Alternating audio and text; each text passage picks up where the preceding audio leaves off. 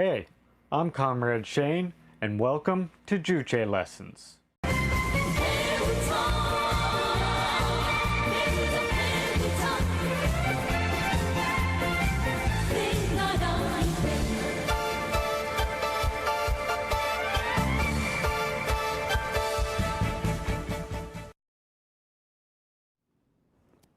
Today we will be discussing an integral standpoint of Juche towards the world, the attitude of approaching the change and development of the world, focusing on humanity's activities.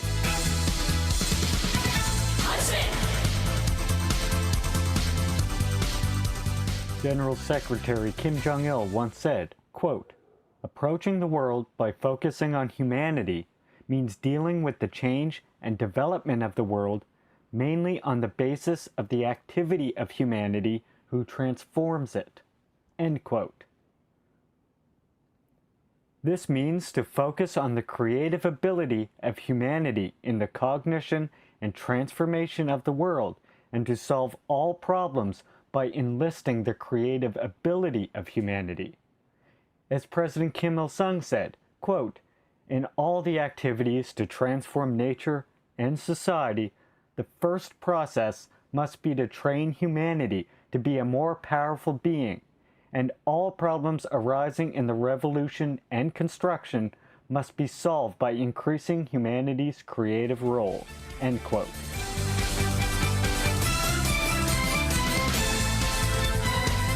The first process must be to train humanity to be a more powerful being in all activities to transform nature and society.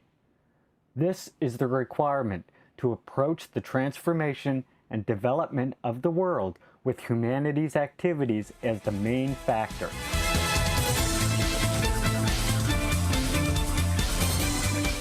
It is very complicated and arduous work to cognize and transform the world. But humanity is a master in cognitive and practical activities. It is humanity who demands cognition and transformation, and who makes and uses all conditions necessary for cognition and practice. The width, depth, and success of the cognitive and practical activities depend on humanity, its master. No activities of humanity can be made beyond their preparedness. Humanity makes cognitive and practical activities in conformity with their preparedness. And this is why we should pay primary significance to training humanity, master of the world, to be more powerful beings in all activities of cognizing and transforming nature and society, and consider it as the first process.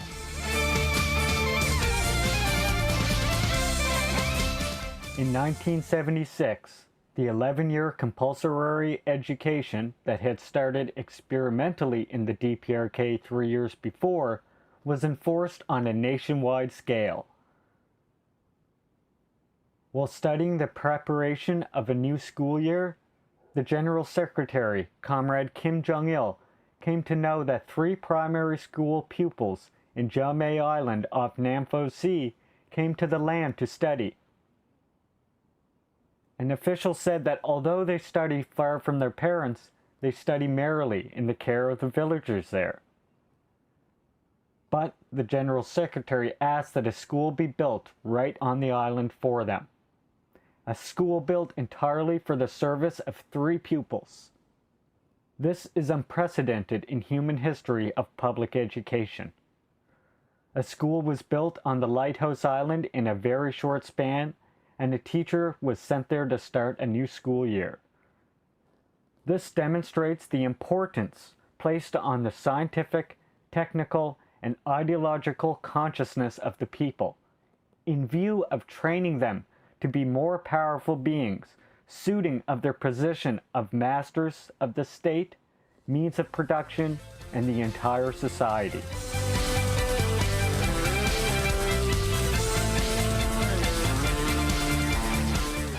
On 31st of August 1998, the DPRK produced and launch artificial satellite Hwangmayong number 1 to outer space with her own technique, raw material, and effort. DPRK's reality that advances towards a powerful nation tells that when the primary attention is paid to training humanity into powerful beings, marvelous successes can be scored in cognition, practice, revolution, and construction. In order to approach the change and development of the world, focusing on humanity's activities, it is first necessary to put stress on shaping humanity into a more powerful being, and secondly, to solve all problems in the method of enhancing humanity's creative role.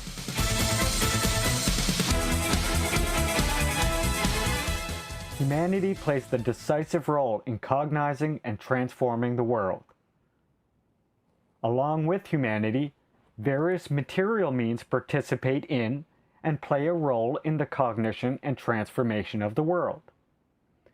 For instance, scientific research work to discover the secret of nature requires measure apparatus, electric and electronic apparatus, and nature remaking projects require trucks, excavators, bulldozers, dredging machines, computers, robots, etc. And with the development of man's cognitive and transforming activities, these material and technical means play a bigger and bigger role. But this does not mean that the material and technical means play a bigger role than humanity does in cognizing and transforming the world. Without humanity, no technical equipment, however developed, could accomplish anything. Take computers that calculate huge amounts of calculations that humans cannot easily do with pen and paper. They would not exist without humanity who made such a machine.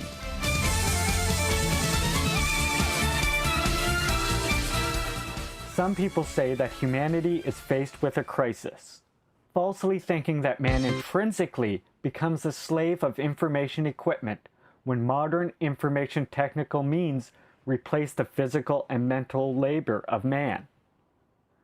What is the use of those things if they make mankind a fool and bring about a crisis of humanity?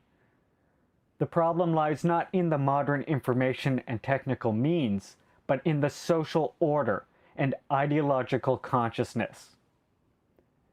The development of science and technology and modern technical means implies the development of humanity's creative ability to conquer nature. In order to cognize and transform the world, humanity makes and uses necessary material and technical means. The role of modern material and technical means is decided by and serves humanity's role. It is therefore necessary to solve everything in the cognition and transformation of the world in the way of enhancing humanity's role. In order to enhance their role, it is necessary to inform them of the task and give priority to political work, to mobilize their strength, so that they become active with creative zeal and initiatives. It is also important to make effective and rational use of humanity's creative ability, taking into full consideration of the characteristics of the target, the state of the material and technical means, and the conditions. Only then is it possible to score the biggest success in the cognition and transformation of the world and in shaping humanity's destiny in the way of enhancing their creative role. The Juche viewpoint and standpoint that centers on humanity's activities is a powerful weapon that accelerates the cognition and transformation of the world at a high speed by enlisting humanity's creative ability.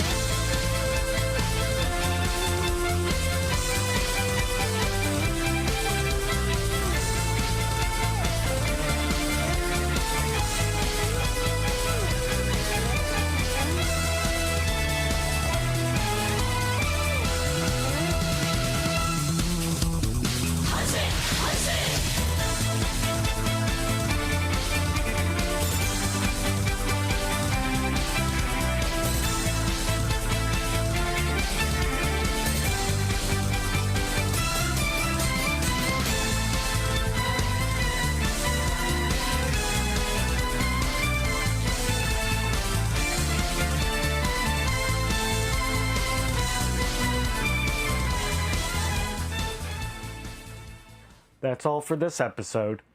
Check out our Facebook and Twitter pages for more Juche and DPRK content, which I will leave links to in the description of this video. If you enjoyed what you saw, please remember to like, subscribe, and share, so we can raise the revolutionary consciousness of the masses. And because I run solely on your motivation and encouragement. Red salute, Juche comrades. Well, a very long.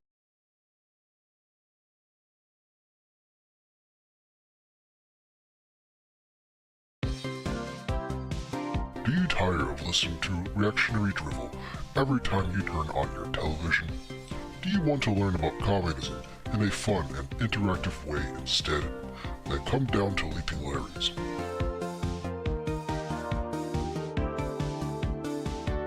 When you come down to Leaping Larry's, you will be greeted with a salute every time you step in through the door, because we value our comrades. At Leaping Larry's, you will learn how communism and the Juche idea can create a more equitable and just society. You will learn about the importance of collectivism and cooperation. And you will learn how communism can help to create a world without poverty or hunger. Leaping Larry's, your home for communist and video game edutainment.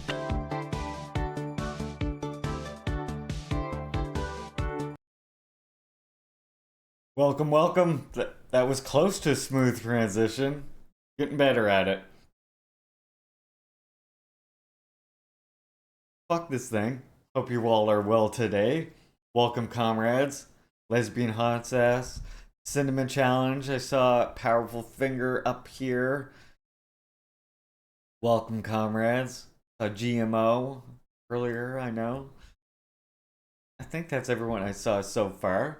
Hope you all are well today. Was like butter. The next one will be really like butter, though. You won't see that. Next time maybe what I'll do, actually, I might re-edit that video and make it so that when I'm playing it on the channel, there's like a long period of just going black at the end. I think maybe that's what I'll do. I want to be well enough to move to Cuba. Honestly, it seems so dreamy. Yeah. I mean, honestly, any socialist country. I know, well, my comrade of mine modded this channel, Commander Red, of course, just moved to Vietnam not that long ago. And I don't think he has any intentions of coming back.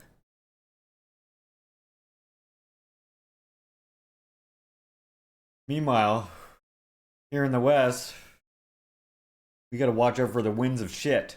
Do you know what the winds of shit are, chat? You know what a shit barometer is, Bob? Measures the shit pressure in the air. You can feel it. Listen, Bobs, hear that? The sounds of the whispering winds of shit. The whispering winds of shit. You don't want to be around when the whispering winds of shit begin to howl, let me tell you.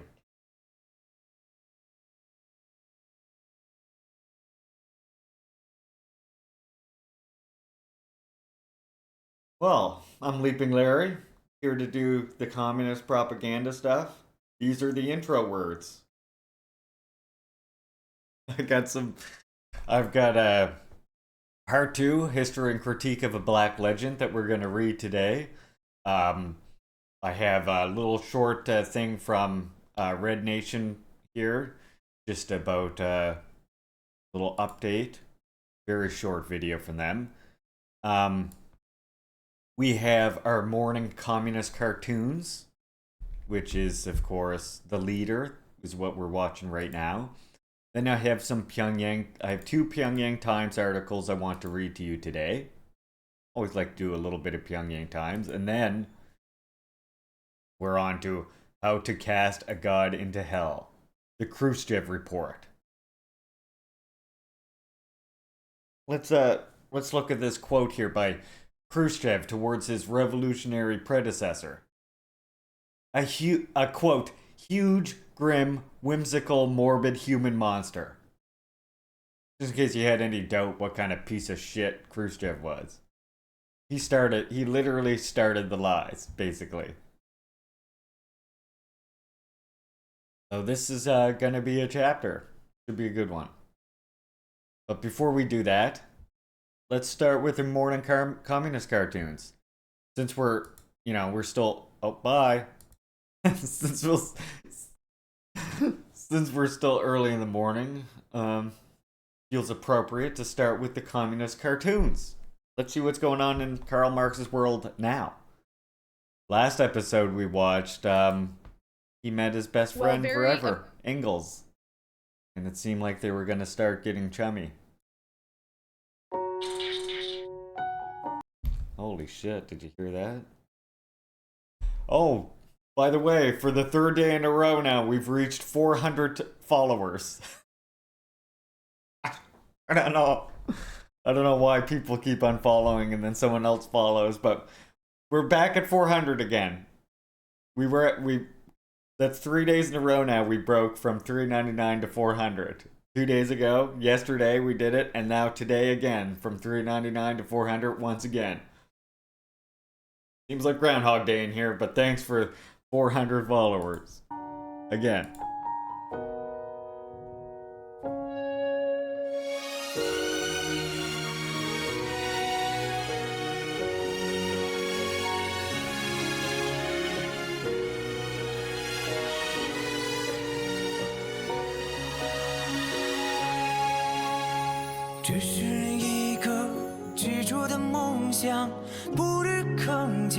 来日方长，这是一个忠诚的信仰，昂首向前，期待远方。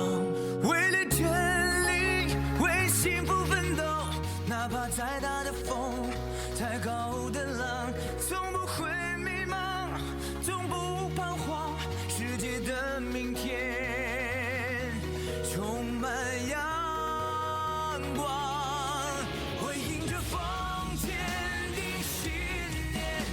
手光芒，我看到如此真实、如此美好的未来。我领着风，坚定信念，拼尽力量。我知道美好愿望不会辜负了时光。我迎着风。手光芒，我看到如此真实、如此美好的未来。我领着风，坚定信念，拼尽力量。我知道美好愿望不会辜负了时光。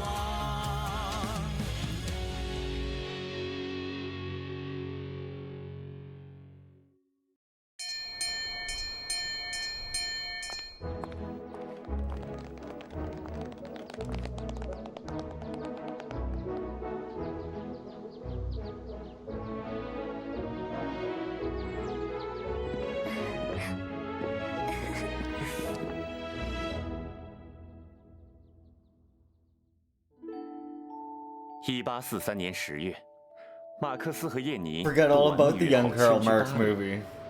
与卢格一起创办了德法年鉴。卡尔，还不睡吗？ Yeah. 你已经在这里坐一整天了。我简直太兴奋了！德法年鉴的 I 每 mean, 一 look 篇 at 口 me. 稿 I think that's what the 都 wife 散发 finds 着 so 自豪 attractive 和 about 解 me. 放的气息。 Gotta be the communism, right? 特别是这篇《国 Gotta 民 be. 经济学批判大纲》很有启发。我得继续加强政治经济学的研究了。还能启发你？作者是谁？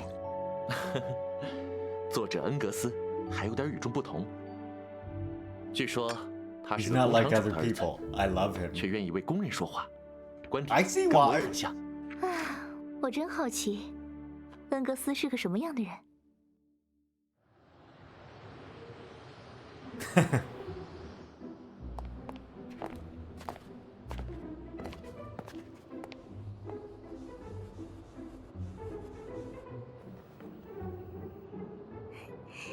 太太，太，一个便是，谢谢。擦得这么不干净，还敢要钱？太太，您就行行好吧，妈妈没钱看病，我一天都没有吃东西了。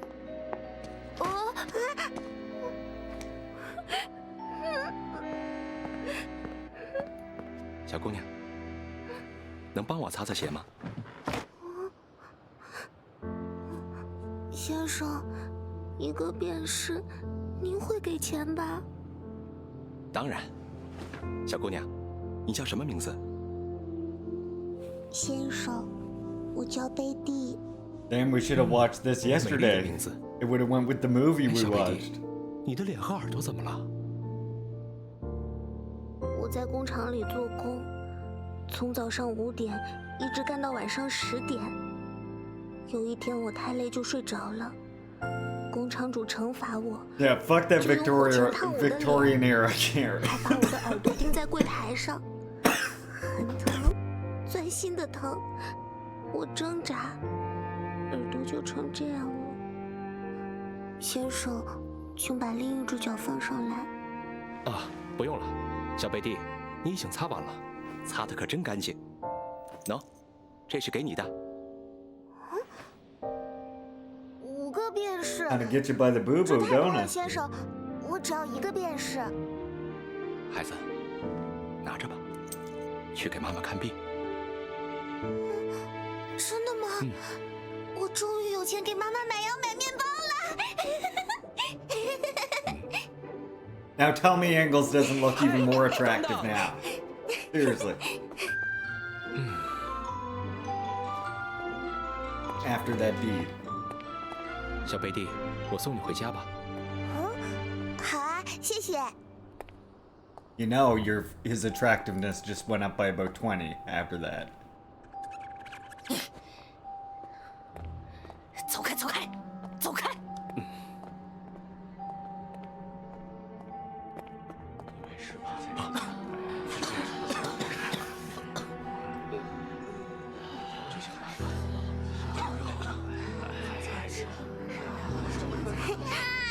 妈妈，你还好吗？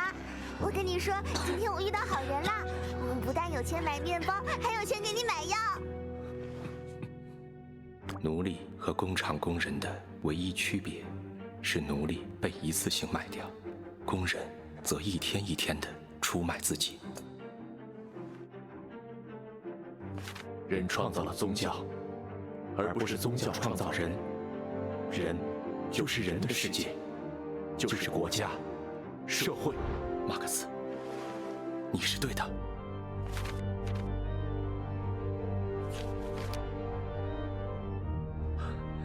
我和马克思的观点竟然如此契合，我一定要再去见见他。一旦暴风发作，这样一个尖顶，就很容易把天上最现代的闪电导引到你们浪漫的头里。请您帮帮我！感谢上帝，感谢上帝赐予我们光明和未来。明明是我们给的钱，他却一直在感谢上帝。别和乞丐计较这个，这些可怜人在现实里面没有活路，只能向上帝寻求慰藉。宗教就是人民的鸦片。卡尔，你比我更像个诗人。And he doesn't mean that in a derogatory way, as we talk about all the time on this channel. 废除给人民带来虚幻幸福的宗教，实现人民的现实幸福。现实的幸福。我们要把对天国的批判变成对尘世的批判，对宗教的批判变成对法的批判，对神。 Okay. Sorry, but that part right there is really good, the way he said that.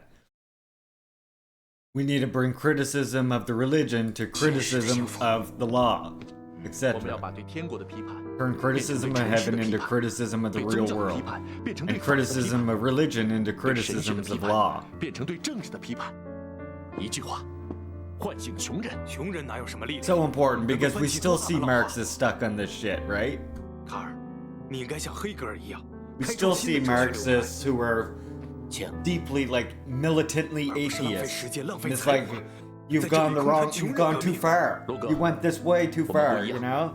You need to come back and realize the masses' position on religion. Oh crap. I see we're starting the contributions to the CDI Zelda Challenge early today.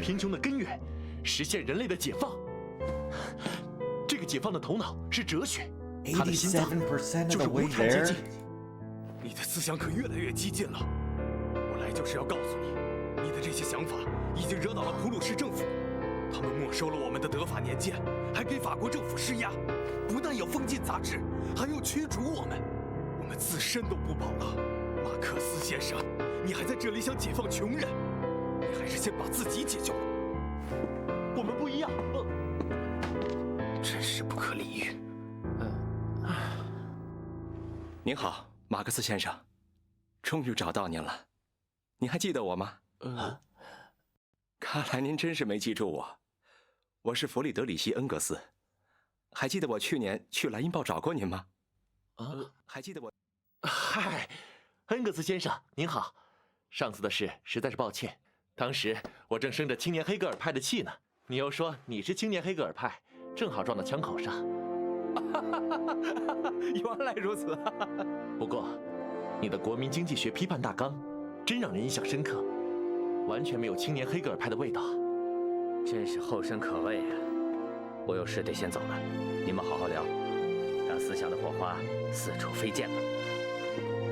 诗人的直觉告诉我，这一定是一次伟大的见面，你们一定能创造一个新时代。恩格斯，我很好奇，你一个工厂主的儿子不去好好挣钱，怎么去替工人和穷人说话？卡尔，我也很好奇。 Because he's 你一个律师 based. 的儿子，不去替富人打官司，怎么研究起哲学来了啊？或许我生来叛逆，人应该掌握自己的命运，应该追求属于千百万人的幸福，而不是可怜的、有限的、自私的乐趣。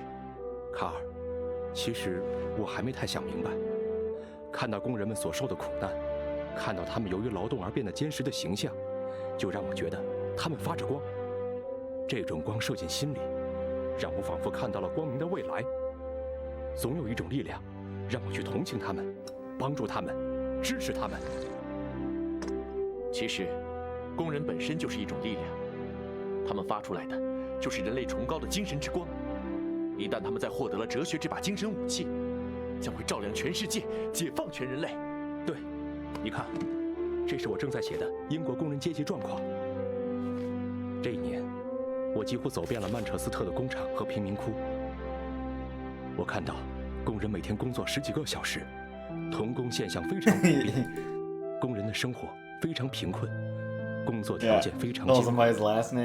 而不劳而获的工厂主，生活却是另外一番状况。It's a more fitting name 这真是一 for 个 him. 奇怪 God 的现 damn 象 it.。劳动为富人生产了奇迹般的东西，但是为 Doesn't 工 look 人 like a 生产了 thread. 赤贫。劳动生产了宫 He 殿， looks like an Ingalls. 但是给工人生产了棚舍。劳动生产了美，但是使工人变成畸形。劳动生产了智慧，但是给工人生产了愚钝和痴呆。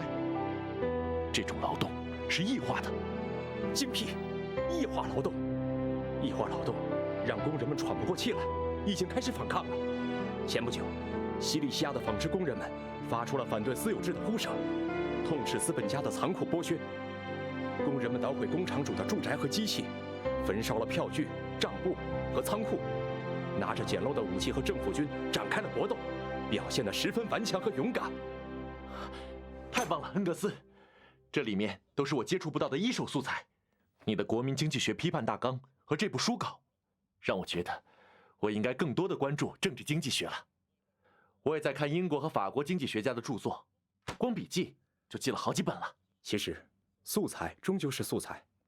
你对无产阶级历史命运的哲学思考，让这些素材鲜活起来，有了真正的灵魂。说起来，我还要感谢你呢。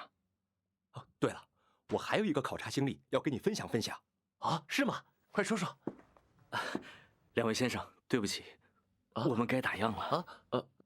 哎呀，都10点了，走，去我家接着聊。走。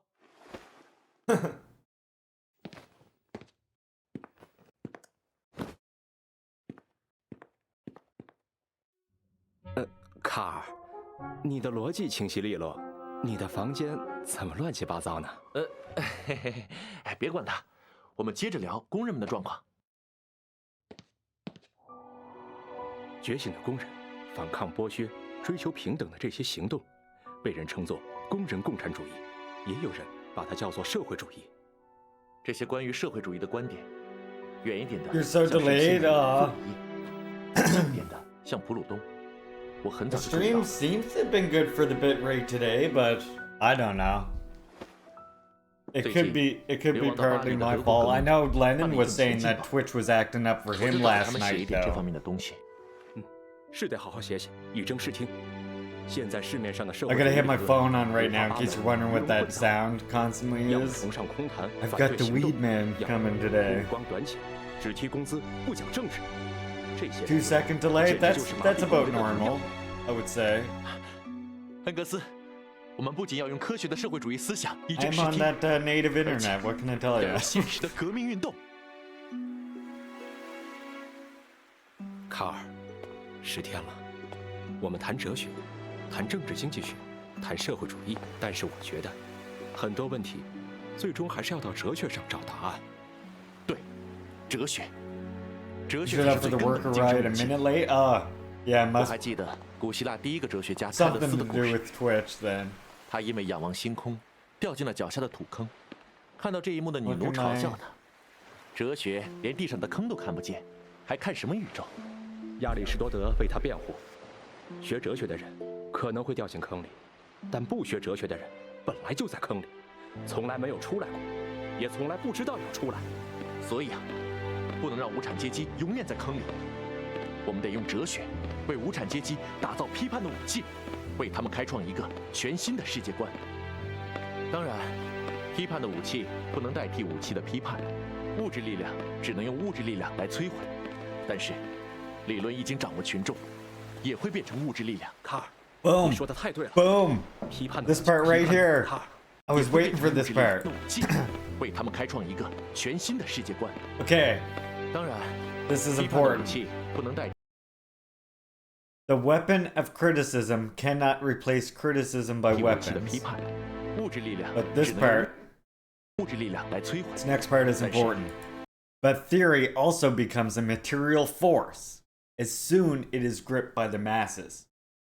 And the reason why I wanted to stop at this part for a second is because when you come across, or if you're trying to tell people about Juche or trying to teach people about Juche philosophy, what you'll come across is a lot of Marxists or communists who will then respond to you and say, oh, well, doesn't Juche philosophy focus on ideology and the importance of ideas in building revolution, and therefore it's idealism, right?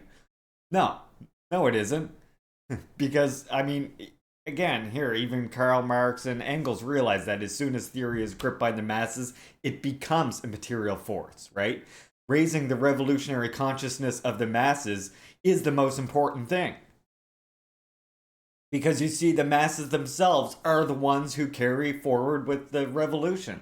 There's no other force other than the masses making revolution. It doesn't just spontaneously happen when the forces of production get so big or when capitalism becomes highly developed. As we know, right? Revolution doesn't just spontaneously happen in those conditions. What matters is the revolutionary consciousness of the masses. When they are armed with that revolutionary consciousness, they are inspired and they know how to fight against that which oppresses and exploits them. And so it becomes a material force to then overthrow that society. 理论一经掌握群众，也会变成物质力量。卡尔，你说的太对了，批判的武器和武器的批判一个都不能少。那我们就从批判鲍威尔那些人的唯心主义开始吧。鲍威尔那些人自命不凡，以为鼓吹一下自我意识，对德国那些庸俗的批判再进行批判，就能推动历史进步，搞得自己像神圣家族似的。我们写本书，好好的讽刺一下他们。书名就叫《神圣家族》。对，再加一个副标题，就叫“对批判的批判所做的批判”。恩格斯，你太懂我了。卡尔，跟你在一起交流思想，灵魂的愉悦程度超越了所有快乐。这10天，我过得就跟10秒一样。都说人有3条命：性命、生命和使命。父母给了我性命，思考给了我生命，咱合伙在一起，我找到了人生的使命。卡尔，再见，给我写信，我的朋友。再见。法国政府迫于普鲁士的压力，驱逐了马克思。1845年2月，马克思一家来到政治相对开明的比利时首都布鲁塞尔。小姐，夫人让我带来的钱快花完了， Jenny came up with that. 房租、鸡蛋和牛奶都快买不起了。啊 Jenny is great, and 这 also 位先 overlooked. 生，请问您找谁？啊， This guy's 就 being 是 best 马克思 dudes. 的夫人燕 Do 妮 you 吧？ know? 我是马克思的朋友，弗里德里希·恩格斯。哦，您就是那个不一样的工厂主恩格斯先生啊！卡尔几乎天天提到 That 您， odd. 终于见到您了。 Oh, you're that odd factory owner. 谢谢。恩格斯，你怎么来了？我想尽办法摆脱我的工厂主老头和那些鬼商业。我现在终于自由 Oh 了。 yeah, you're that strange fella. 你在信里跟我说，总是为钱发愁。你看，神圣家族的稿费到了，钱不是问题了。太好了， Jenny, 我们可以 you're that 安心地 really 打造 bizarre 全新的世界观 fellow. 了。走，我们到书房里去聊。你说对吗？你们不打算把稿费分一点给费尔巴哈？ Hey Shakespeare, welcome, comrade. 费尔巴哈不是给了你们不少启发吗？ Trying to take another puff. 我们批判鲍威尔这些神圣家族的时 DMO 候，told me 费尔巴哈 420. 的唯物论还真是给了我们不少弹药呢。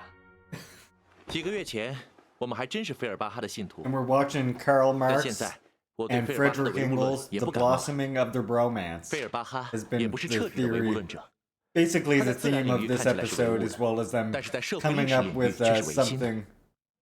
Yeah, this is the Marx 他不 and 懂得 Engels 历 anime. 史 Yes, 是人 yes. 活动的产物，人具有主观能动性， Right now, 可 their 以通 love 过 is 实践来 blossoming. 改变历史。没错， I was just cracking up because Engels knocked on the door and Jenny there answers it and she goes, "Oh, you're that really, really 全部社会 weird 生活的 guy, 本质 Engels. 是实践的， You're the weird 人的社会 factory 实践 guy." 才是历史发展的动力。对，哲学家不能只是用不同的方式解释世界，我们要通过社会实践去改变世界。实践改变世界，实践改变世界。卡尔，你真是个天才！我看到了全新世界观的萌芽。恩格斯，我们一起让这个萌芽变成参天大树吧。看来费尔巴哈拿不到他那份稿费喽。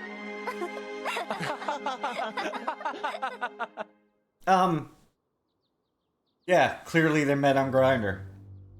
No, it was like in the last episode, Engels was like, 我来布鲁塞尔都半年了，劳拉也出生一个多 Engels 月 or Marx was like in some factory or I think the university or something, and Engels showed up and he was 我们 like, 可以这样零距离说 he 话。 was like, 为这零距离，我可是花 I 了 know 大价 something 钱 about you or 租了 something, 离 and 你 then 最 they 近的 started 房子。 talking. 不过 They've been hanging out for 10 days since. And Engels just a little while ago was like, these 10 days have felt like 10 minutes. 估计我们去伦敦见宪章派和正义者同盟领 Thus 导 you 人 know 的事 how deep 又让他们紧 the 张。 love was. 看来，我们计划创立共产主义通讯委员 Like 会的 normally 日子 hours turn 还得 into 再晚一 minutes. 点。 For these fellows, 革命行动的步子 days 可以稳 turned 定， into minutes. 但是理论研究的步子还得再快一点。最近，青年黑格尔派和各种五花八门的社会主义者又在蛊惑人心，把工人们的思想 Time flies with the homies. 我们得彻底清算过去的哲学信仰，与黑格尔的唯心主义和费尔巴哈的唯物主义划清界限，用全新的世界观重构德意志的意识形态。人们在自己生活的社会生产中发生一定的、必然的、不以他们的意志为转移的关系，即同他们的物质生产力的一定发展阶段相适合的生产关系。这些生产关系的总和构成社会的经济结构，即由法律的和政治的上层建筑树立其上，并有一定的社会意识形式与之相适应的现实基础。生产方式是一个社会的物质基础，生产力与生产关系、经济基础和上层建筑之间的矛盾运动，推动着人类社会的发展。卡尔，这完全是一个全新的世界观，也是一个彻底的唯物历史观，把唯心主义从它最后的避难所，也就是社会历史领域赶出去了。我们回去，把这个全新的世界观写出来。嗯。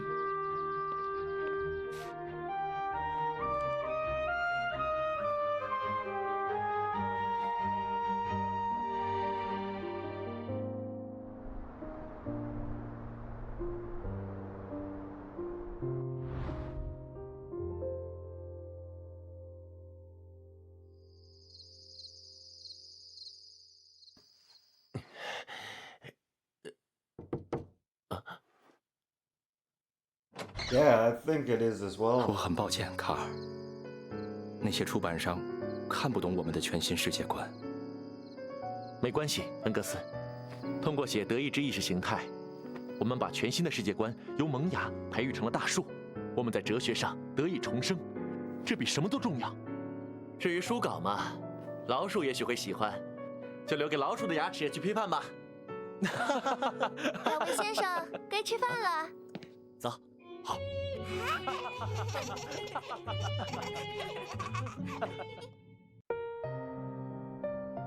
Oh, the end theme here is so good.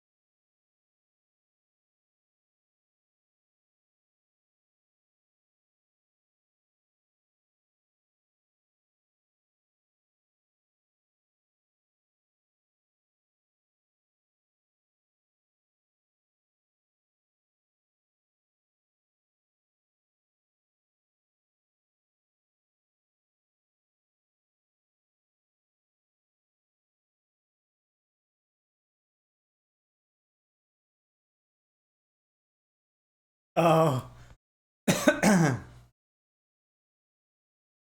you wanted to do that one during the one speech when he said, yeah, because I was like, I don't even know what this one is, so I deactivated it for some reason.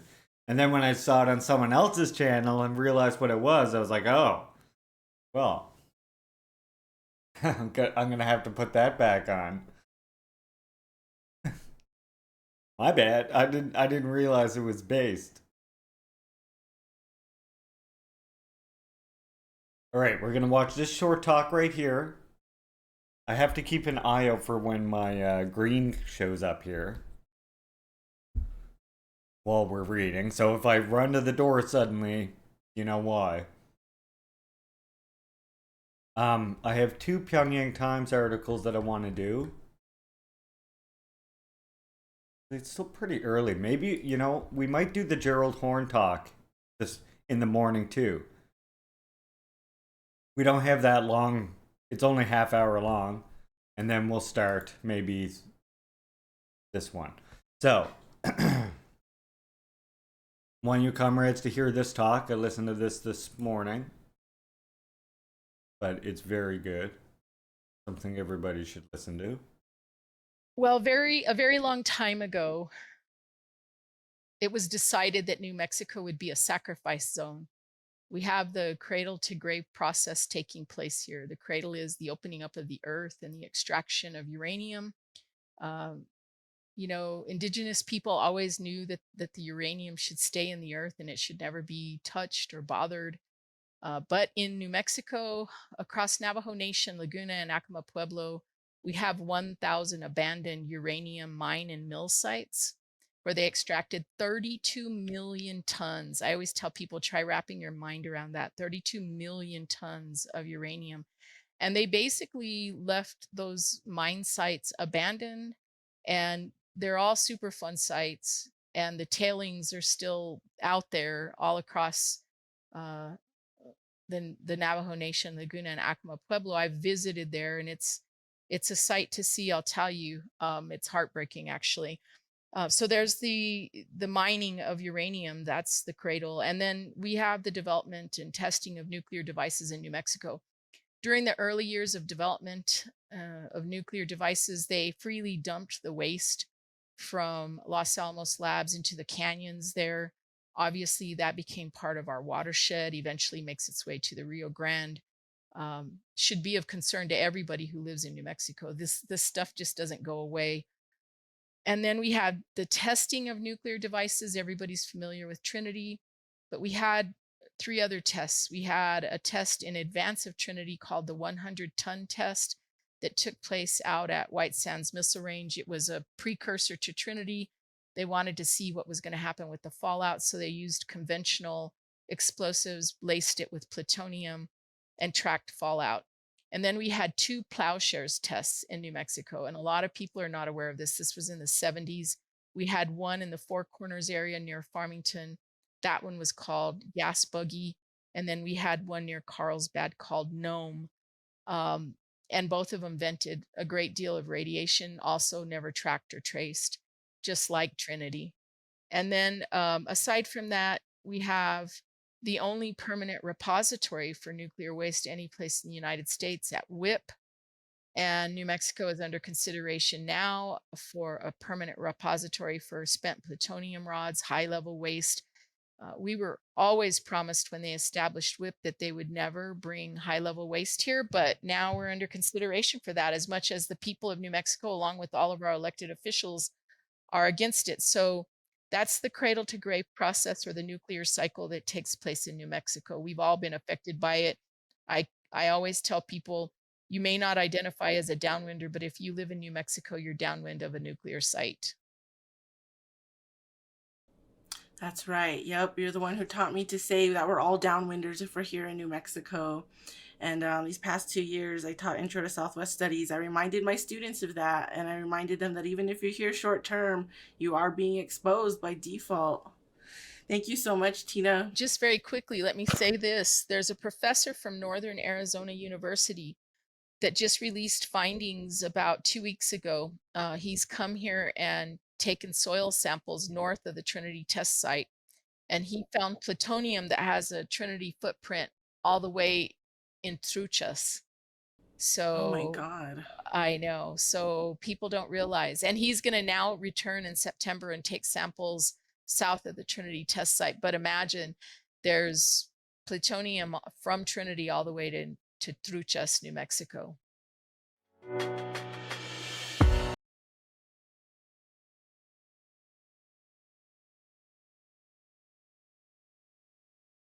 I'm just banning based on that username alone. Alright, I want to watch this Gerald Horn with you all here.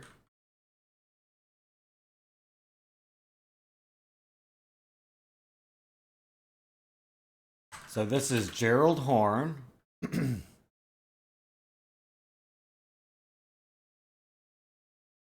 On slavery, white supremacy. I don't even know who the fuck the candidate was. See ya. Exactly. Fucking see ya. I don't even know who that candidate was that person mentioned. I just saw the name and I was like, bye.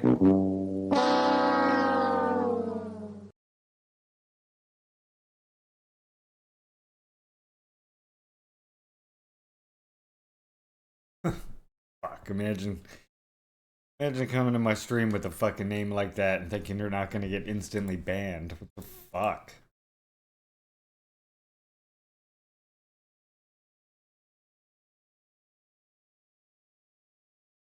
It's the most horrible and the candidate is also popular?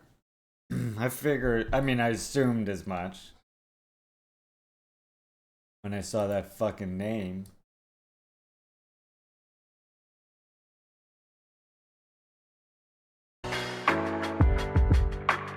People just don't like you talking about fucking communism and shit.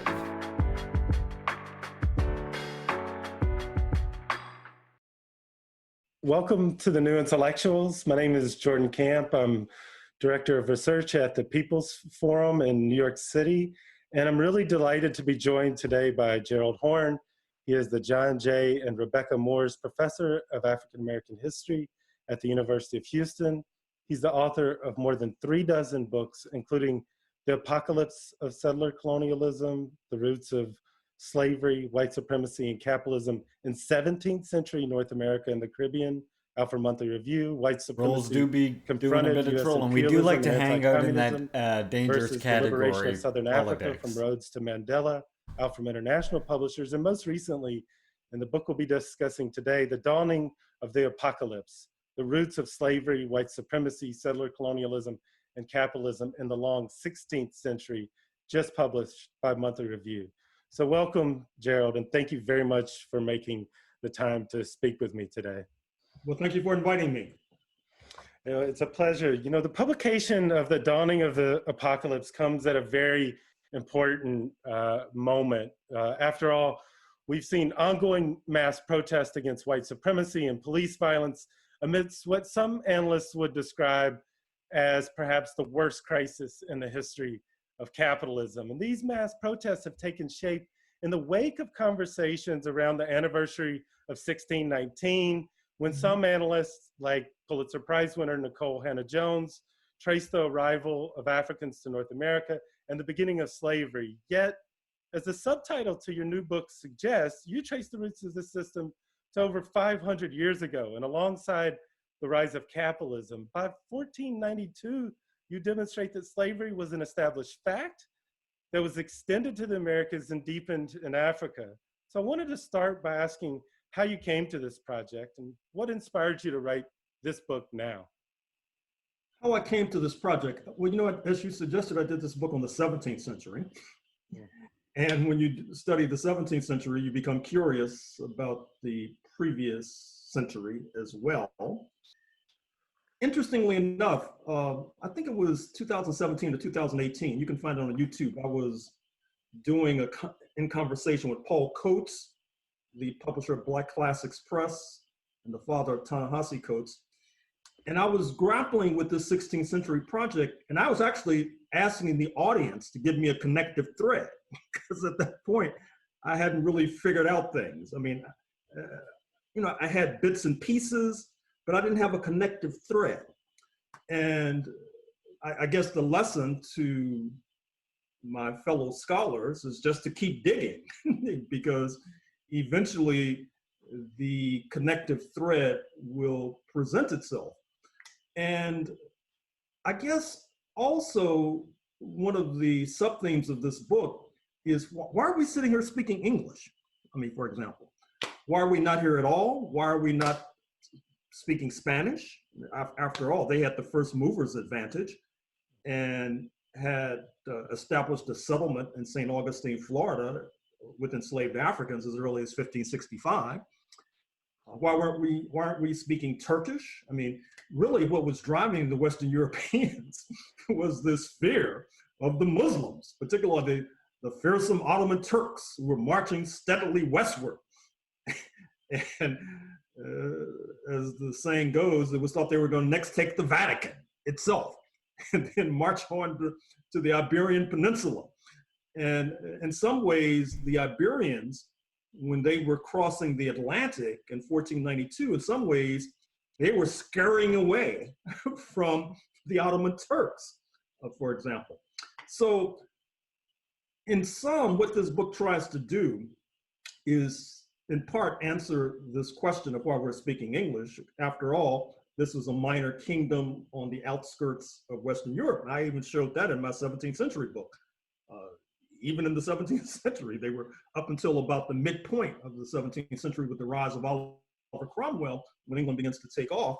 But up until then, it's still a sort of a minor kingdom. And so there are a number of sub-themes in this book. One, of course, is how the English outflanked the Spanish.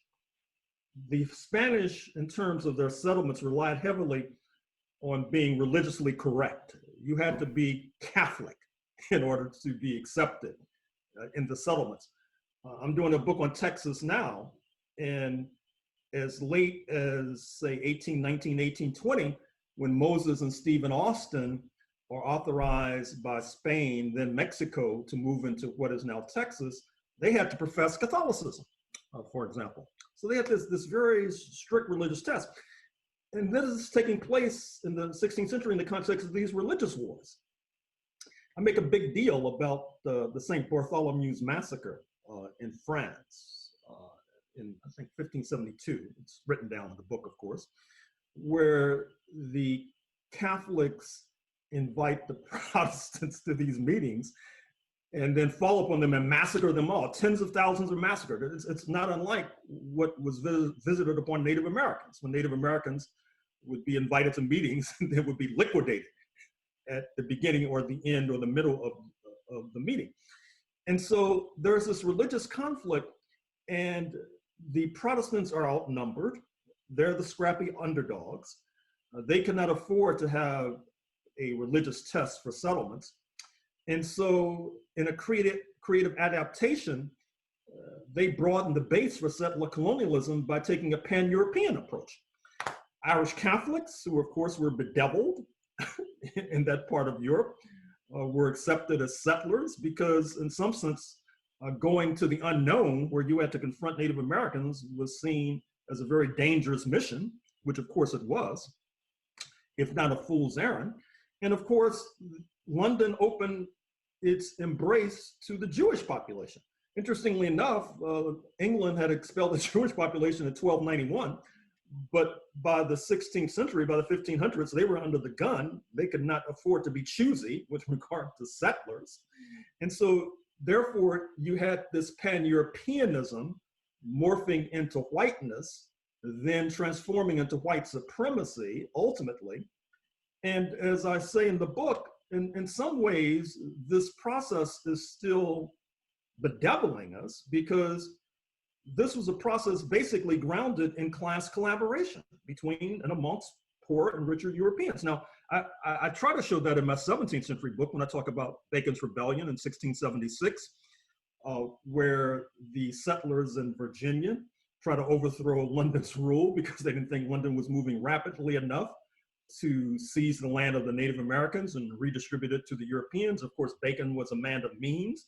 Those who were following him were not unlike the Trump coalition of 2016, 2020. And so I'm really trying to push forward this idea of class collaboration, because I think the US left has a lot of mending and repairing to do in terms ideologically. I was thinking the other day that to a certain degree, when assuming we survive the pandemic, climate change, nuclear war, and historians look back, they might say, oh, being a part of the US left meant you just basically had a more sophisticated rationalization for class collaboration, basically. I mean, you stroked your chin as you rationalized and justified class collaboration, for example. And so that too is part of the, and then the part of the theme, of course, is the miscalculation by the Ottoman Turks, who really didn't take the English seriously.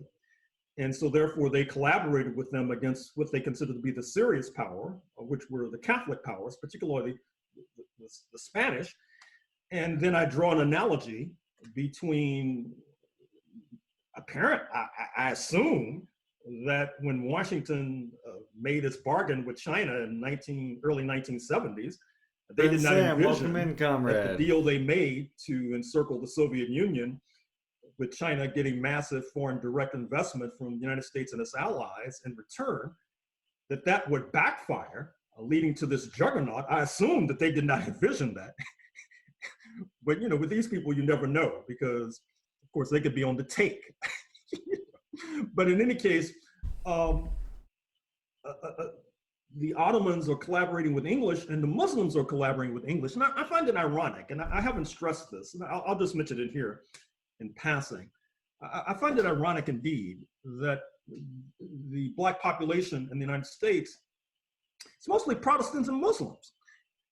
Even though if you look at the masters of our misery, it's basically been this collaboration between Protestants and Muslims, particularly in 1591, when they collaborate, that is, say, London and Morocco, to attack the Songhai Empire, a major political polity in Central West Africa, which is destabilized with knock-on effects ricocheting and cascading negatively as far south as today's Nigeria, softening up West Africa for the onrushing African slave trade, which I pinpoint as a turning point in the precipitous, vertiginous decline of Africa itself.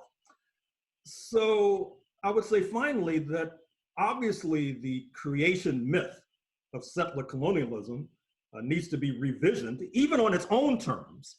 On its own terms, it begins in Virginia, 1607, then a few years later in Massachusetts, but actually it's Florida and New Mexico, basically, with the Spanish moving into Florida, establishing the settlement, as I said, in 1565, although they had arrived before that and tried to establish a settlement in Pensacola, even before St. Augustine.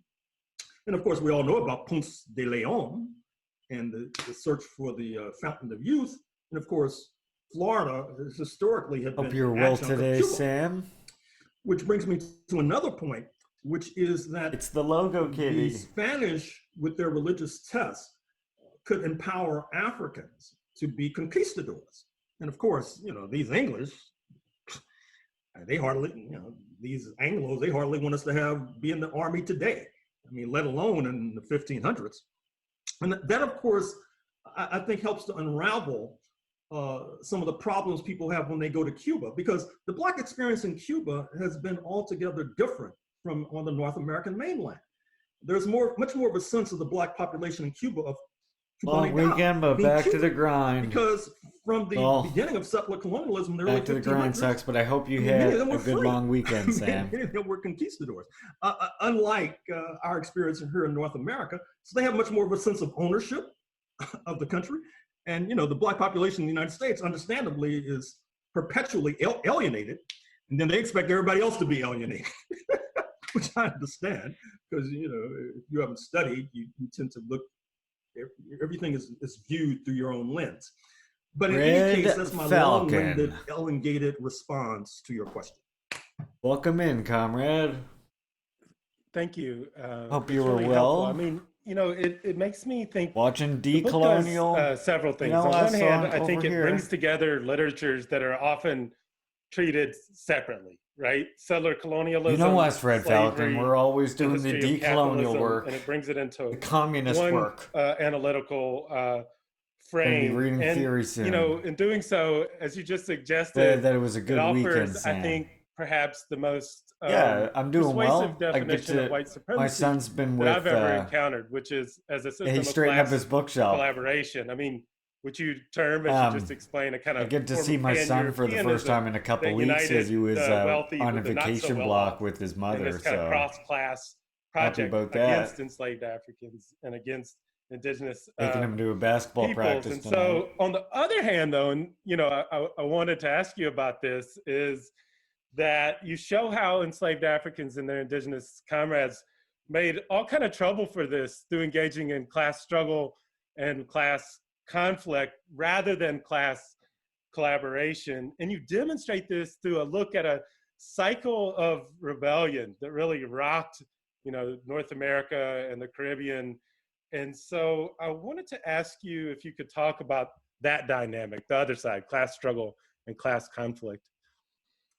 Well, why does Mr. Krabs sing pro IRA songs work so damn there's well? something called a second mover's advantage. It's a good question. I think. Routinely, we talk about the first mover's advantage. That helps to explain the success of Microsoft, for example.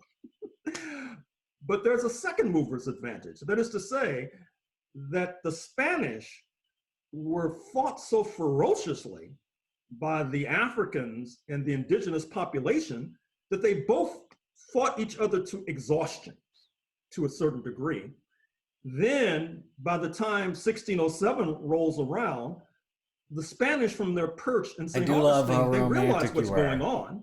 They realize that London is invading what they call Virginia, and attempt to establish a settlement there.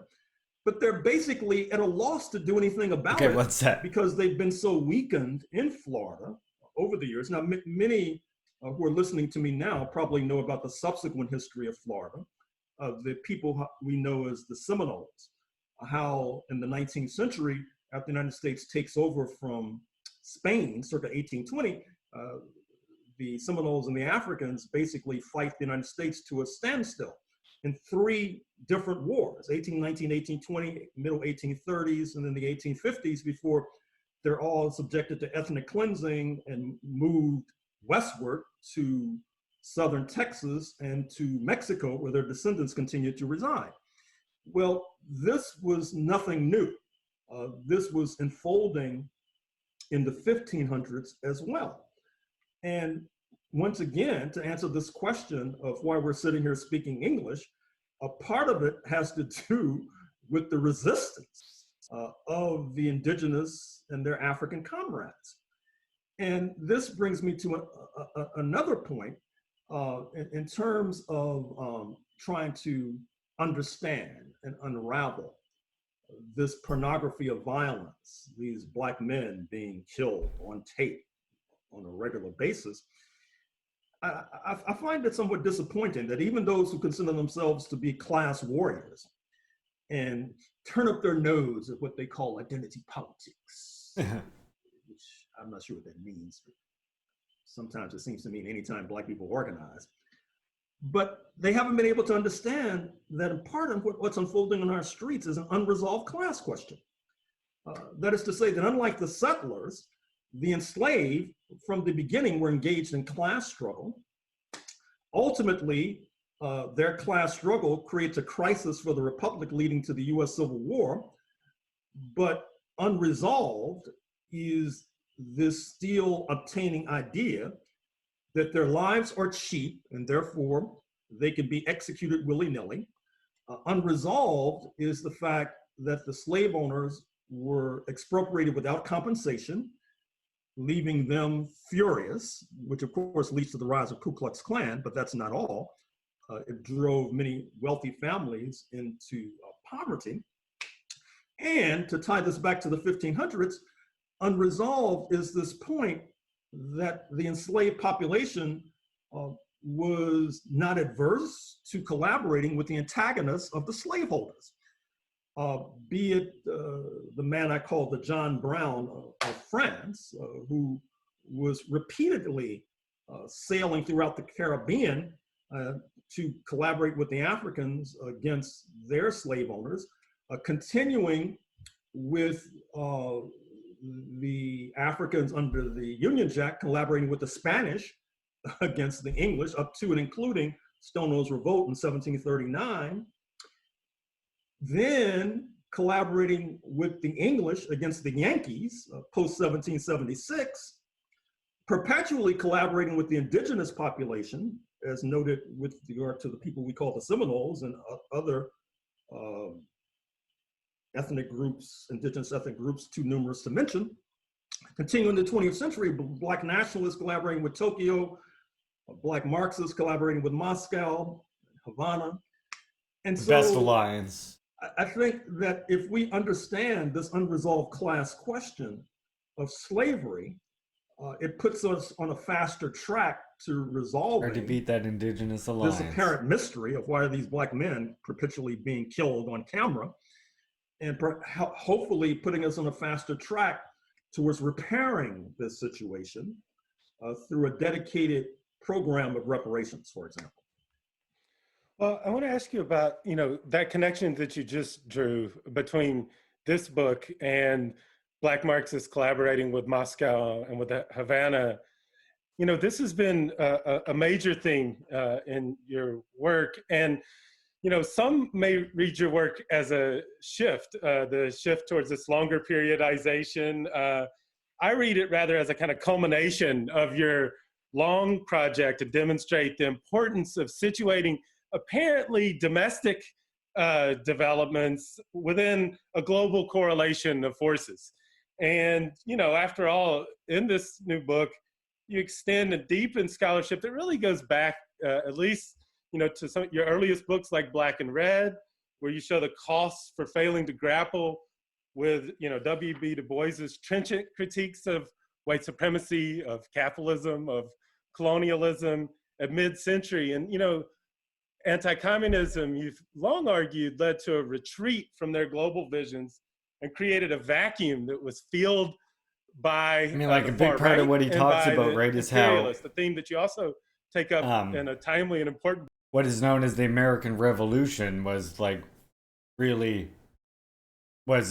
had a lot of times, well, the British was supporting native people's fight against these colonists in some instances. Like for example, when Mi'kmaq people and redcoats went and burned down the White House. Book for our own moment. You mentioned that in the last talk we Watts heard. Uprising in the 1960s. So which one is it? Continuation? Or, and then in Canada, of course, you had a similar thing with Acadians and Native people as well. Obviously, this book is trying to put the Black struggle in a global context. And that's nothing new in terms of my project. But obviously going back in time, I'm still debating whether I should stop here in terms of going back in time. Stop at 1492, actually 1453, because that's when the Ottoman Turks seize Constantinople, and that's really what kicks off this whole enterprise of settler colonialism, slavery, et cetera, as I explained a few moments ago. So I'm still torn as to whether I should stop with 1453 or keep going back. But of course, like everybody else, I'm affected by the pandemic. And it's unclear when these archives are going to open. Oh, yeah. Which I can't think of his name now, Sam. Sailing the Caribbean. Fuck. Wounded, as a result. I know who you mean now. To be frank with you, for about 20 years, I've been traveling. I can't think of his name now. When I'm not writing to archives.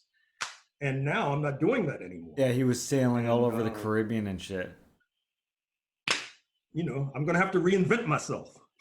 Yeah, totally. Well, I certainly hope that, the research that our scientists in Cuba and China can get as they anticipate, a vaccine into our hands so that we can travel again, and that it's a public good. We don't have these corporations get their hands on it. So,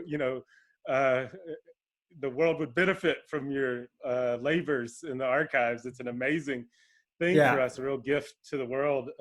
I wanted to lesbian hot sauce. ask I you thought about this, you might like Sankara when you saw context, his works there. You not only Sankara is challenge, absolutely I think, based. The periodization. You see why people are somewhat excited that talking about mostly U.S. that historians. the leader of trace it, Burkina Faso, he's like as originating in appointing. the US. He's appointed one of Sankara's like students to a position, and on the topic. Yeah, You have looked seems at to the mirror roots a of lot white of his supremacy in rhetoric. this global context that you trace for us, and you suggest that it's important to do so, as your answers have explained. Hey, because of the Common, dominance, welcome. Not the least of which is of London in the slave trade and colonialism, absolutely critical to the process in North America. And so, I just wanted to, kind of come back to this where we started now, and invite you to say why that global context is so important now for these, ongoing struggles. Well, Fox News has been playing up lately something that we should pay attention to, which is that Burkina Faso, the country in Central West Africa, on behalf of the African Union, is pushing a motion at the United Nations Human Rights Council with regard to what they call, quote, systemic racism, unquote, in the United States of America. I mean, he seems to be inspired by This Sankara. is, in many ways, a breakthrough. He is, like I said, he did appoint one of Sankara's students to a position, a pretty important one. I can't remember what position it was exactly now. With the protests in Birmingham, which they denounced in extravagant terms. And this is taking place at the same time that, just to cite some events that I've been involved in. So I've been doing these interviews on German television about the protests. And so I was being interrogated on German television just a few days ago by this anchor who was pressing me to agree that those defined as white in the United States should have collective guilt and collective responsibility for what's befallen Native Americans and Africans. Now, of course, my theory of the case is that, and of course, this is in a way a turnabout, because after 1945, the United States pressed Germany to accept collective responsibility for the Holocaust, et cetera, and then twisted Berlin's arm till it paid reparations to Israel, even though Israel didn't exist in 1945. And so, as he was pressing me, I was interpreting this in the context of the decline in the North Atlantic Alliance. My mind reeled back to that episode where at a meeting, supposedly, the oath in the Oval Office, the 45th US president apparently threw something at Angela Merkel to express his disgust with her. Of course, the fact that she's a woman leader, I'm sure had something to do with it. And so I was thinking, they're turning the tables. I mean, basically, he doesn't want me to say that fascism was a product of big business and that there was a thriving anti-fascist left. He wants me to turn the tables and blame everybody. All those defined as white. And it's very interesting. And of course, I don't see my job, even if I didn't necessarily agree with them, as defending those defined as white in the United States. Trust me, they have enough means to defend themselves. They don't need me to defend them. But I thought that this was an interesting moment in terms of global politics, in terms of what's happening at the United Nations, in terms of the global protests against the United States, which to me, in some ways expresses disgust and revulsion at Mr. Trump, and this is a way to express it as much as it is to demonstrate solidarity with Black Americans. It also, in my estimation, represents how the anti-Trump wing of the US ruling class recognizes that they have a dilemma, that they really need to reshuffle the deck if they want to get rid of Trump in November, because even today, there's no guarantee that he'll be removed. And then I thought back to the headline of the Financial Times of London about how in the last few days, corporations have donated $500 million to organizations like the NAACP Legal Defense and Education Fund. So I think we're in a very fluid moment right now.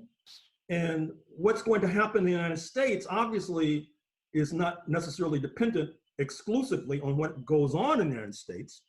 It's part of global trends such as Burkina Faso's initiative at the United Nations in league with the African Union. And of course, Burkina Faso is in the French sphere of influence. It's difficult for me to believe that they would have done this without a heads up to Paris. And of course, the German discussed with Mr. Trump. And so, and then all this taking place in the context of the trade war with China as well.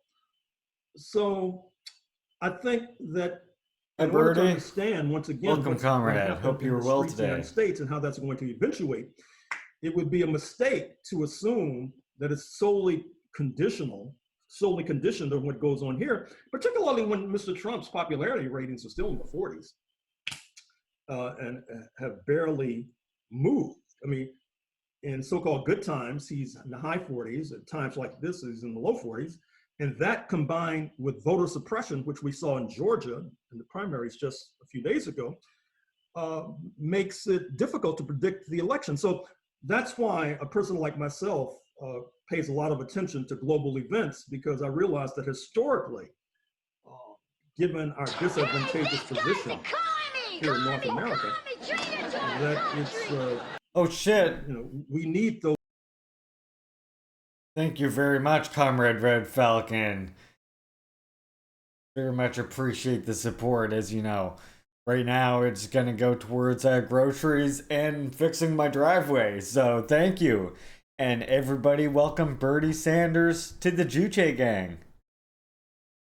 Commercials are a crime against humanity, I agree. That's why I set my commercials to as low as possible. So you should only get 30 seconds every hour. Unfortunately, that means people coming into the stream have to watch the pre-roll stuff, but I want to keep it as short as possible.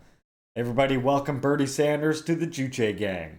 You know, that's the tradition. We got to uphold it. Make sure you always spam the Juche gang emotes on a new sub. Those gusts from the international community in order to move forward. Well, Gerald, I want to thank you very much for taking this time to speak with me. I know that I speak on behalf of my colleagues when I thank you, and I want to recommend to our listeners and our viewers that if they haven't already, to purchase a copy of The Dawning of the Apocalypse: The Roots of Slavery, White Supremacy, Settler Colonialism, and Capitalism in the Long 16th Century, which is out from Monthly Review. Oh, it's God. a very important and timely book. It depicts the origins of our time. So, Gerald, thank you again for joining us on the new introduction. There we go. That was a good talk by Comrade Horn, as always. As always. Holy shit. Comrades are contributing to the CDI challenge again. It's fucking... We're 90% of the way there, and we have 20 days left. Something tells me we're going to be playing CDI challenge. 90% of the way there. Ay, ay, ay. Okay, and then we'll have a vote about which one you want to see me play. There's one where you're Zelda, and then there's where... I don't know. I think pre-roll is the same as what you said. I think pre-roll is 30 seconds. No matter what you said it is, but yeah.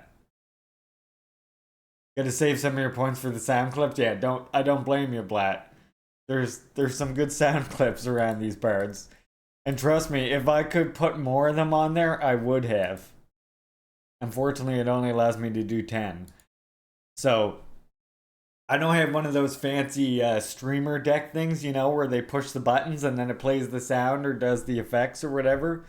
So right now I've just been using my bit redemptions basically for that. He's a communist. Oh, really? Yep, big communist, big communist. Oh. So I've just been using this as my soundboard thing. Feel that? Feel what, Mr. Lee? The way the shit clings to the air, Randy? Shit clings to the air? It's already started, my dear good friend. What started, Mr. Lee? The shit blizzard. The shit blizzard.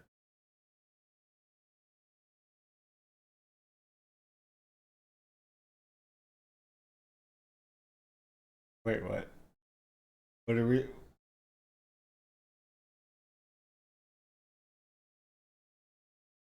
Hey, this guy's a commie! Holy shit!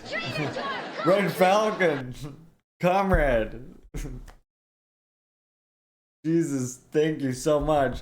I think that calls for a burpa. I think that fucking calls for a burpa. Oh shit! Comrades, what the fuck? Thank you. We need a burpa right now. Right now.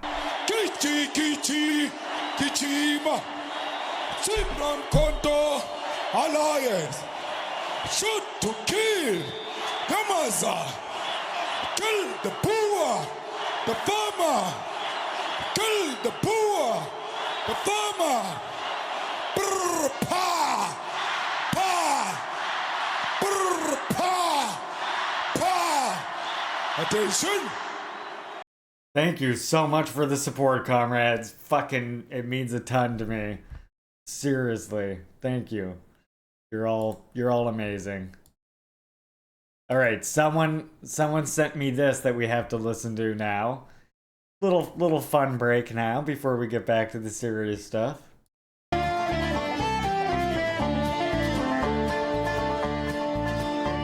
was born on a Dublin street where the Lyle drumstick beat. The loving English feet to walk all over us, and every single night when me dara would come. Oh yeah, so lesbian. The whole thing with Russia, like I fully support any African countries that feel like they can use Russian military aid or whatever to their advantage. But yeah, definitely I view it with suspicion, given that Russia is, of course, a capitalist country. But on the other hand, we do have to recognize that it can be a force in the international arena that aids socialist countries. Now, on the other hand, I would say that you have to realize that as a counterbalance to that, you have socialist countries like China and DPRK. One of the most base things Burkina Faso did was resume ties with DPRK. If you're not familiar, it's not, of course, well known, but the DPRK has sent military aid to Burkina Faso in the past when Sankara was the leader. Literally sent military hardware, military training offerings, etc. Like actual, material assistance in military affairs. It's very likely they would do it again. A lot of people overlook that. I mean, not even that long ago, DPRK was providing military assistance to Yemen fighting against Saudi Arabian aggression.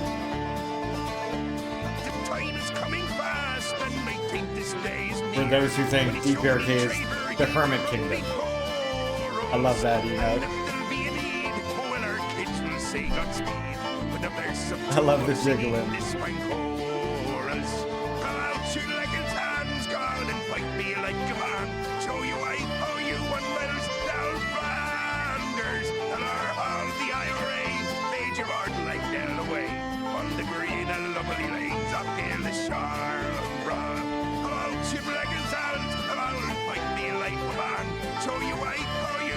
Dad's got a good voice.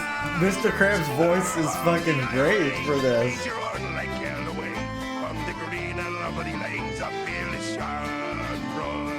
God damn, Mr. Krabs.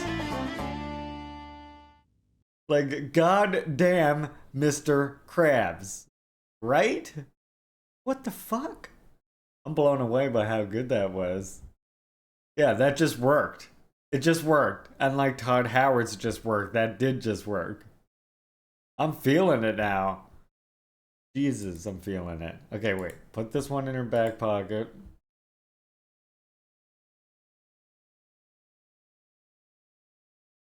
That's going to be the one right before we start reading the Stalin book. Tim Chirac here, not necessarily a communist, but can be a good follow. Congratulations to Joe Biden for rejecting a peace process, bringing in Japan, and raising tensions in Korea to the highest levels in decades. Quote, North Korea's Kim calls for readiness to smash the US-led invasion plot as US trains with South and Japan. US carriers South Korea warships start new drills amid tensions. That was in October. Look at it.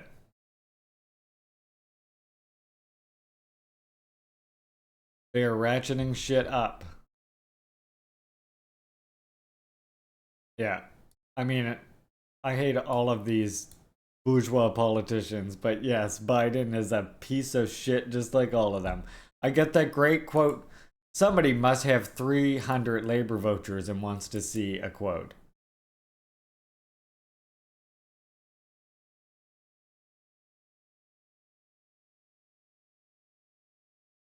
Yeah, well, I have a okay, you want I see you comrades talking about that flag there. Here, check out this folder, Red Falcon.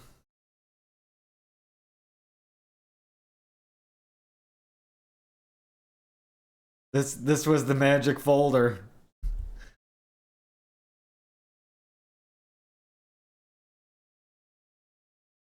This one was we have a bunch here.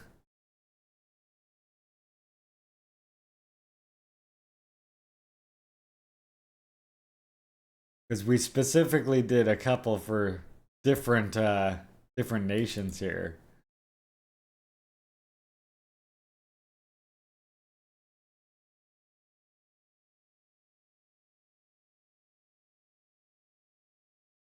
And then I think, personally, I think this one with this length looks best.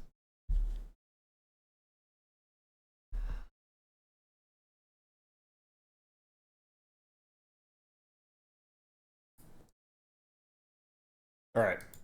Communist quote. I wanted to show you this one since people were mentioning Joe Biden here. It made me think of this one.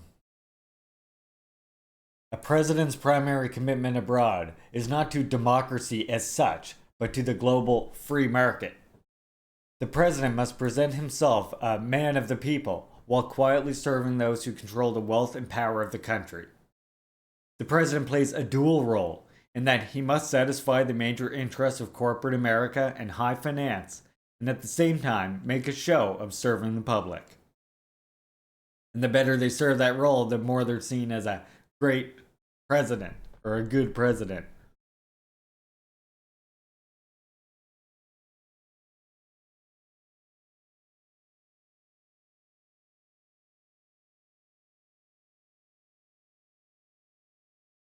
Yeah. Yeah, exactly.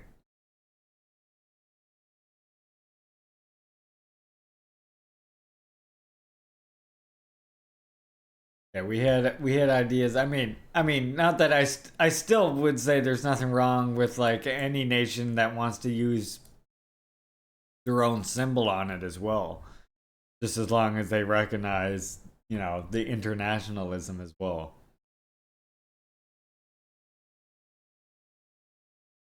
Yeah, I love that quote by Perenni there.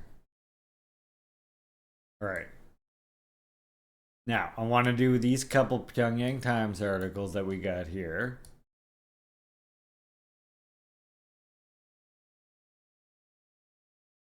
Mother of Builders. The construction site of the second stage, 10,000. Yeah, we got all excited, Red Falcon. That's 100% what happened, for sure. But yeah, the construction site of the second stage, 10,000 flats in the Hwasong area of Pyongyang, boasts a woman held in respect by builders. Kim Yeon-ju, staffer of the Pyongyang Construction Commission, woman in her late 30s, but builders affectionately call her mother, said Ko Hyung-ju, staffer of the headquarters of construction of 50,000 flats in Pyongyang. According to Ko, Kim Hyung-ju says so far devoted herself to the construction of 50,000 flats in Pyongyang, a member of the trade union Night Support Shock Brigade, since flat construction began on Songhua Street in the capital. Hearing the news that the construction of 10,000 flats in Pyongyang started in March 2 years ago, Hyung-ju wanted to return the favor, bestowed by the state even a bit as a citizen of the country, as it spares nothing for the people despite difficulties. After a day's work, she went to the construction site of the flats, not to her house, and she set a task to herself and did not leave the construction site before carrying out, though nobody required her to do so. One day, she saw citizens coming to the construction site in succession, bringing sincerely prepared aid materials with them. She said she felt the lack of her sincerity as she only helped the builders of their work. So she prepared a considerable amount of working tools and aid materials together with her family members and took them to the builders. Hey, Lennon Smash, welcome, comrade. Hope you were well today. Off work, getting tires and a new mattress delivered today. Swinging, Big Lennon swinging around. We like you swinging, Lennon. Keep it swinging. Receiving the aid materials, the builders called me mother, really thanking me. Then I blushed. But I did not like the calling without knowing why, and I felt affectionate, she recalled. Then she thought if she could become a true mother living for the builders, she said. Back home, she told her husband her intention to work regularly at the construction site, not as a member of the Night Shock Brigade. Her decision surprised me. I could hardly agree to it readily, wondering whether she could work properly at the construction site because she found it hard work to do her job while looking after the family, recalled her husband. Boo! Myung-sung, however, supported her firm decision to make their family contribute to the country even a bit, and so did her parents. Well, at least he made the right choice about the end. Still miffed about stream quality last night? You looked alright to me when I was watching you, comrade. I don't know, but you said your speed was too low. Do you stream through Wi-Fi? That she left her dear child to her parents and volunteered for the construction of 50,000 flats in the capital.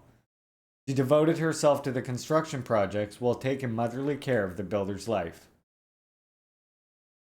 One day last year, when she saw builders keep working after their shifts, she tried to persuade them to rest, asking them if they were not tired.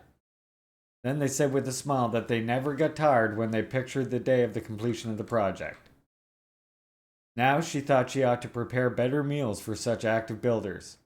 A few days later, the builders began to be provided with additional special dishes she prepared sincerely. She kept doing so for several months. We saw in her mother's wives and sisters as she came day and night to encourage us, appreciating her work, said Kim Tong-chol, one of the builders. Whenever she is asked if she does not get tired, she makes devoted efforts for the builders while working at the construction site almost every day. She says, "It has become my pleasure to help the builders. Whenever they express their thanks to me and say, 'We will strive to complete the construction of the flats as soon as possible to repay you, Mother,' it invigorates me." What a weird society, huh? Where people are just encouraged to, like, spend their time going to the construction site and, like, feeding and helping out these builders like that. Like, that's just a common occurrence. Amazing. Yeah, do you stream on Wi-Fi, Lennon, or what? I have one here about DPRK Cuba friendship. Hardline, yeah. So do I. Sometimes I get bitrate drops too, though. Yeah, right? That kind of thing is just totally alien. Speed test says 850 megabytes too. Is that upload speed? Jesus Christ, I wish I could get that upload speed.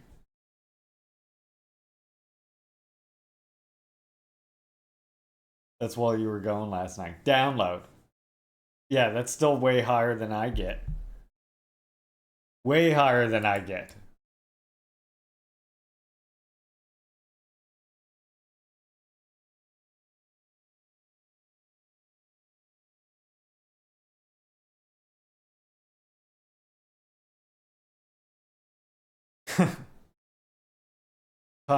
That's Comrade Red Falcon. Quick on that. Quick with the draw. He is.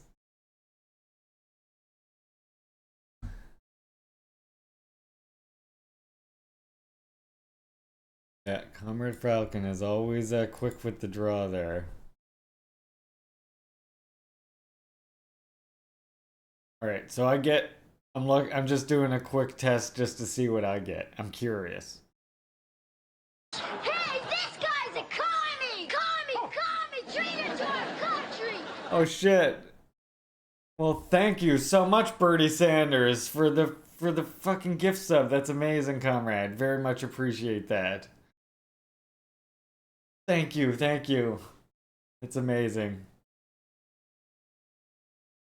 Yeah, so me, Lennon, I get 119 megabits a second down. And today my internet is being really good. I get like 8.14 megabits per second up. And today my internet's being really good.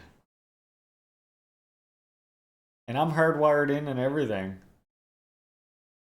Maybe it is. Maybe it is Twitch sometimes. I don't know. Sometimes I do drop bitrate though. God, comrades. Seriously, the support today has just meant an absolute ton to me. Thank you.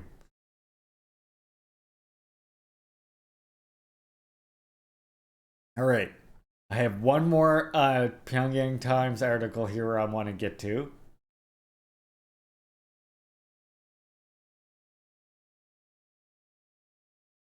You were below 5,000 a few times, made you quit an hour early. I don't even stream that fast. I stream at 720p. So I try and keep it around 4,500. And I just stream at 720p. It's just again, it's that native internet. What can I tell you? Holy crap, comrades. Comrades, my god.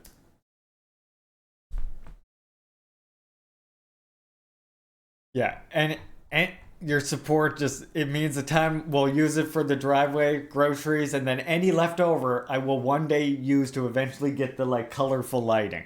I feel like I stick out like a sore thumb not having any colorful lighting in here. Feels like a travesty almost.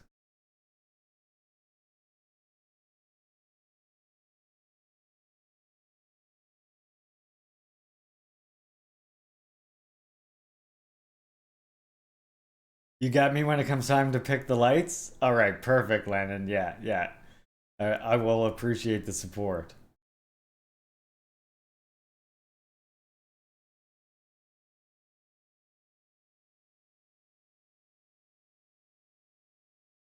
I do like the way your space is lit. I mean, mine is just these white lights, so it's like, you know. I don't know if I don't know if Blatt is still in here, but Blatt was subscribed before to the community.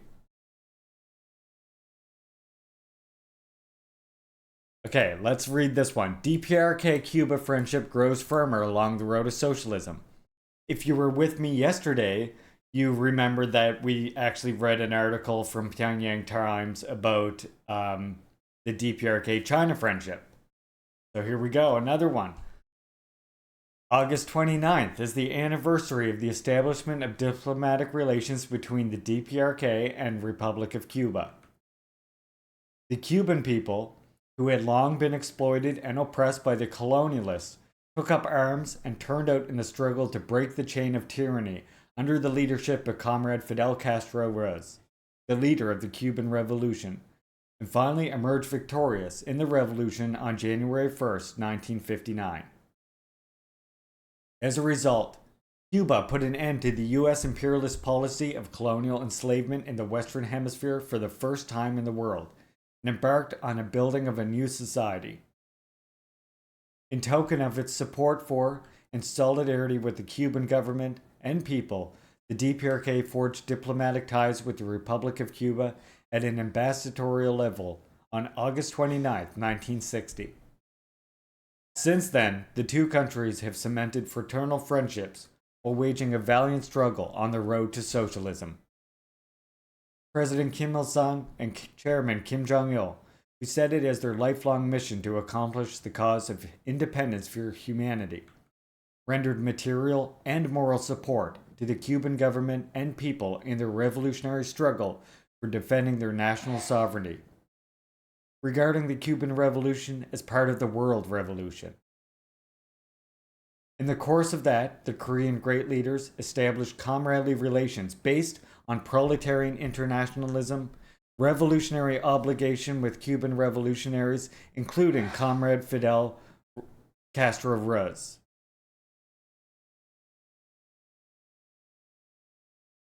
Weird.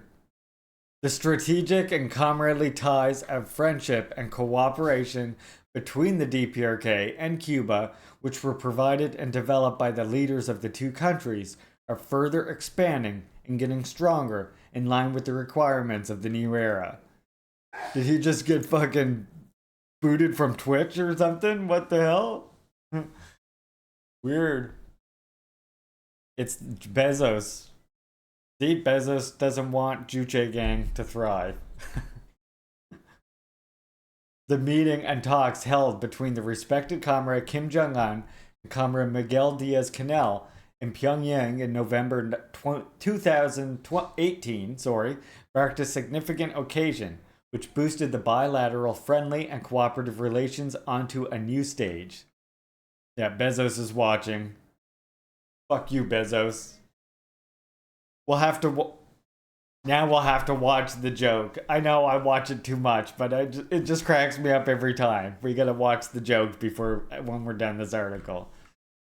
Today, the governments and people of the two countries consolidate their strategic and comradely friendship as they support and encourage each other in the struggle to defend national sovereignty and dignity and safeguard international justice under the banner of socialism. The Cuban government and people fight to protect their national sovereignty from the persistent anti-Cuban blockade moves of hostile forces. At the recent 6th plenary meeting of the 8th Central Committee of the Communist Party of Cuba, President Miguel Diaz-Canel said, although huge challenges and difficulties lie in their way, it is needed to overcome them in the spirit of victory. Efforts, talents, passion, unity, and creativity in particular, and that the point is that they should keep creating constantly, not confining themselves to resistance. Damn. The meeting specified the task to cope with the prevailing situation in the country. Cuban government and people have made great achievements in their efforts for economic development and the improvement of the people's living standards. The Korean people extend full support, solidarity, and sympathy to them for their revolutionary and resolute counteraction against the U.S. vicious anti-Cuba offensive, and for the development of the prosperity that they are achieving by their own efforts. The Cuban party and government also offer positive support and encouragement to the DPRK government and people in their efforts to defend their national dignity and sovereignty and dynamically advance along the road of building a powerful socialist country. The strategic and comradely friendly ties between the DPRK and Cuba, which are invariably being carried out forward from one century to the next, will grow stronger on the road of socialism in conformity with the aspirations of the peoples of the two countries. Pyongyang Times. God damn, DPRK news is based. What? Like what? Tell me that's not based. Show me where it's not based here. Alright, now. I just said that you comrades get me thinking about Bezos, which means we have to watch that one video that I play all the time that fucking cracks me up all the time on here.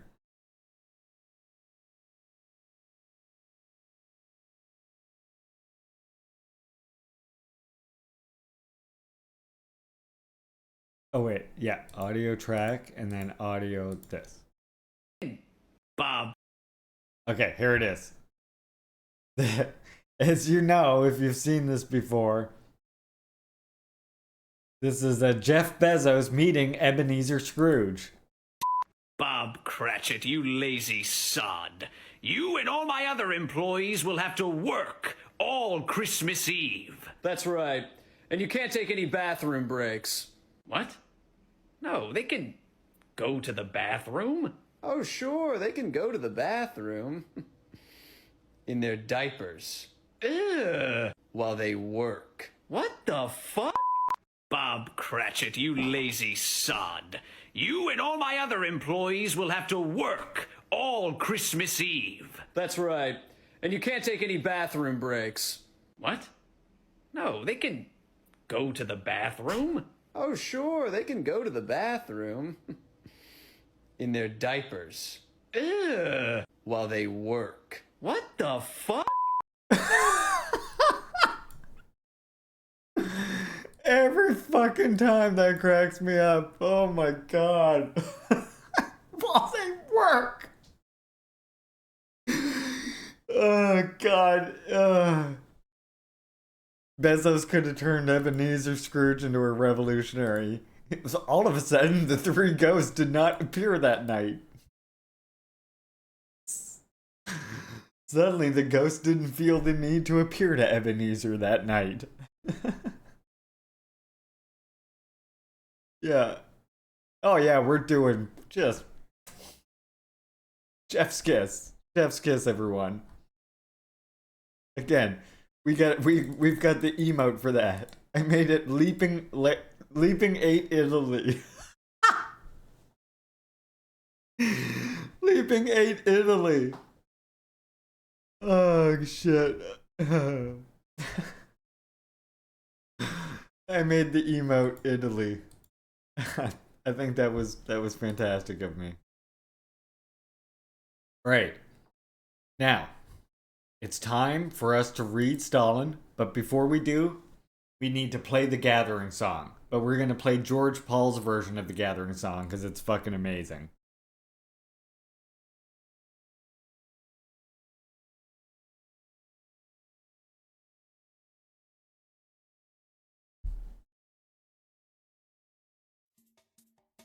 And then we'll be reading.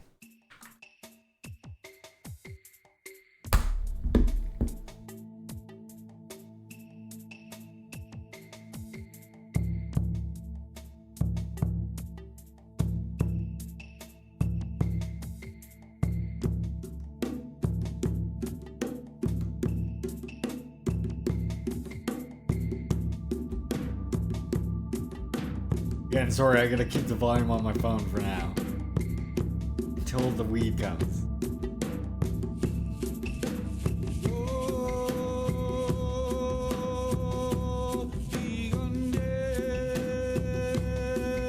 Hey, this guy's a commie! Commie! Traitor to our country! What the fuck? Thank you so much, common opponent. I was like just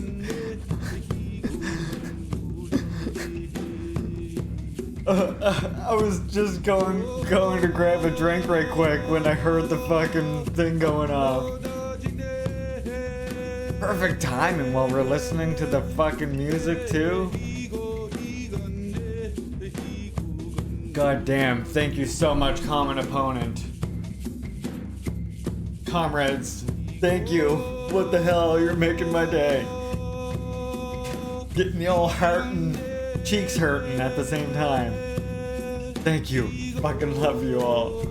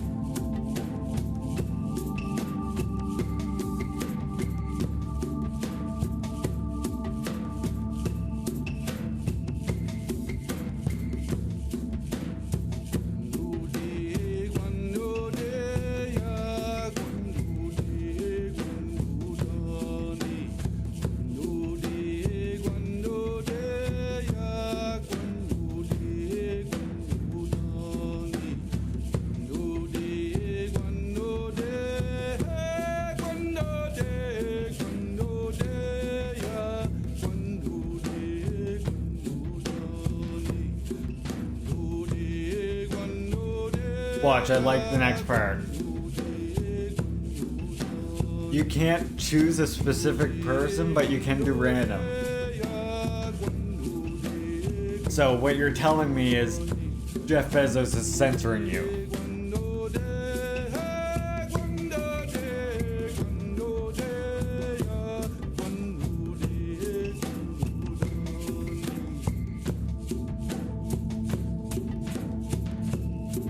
This next part.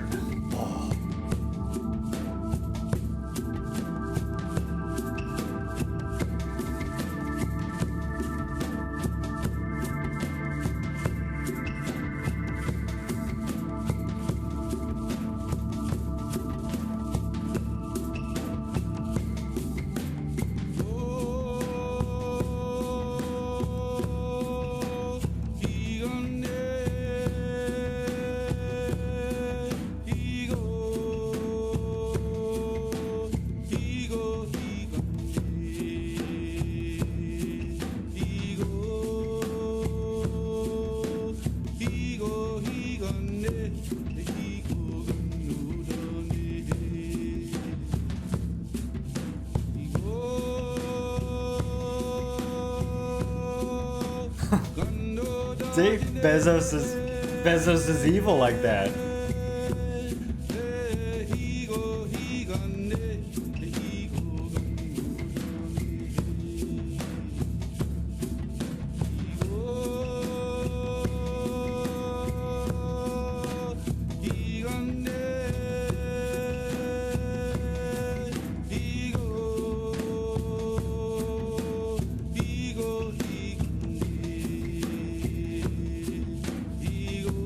That's okay, Cinnamon. Your time here is all I ask from you. Look, your kitty's got a little World War I Revolutionary Red Army hat.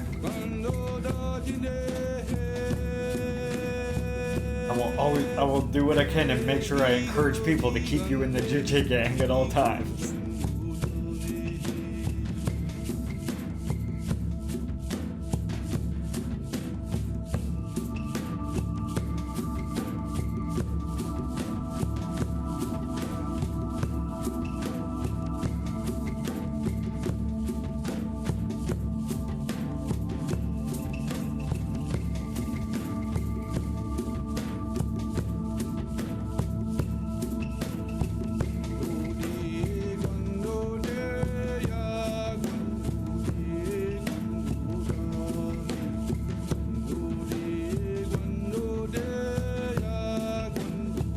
Right? Just 7 more subs to the goal.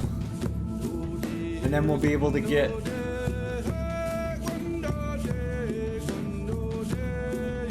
I'm thinking, I'm not sure if it actually is or not. My guess was that's when we can get new emotes here. I still don't have these follower emotes yet. What the fuck's up with that?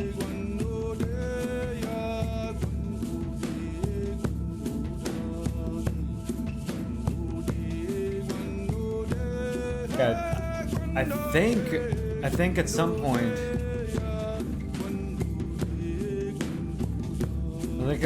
we get new ones, right?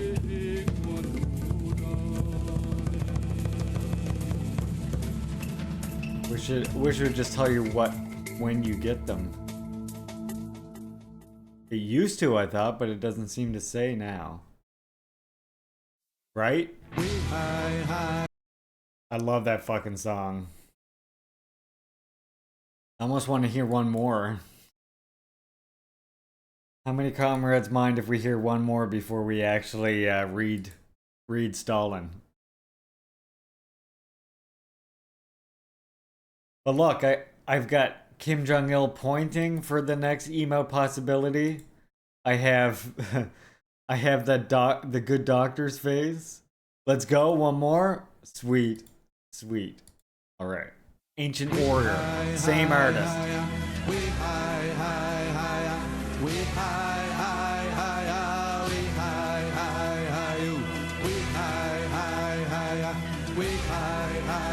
I have a flag thing.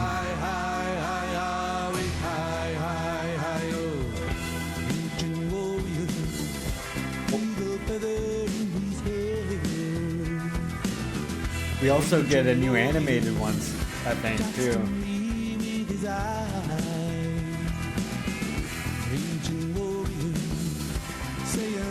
You don't tell me where.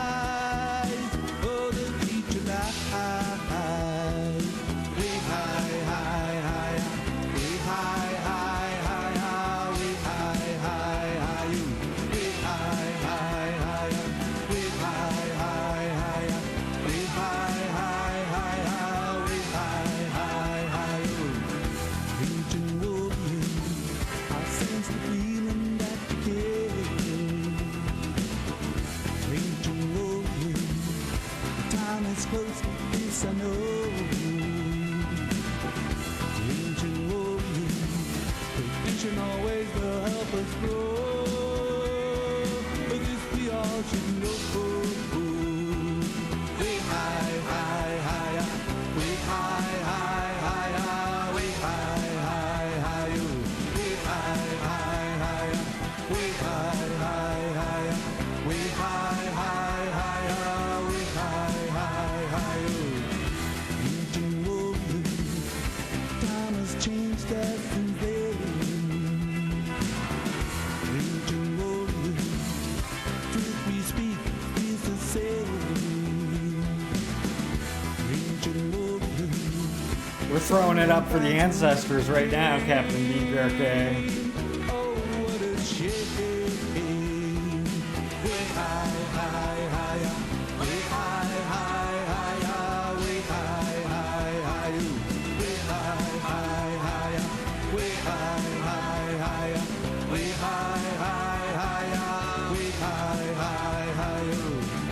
Ancient warrior, when I think about our lands. Ancient warrior, our children's futures in our hands. Ancient warrior, may the spirits not be weak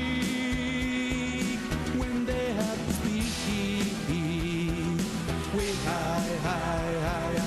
Way high, high, higher. Way I can find, yeah, I think I can do something for you.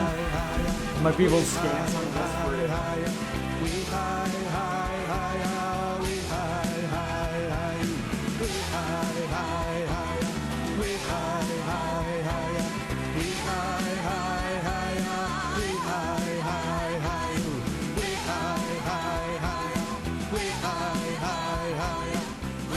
I can maybe scan some of this for you or something. See what I can do for that, lesbian.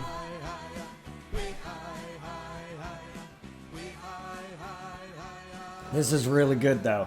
This is like a bunch of history in it. It's got poetry here. And then it's interwoven with like actual history and stuff. Yeah, you can try and find one. It's called the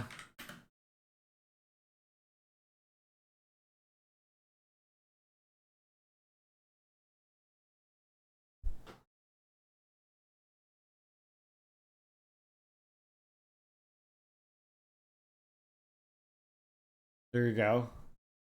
That's what it's called. If you do ever decide to get it though, highly recommend it. This is written by Mi'kmaq people, of course. But yeah, definitely, if you can find this and read it, I recommend it. Let me know if you have luck.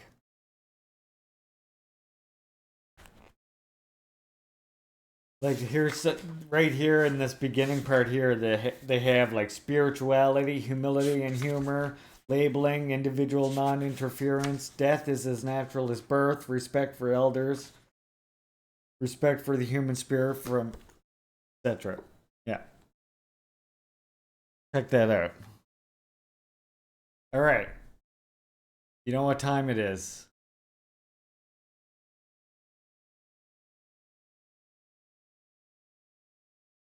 Now, I might have to run to the door once the pot guy comes, just so you know. Just be warned. If you see me running, you know why. Okay. Time to learn about Stalin. Wait, I think we got one more thing. One more thing. What's that book I got? The Russian guy? Stalin. I got that.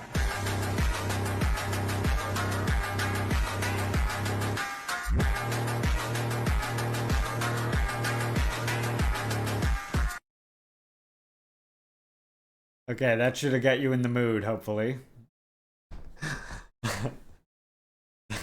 That should have put you in the mood for what's next. All right. Yeah, that book from that Russian guy, Stalin. I have to imagine it's this one, right? I would have been friends with Stalin. My guess is it's this. It would have been this one right here.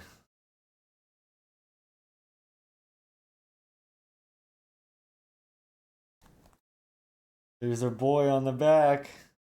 To say that socialism doesn't work is to overlook the fact that it did work, and it worked for hundreds of millions of people. Yeah, that's. I mean, that's just what I guess because like that's his like big one, right? See what else I got here? Look, again, a copy of State and Revolution. Yeah, yeah. A comrade of mine found his Communist Party youth card, and they scanned it, put it on the internet. Comrade of mine found that.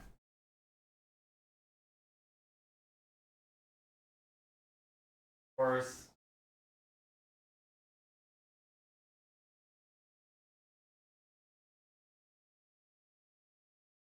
Gotta have imperialism, the highest stage of capitalism. Another good one. This is a pretty dense Lenin one.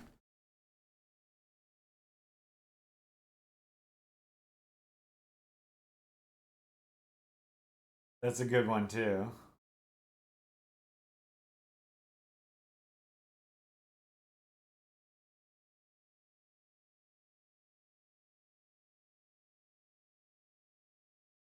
Okay, you got a PDF.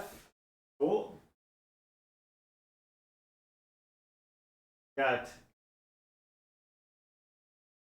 I got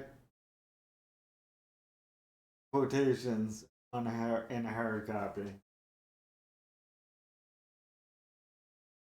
And then of course, I'm sure you all know, I have Kim Jong-il, of course. I love the size of this book. Perfect for. This is the compilation work as well, so it has a few works in it. These ones I all linked in that theory list. And since I forgot to upload them to my YouTube channel, we're going to be reading them again, by the way. At some point. Yeah, it looks great, huh? And this one is, of course, published in DPRK. Don't know if you can see that, but my camera sucks. I got the cheapest camera I could. It was $30, but it works. You can see me. That's the important thing. You couldn't see me before. How to Cast a God into Hell. The Khrushchev Report. The fucking Khrushchev Report. What was published in the DPRK? This book that I got right here.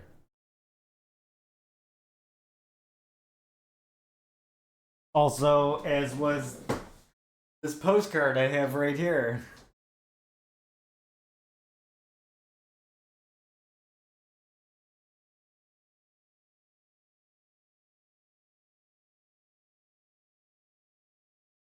Greetings from People's Korea. There's the stamps. I gotta keep this part covered. There's the stamps there, though.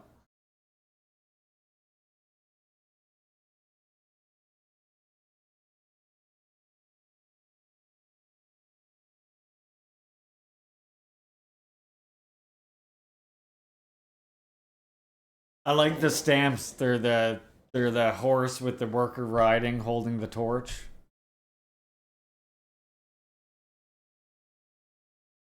Travis King, he made it.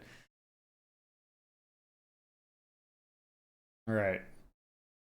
What do we all think of Khrushchev? Do we get any Khrushchev lovers in chat? I doubt it, right? I'm guessing we all pretty much have this opinion of Khrushchev right here, right?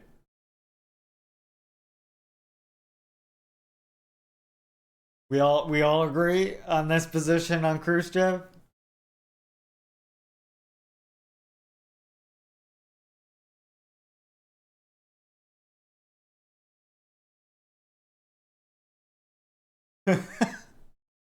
Yes, he's disapproving of Khrushchev, and he's saying, "Yeah, well, no, March. What's hilarious about this? What's hilarious about this meme, March, is my goal was to be like, look, corn also has class character.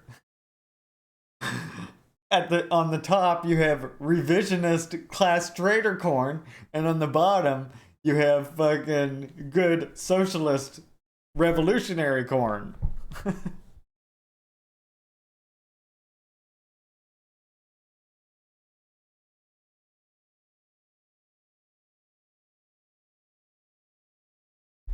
All right.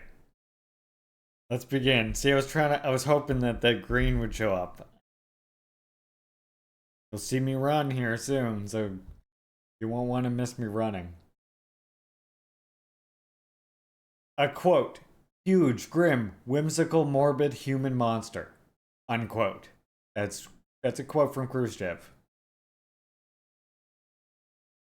If we analyze today the document titled On the Cult of Personality and Its Consequences, read by Khrushchev in a closed session of the 20th Congress of the Communist Party of the Soviet Union, on which then became famous as the Secret Speech, one characteristic immediately catches the eye.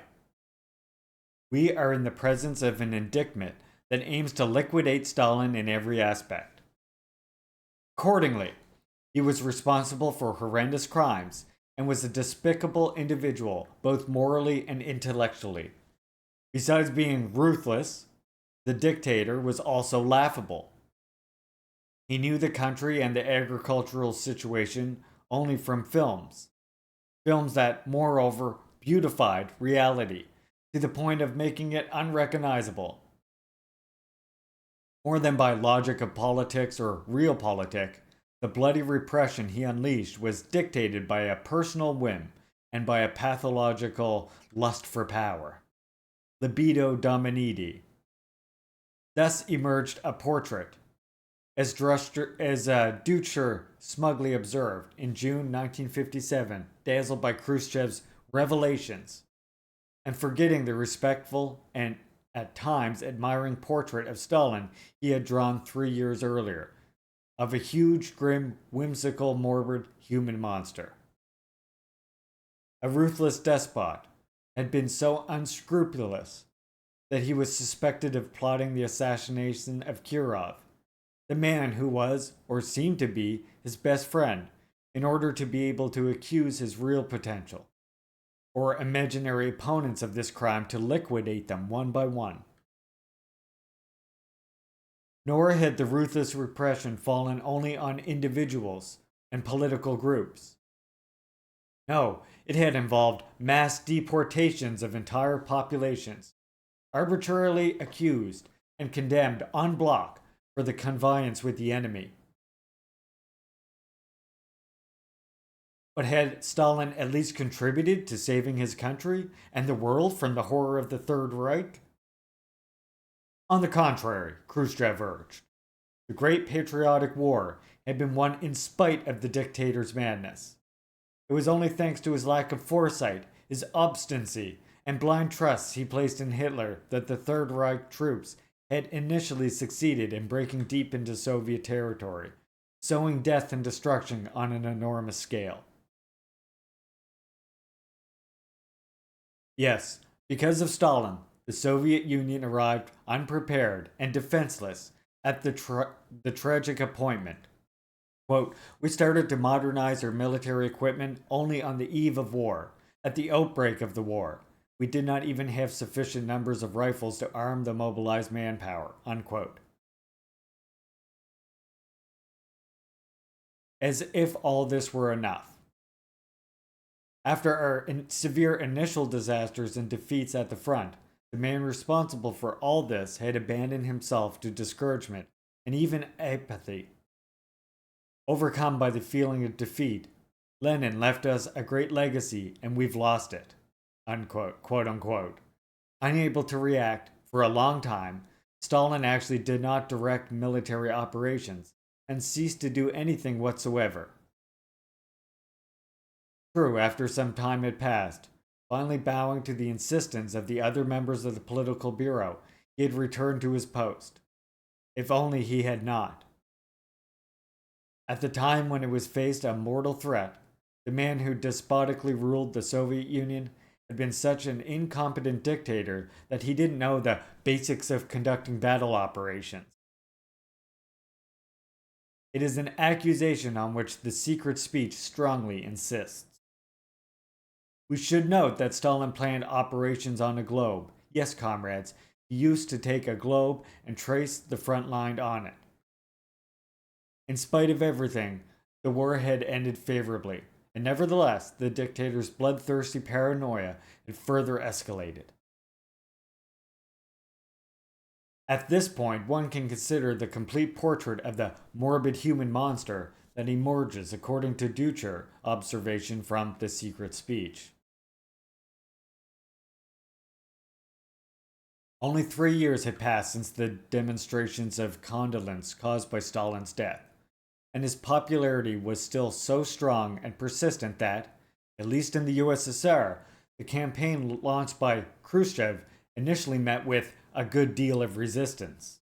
Remember, I explained this to you comrades before. Quote, on March 5th, 1956, students in the Tbilisi went out into the streets to lay flowers at the monument of Stalin on the 3rd anniversary of his death. Their gesture in honor of Stalin turned into a protest against the decisions of the 20th Party Congress. The demonstrations and meetings continued for 5 days, and on the evening of 9th of March, tanks were brought into the city to restore order.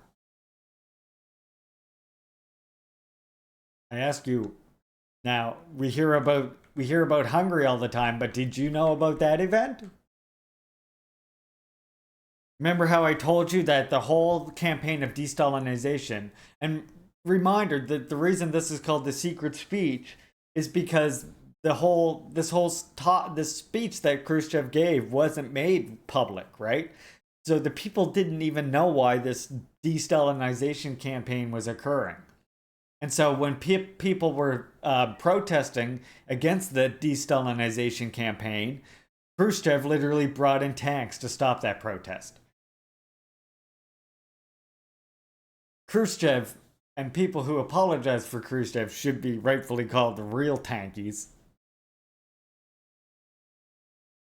I mean, it's funny because actually the word, the name itself, if you want to know the history of the actual term, it literally comes from when Khrushchev sent tanks to Hungary, of course. The Westerners always, Westerners and anarchists, they always feel so bad for that, don't they? It's so telling that Westerners and anarchists, they always feel so bad for that Hungary uprising where they sent tanks in. But they never mentioned this time when they were fighting against the Stalin personality cult and brought tanks in to restore order then. Never once is that mentioned. And again, this is the beginning of the end of the USSR. And honestly, this is why I think Kim Jong-il and DPRK is right to point out that the beginning of the end was when they slandered their preceding leaders. And thus disconnected the masses from this symbol of their own struggle, Stalin. Stalin, because the masses themselves, the working people through their party organs and non-party organs, since they dictate all policy, including which leader is at the very top or whichever leader is at the party or which leaders are in state power or in legislative organs or in executive organs, because of that fact, Stalin is not really an individual to the masses. They're not rallying around Stalin the individual. They're rallying around the policies and the struggles they've made themselves during Stalin's leadership. And this is exactly the conception of leadership that you see in DPRK.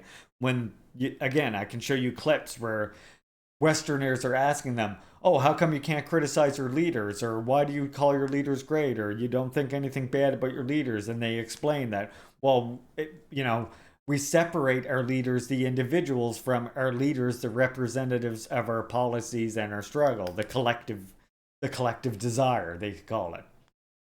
Like I showed you, comrades, clips of that before. It's the same thing. Just trying to screw this back on. So the fighting against this personality cult, it wasn't a personality cult, it was the masses rallying behind their point of unity. And this fight against it ends up disconnecting the party from the masses. And ironically, what blows up in the faces of the leadership is that now they have to resort to bureaucracy. Right?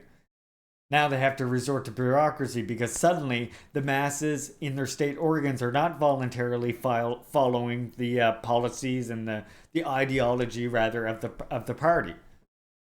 Because now they're disconnected from it. So now the party is more and more compelled to get steeped in this bureaucracy that they should have been overcoming. Like they did in DPRK, like they did in China. They did in Vietnam, like they implemented mass line. That is what they're doing now, fighting against bureaucracy in all these countries, right?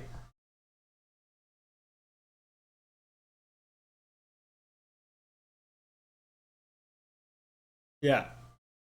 Yeah, exactly. I mean, that is, in DPRK, the leader, that is exactly what it represents. The general will and all of the policies and whatever they've decided and the struggles that they're undergoing.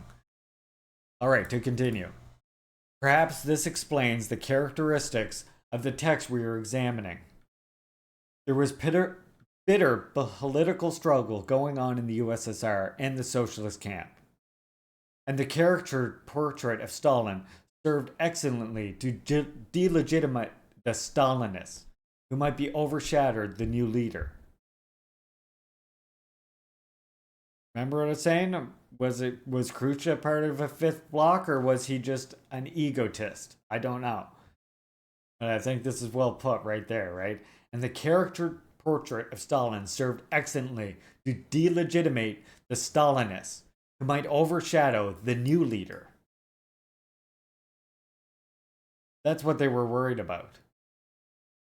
The cult of personality, which until that moment had raged, did not allow more nuanced judgments.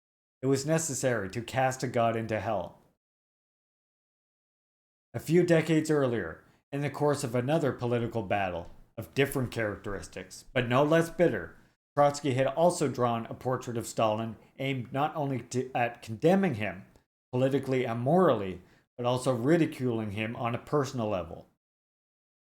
He was a minor provincial, an individual characterized from the beginning by an irredeemable mediocrity and clumsiness, who regularly gave proof of incompetence in the political, military, and ideological spheres, who never managed to overcome his peasant coarseness.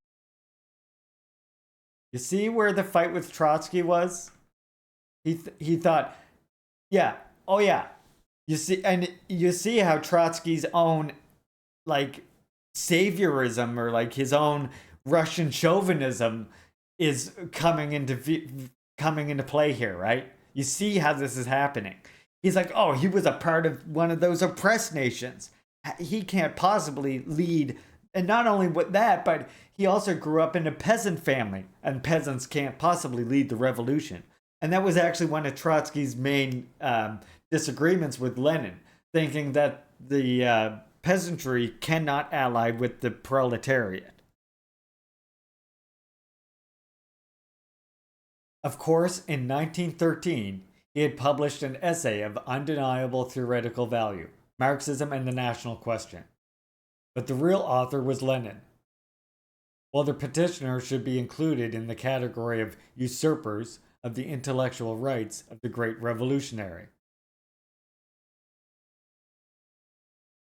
There is no shortage of overlap between the two portraits.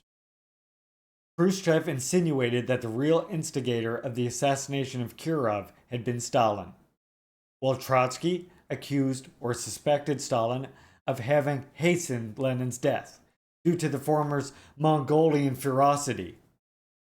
Oh my god! Trotsky is just a racist piece of shit!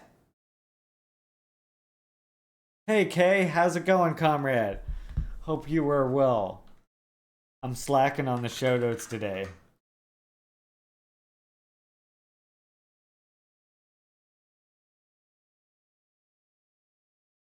Right?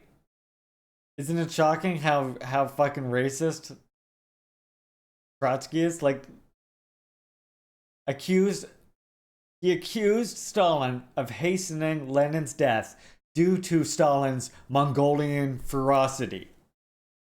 Fucking piece of shit. Imagine. Yeah, ice pick too late. Yeah, not shocked either, but man, I knew Trotsky was a potential fifth column and a potential, and obviously like a piece of dirt who lied about Stalin, but I did not realize how like prominent his fucking racism is.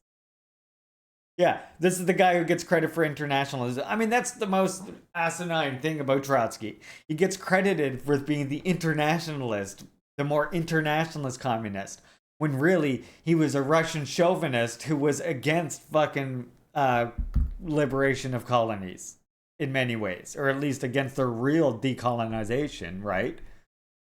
And look, that's the way and that same behavior is extended today to Trotskyists who are working now. Think about it. It's true.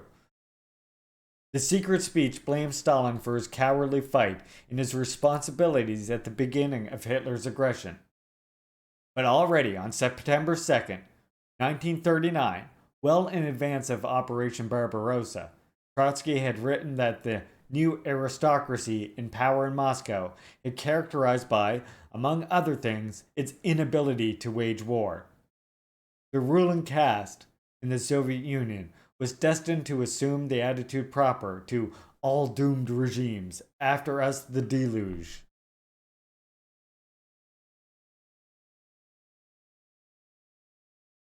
Yeah, that's the thing. I've never really seen much evidence to his not at least not to that Stalin like somehow gave the order to assassinate him.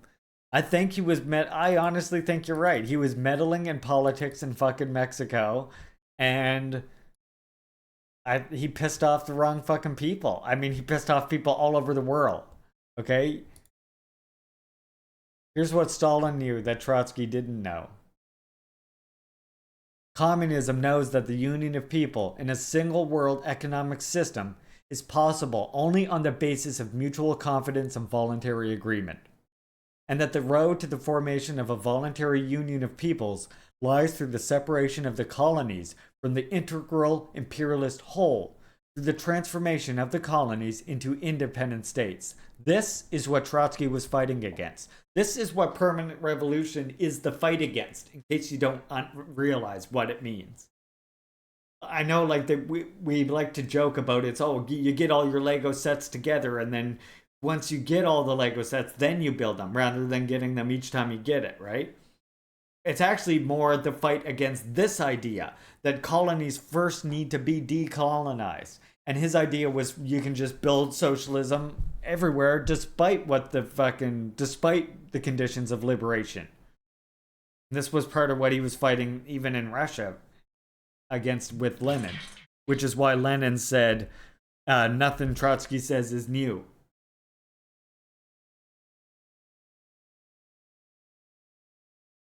Okay, I just got the quote from the quote from the person. They said 8 minutes. So, 1 second. No. We just have to seed every settler nation with commandist jerks.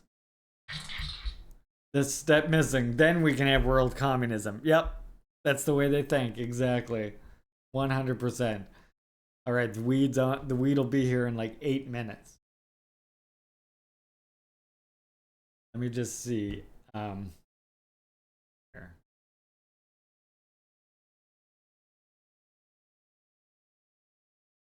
Okay, I'm gonna finish this part here, and then maybe we'll put on some more cool music while we wait a second. To what extent do these two portraits, which are largely convergent, resist historical investigation? We should begin by analyzing the secret speech, which, made by the Congress of the Communist Party, to what extent do these two portraits, which are largely convergent, resist historical investigation? We should begin by analyzing the secret speech, which, made official by the Congress of the Communist Party and by the highest executives of the ruling party, immediately imposed itself as the revelation of a long repressed but now indisputable truth. The Great Patriotic War and the Inventions of Khrushchev is next.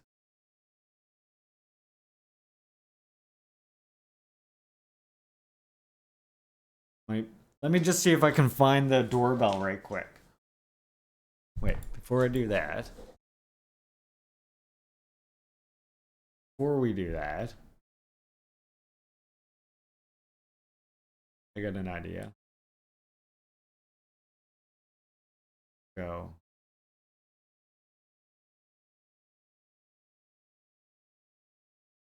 Okay.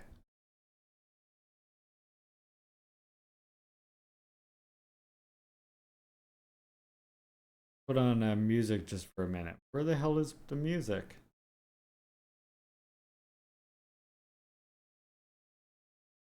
Oh, it's way up here. I guess I opened this a lot.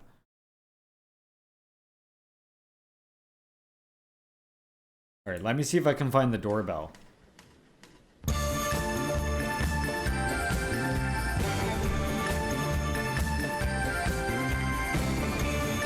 Music break before we get to this part.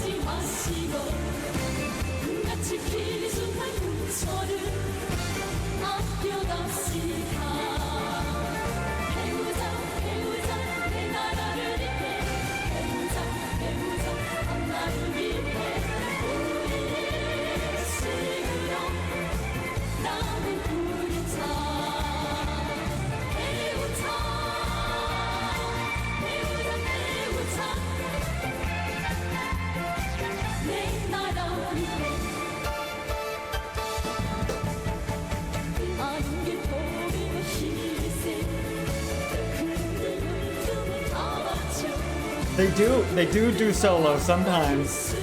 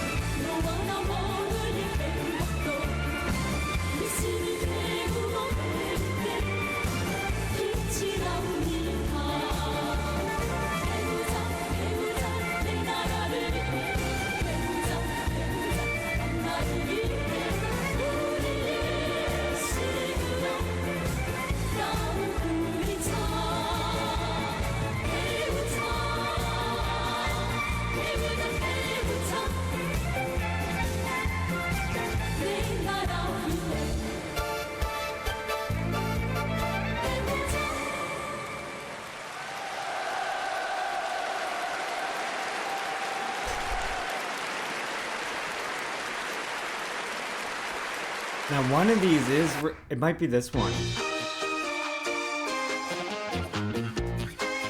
This one's got some guitar. Oh, Let's Study is just so good it never gets old.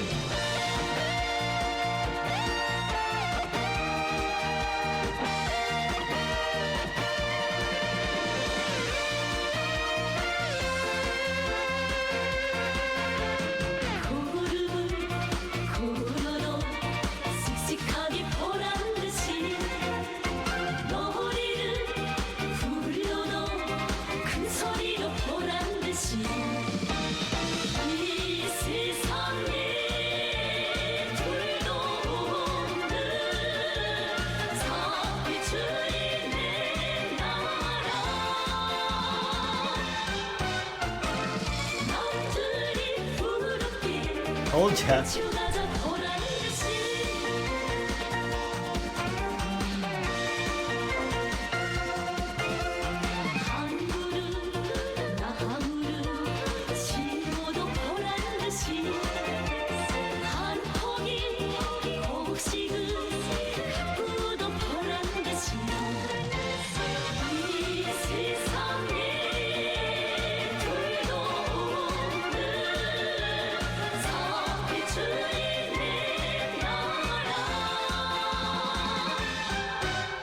Orang Bong Band is amazing.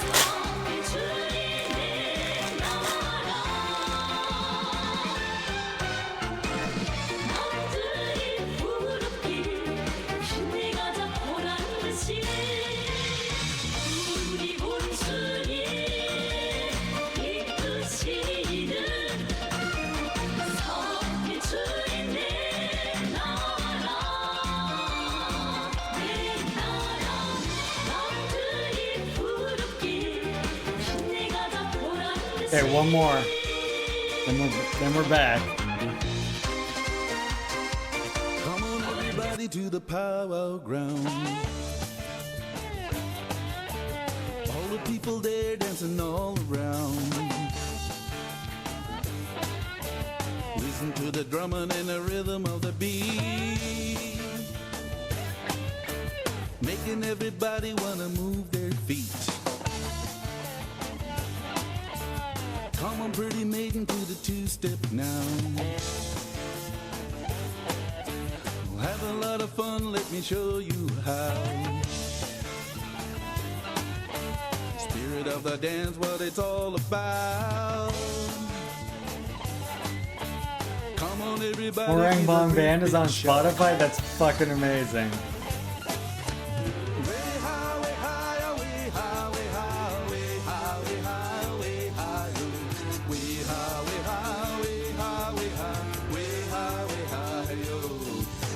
Sitting by the fire all through the night. Listen to the birds come the first daylight. Gotta get ready for the grand entry. Dancing with the pride of my ancestry. So if you're ever down at the powwow ground, listen to the singing of our ancient sounds. All in time and a rhythm you will see. Spirit of the dance gonna set you free.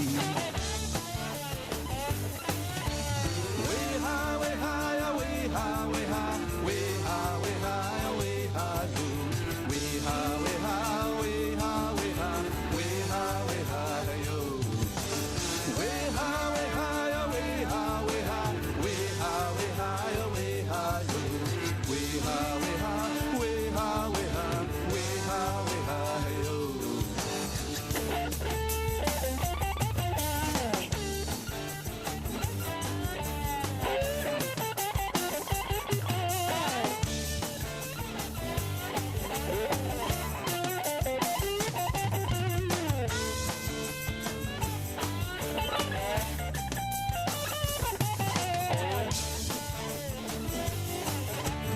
You know what's funny is I'm the red ochre squirrel.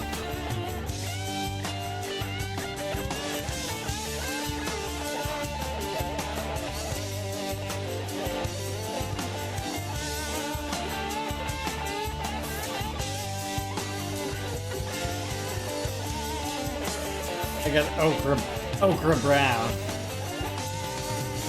Ochre, same thing, just okra. It's reddish, it's brownish, you know.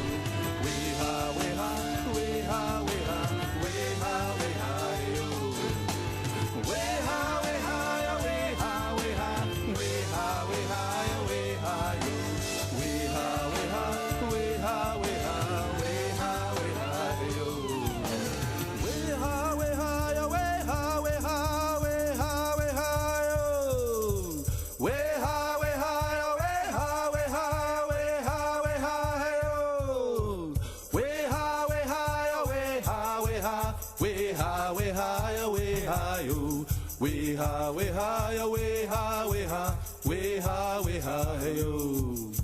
Way high, way high, way high, way high, way high, way high, way high, yo. Way high, way high, way high, way high, way high, way high, yo.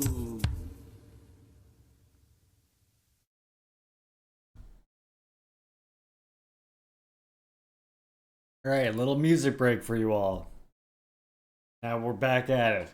The Great Patriotic War and the inventions of Khrushchev. Starting from Stalingrad and the defeat inflicted on the Third Reich, a power that had seemed invincible, Stalin had acquired enormous prestige throughout the world. And not surprisingly, Khrushchev dwells particularly on this point. He describes in catastrophic terms the military unpreparedness of the Soviet Union, whose army in some cases had lacked even the most elementary armaments.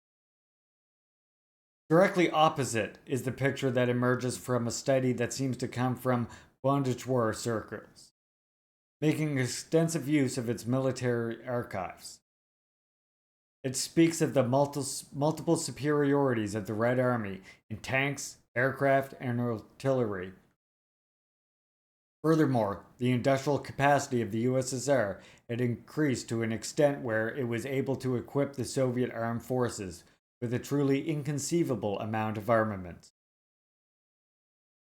It grew at an increasingly fast pace as Operation Barbarossa approached.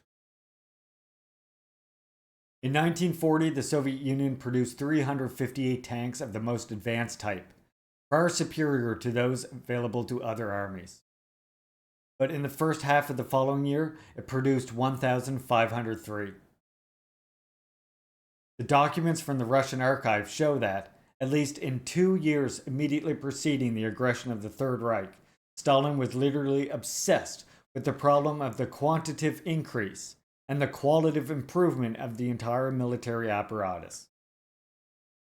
Some figures speak for themselves.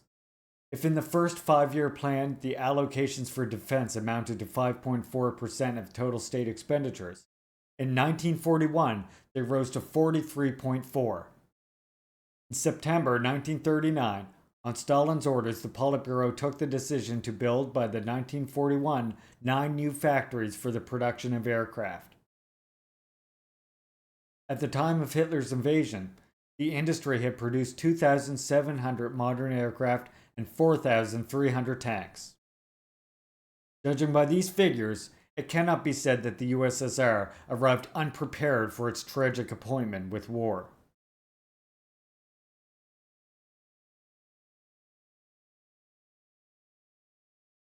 In fact, a decade ago, an American historian dealt a severe blow to the myth of the Soviet leader's collapse and escape from his responsibilities immediately after the beginning of the Nazi invasion. However shaken he was, Stalin had 11 hours of meetings with the party, state, and military leaders on the day of the attack, and he received visitors almost continuously for the next several days. We now have at our disposal the register of visitors to Stalin's office in the Kremlin, discovered in the early 90s. It turns out that from the hours immediately following the attack, the Soviet leader engaged in a dense amount of meetings and initiatives to organize the resistance. These were days and nights characterized by activity that was strenuous, nevertheless conducted in an orderly manner. In any case, the whole episode, narrated by Khrushchev, is a complete fabrication. This story is false. In reality, from the very beginning of Operation Barbarossa, Stalin not only made the most demanding decisions, giving orders for the movement of the population and industrial plants away from the frontline area, but retained minute control over everything, from the size and shape of bayonets to the Pravda headlines, and who wrote the articles. There is no trace of either panic or hysteria. Let us read Dimitrov's diary note and testimony. At 7 a.m., I was urgently summoned to the Kremlin. Germany has attacked the USSR. The war has begun. Striking calmness, resoluteness, confidence of Stalin and all the others. Even more striking is the clarity of ideas. It was not only a matter of proceeding to the general mobilization of our forces. It was also necessary to define the political framework. Yes, only the communists can defeat the fascists, putting an end to the seemingly irresistible rise of the Third Reich. But one must not lose sight of the real nature of the conflict. Communist parties in the localities are mounting a movement in defense of the USSR. The issue of socialist revolution is not to be raised.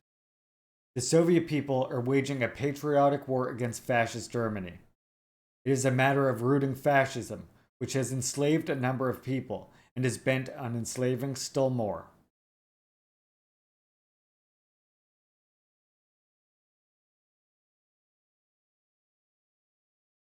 The political strategy that would preside over the Great Patriotic War was well outlined.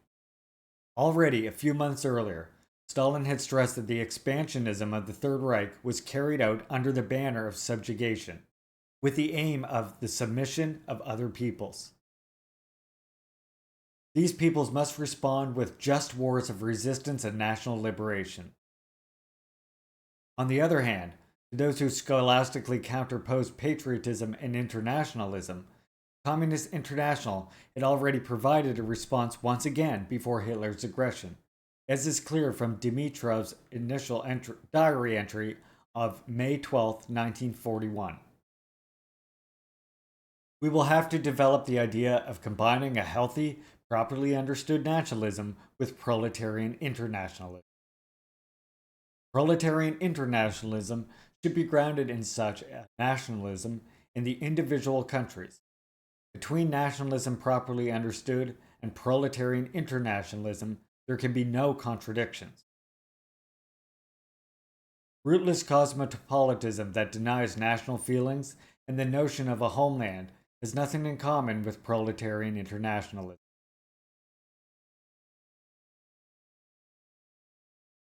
Far from being an improvised and desperate reaction to the situation created by the unleashing of Operation Barbarossa, the strategy of the Great Patriotic War expressed a long-matured and general theoretic orientation, internationalism and the international cause of the emancipation of the people, were advancing concretely on the wave of wars of national liberation, made necessary by Hitler's claim to resume and radicalize the colonial tradition, subjugating and enslaving first the supposedly servile races of Eastern Europe.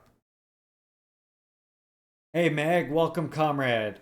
Hope you were well today.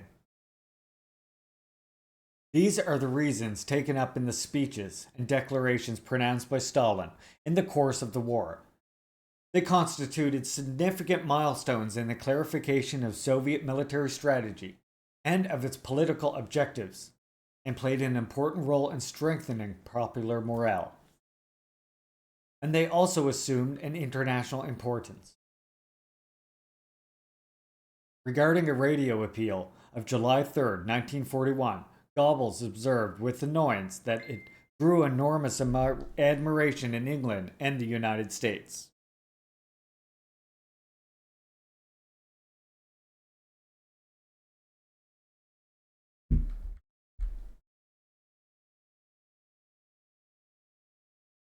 Next part, a series of disinformation campaigns and Operation Barbarossa.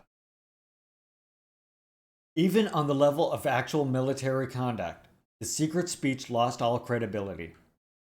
According to Khrushchev, heedless of the warnings that came to him from many quarters about the imminence of the invasion, Stalin rushes into disaster.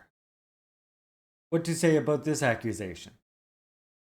At the same time, even information coming from a friendly country can turn out to be wrong. For example, on June 17, 1942, Franklin Delano Roosevelt warned Stalin about the imminent Japanese attack, which then did not occur. Furthermore, on the eve of Hitler's aggression, the USSR was forced to contend with a gigantic diversionary and disinformation maneuvers. The Third Reich made a massive effort to make people believe that the massing of troops in the East was only meant to camouflage the imminent leap across the Channel, and this seemed all the more credible after the conquest of the island of Crete. All state and military apparatuses are mobilized, Goebbels smugly noted in his diary. May 31st, 1941, to stage the first great wave of camouflage of Operation Barbarossa. Thus, 14 divisions are transported westward. Moreover, all troops deployed on the Western Front are put on high alert. About 2 weeks later, the Berlin edition of the Völkischer Beobachter published an article that pointed to the occupation of Crete as the model for planning showdown with England. A few hours later, the newspaper was seized in order to give the impression that the secret of great importance had been clumsily betrayed. 3 days later, June 14th, Goebbels notes in his diary, "The English radios are already declaring our deployment against Russia a bluff, behind which we seek to hide our preparations for the invasion of England." In addition to this campaign of misinformation, Germany added another. Rumors were circulated that the military deployment in the East was intended to put pressure on the USSR, possibly with the use of an ultimatum, so that Stalin would agree to redefine the clauses of the German-Soviet Pact and commit himself to exporting in great quantities the grain, oil, and coal that the Third Reich needed in a war that was not about to end. The aim was to make people believe that the crisis could be solved with new negotiations and some additional concessions from Moscow. This was the conclusion reached in Great Britain by the Army Intelligence Services and the military leadership, which still, on May 22nd, warned the War Cabinet. Hitler has not finally decided whether to obtain his wishes, the USSR, by persuasion or force of arms. On June 14th, Goebbels noted in his diary with satisfaction, they still genuinely believe that it is a bluff, or an attempt at blackmail.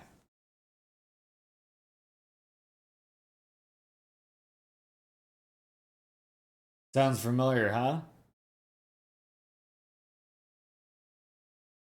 Yeah, misinformation, absolutely needed for us to vote against our interests. I mean, yeah, it's like Lenin says, once misinformation is like so prevalent enough, then the most safest shell for capitalism is that republic, right? That liberal democratic republic. Nor should we underestimate the disinformation campaign staged on the opposite side and began 2 years earlier. On November 1939, the French press published a fictitious speech, supposedly delivered before the Politburo on August 19th of the same year, in which Stalin is said to have outlined a plan to weaken Europe, simulating a fratricidal war within it, in order to then Sovietize it. There's the beginning of that false idea that Stalin was getting ready to go east or ready to go west. Remember? Perenni talks a lot about that. There are no doubts it was a fake aimed at breaking the German-Soviet non-aggression pact and directing the expansionist fury of the Third Reich towards the east. According to a widespread historiographical legend, on the eve of Hitler's aggression, the London government repeatedly and disinterestedly warned Stalin, who, however, as a good dictator, would trust only his Berlin counterpart. In fact, while on one hand, Great Britain communicated information to Moscow about Operation Barbarossa, on the other hand, it spread rumors about an imminent attack by the USSR against Germany or the territories occupied by it. It was clear and understandable that the British had an interest in accelerating the conflict between Germany and the Soviet Union, or making it inevitable.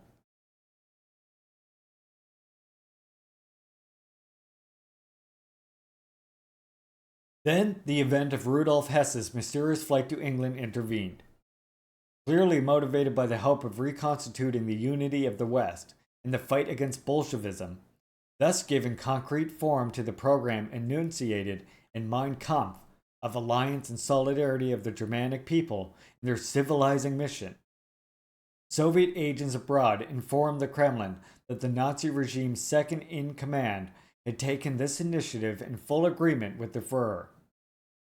Prominent figures in the Third Reich continued until the end to support the thesis that Hess had acted on Hitler's encouragement.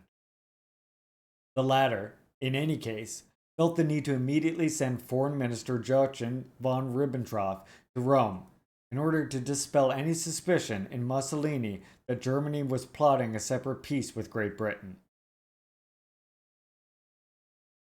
Obviously, the concern aroused in Moscow by this coup d'etat is even greater, especially since the attitude of the British government further fueled it. It did not exploit the capture of the Deputy Führer to make maximum propaganda capital out of Hess's capture, something Hitler and Goebbels both expected and feared. On the contrary, the interrogation of Hess, reported from London to Stalin by Ambassador Ivan Musky, was entrusted to an appeasement policy advocate, while leaving the door open to an Anglo-Soviet rapprochement. Her Majesty's Secret Services undertook to propagate the rumors, which by now were spreading of an imminent separate peace between London and Berlin. All this in order to increase the pressure on the Soviet Union, which perhaps would have tried to prevent such dreaded strengthening of the alliance between Great Britain and the Third Reich with a preemptive attack by the Red Army against the Wehrmacht, and to raise the bargaining power of England. It is easy to understand the Kremlin's caution and mistrust. The danger of a repeat of Munich on a much larger and more tragic scale was lurking.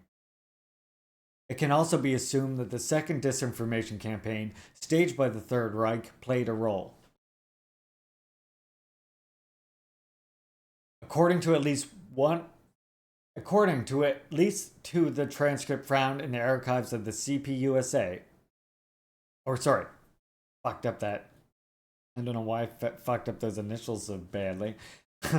According at least to the transcript found in the archives of the CPSU, even though the short-term involvement of the USSR in the conflict was taken for granted, in his speech to the graduating students of the military academy on May 5, 1941, Stalin had pointed out that, historically, Germany had achieved victory when it was engaged on one front only, while it had suffered defeat when it was forced to fight simultaneously in the East and in the West.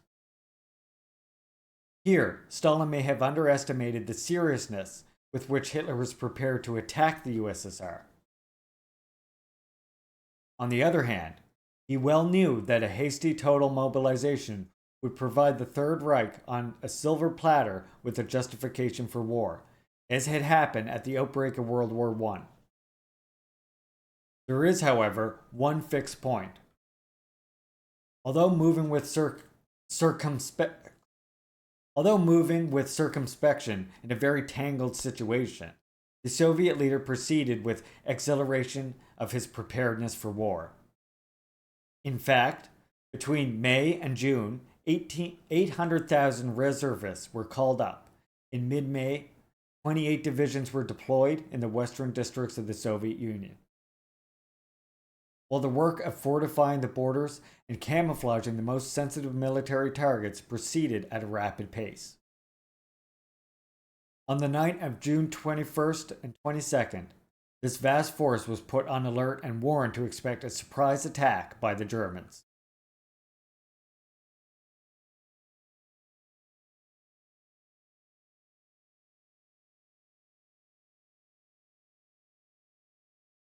In order to discredit Stalin, Khrushchev insisted on the spectacular initial victories in the invading army, but glossed over the predictions made at the time in the West.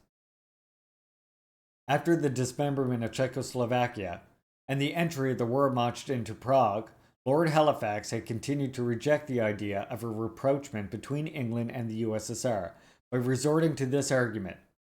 It made no sense to ally with a country whose armed forces were insignificant.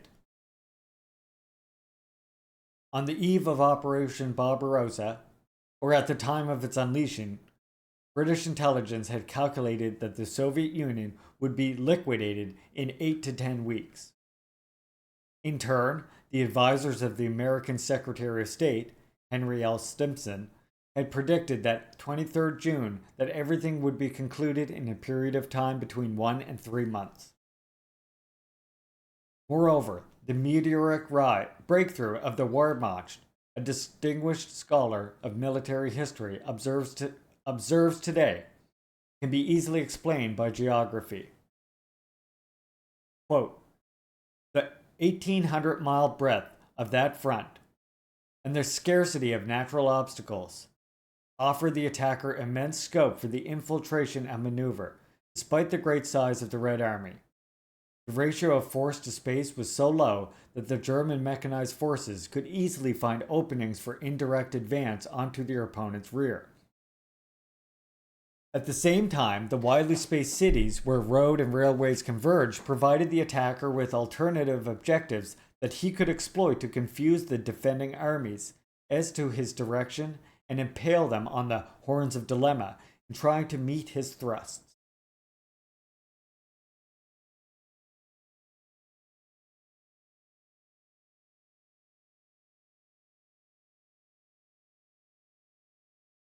The rapid unraveling of the Blitzkrieg. Love to see that. One should not be dazzled by appearances.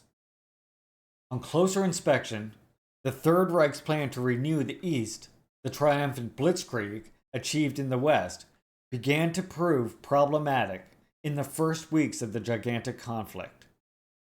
Hey Sip, just reading Stalin, History and Critique of a Black Legend. How's it going, comrade?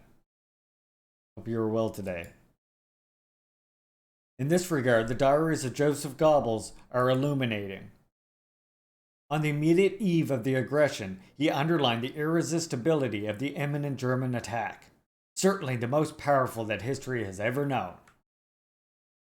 No one could argue with the most powerful display in the world. And so, we have before a triumphal march unprecedented. I consider the military strength of the Russians very low, possibly even lower than the Führer does. If there was ever an action with an assured outcome, it is this.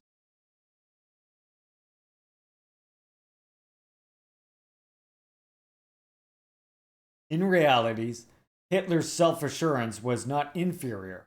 A few months earlier, with a Bulgarian diplomat, he had referred to the Soviet army as no more than a joke. Thank you so much for the 420 redemption, comrade.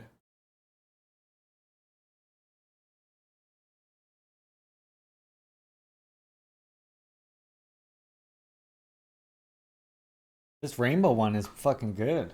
This one. It's rainbow flavor, whatever that means. Delicious.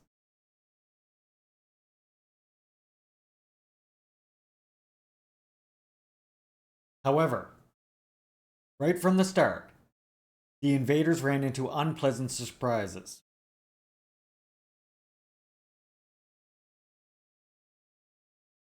On June 25th, during the first assault on Moscow, anti-air defense proved so effective that from then on the Luftwaffe was forced to limit itself to reduced-range night attacks.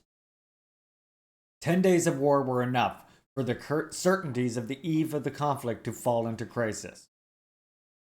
10 days. On July 2nd, Goebbels wrote in his diary, "Overall, the fight is very hard and stubbornly.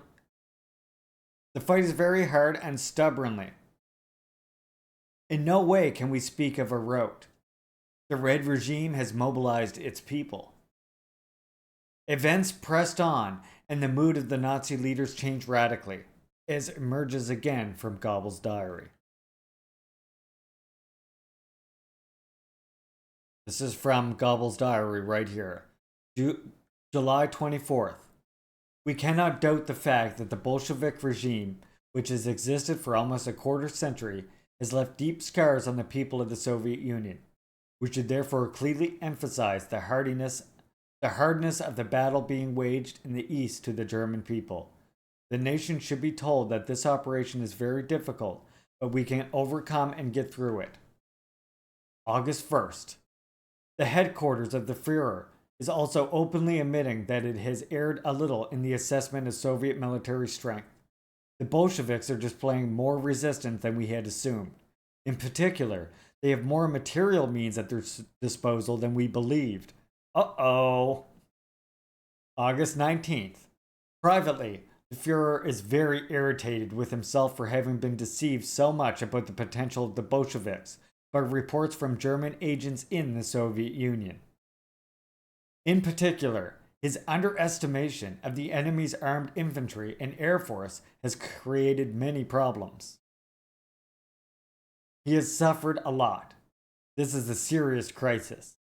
The campaigns we carried out until now were almost walks. The Führer had no reason to be concerned about the West. In our German rigor and objectivity, we have always overestimated the enemy, with the exception in this case of the Bolsheviks. Gobbles these nuts! He did. So there you go. Oh, and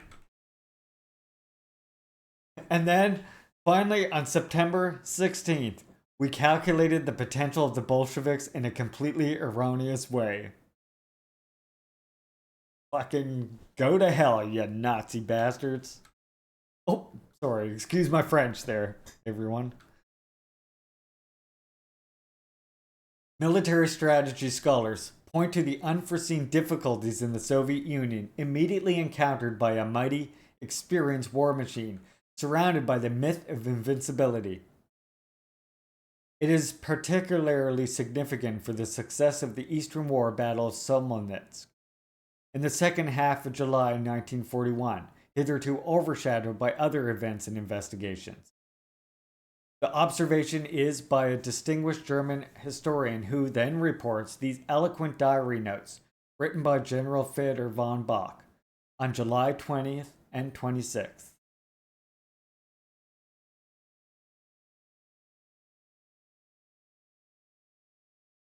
The enemy wants to recapture Smolensk at any cost and is constantly bringing in new forces. The hypothesis expressed somewhere that the enemy acts without a plan is not confirmed by the facts. It can be seen that the Russians have completed a new compact deployment of forces around the front, which I had built in the fore. which I had built at the fore. In many places, they seek to go on the offensive. Surprising for an adversary who has suffered such blows. He must possess an incredible amount of material. In fact, our troops even now complain of the strong effect of the enemy artillery.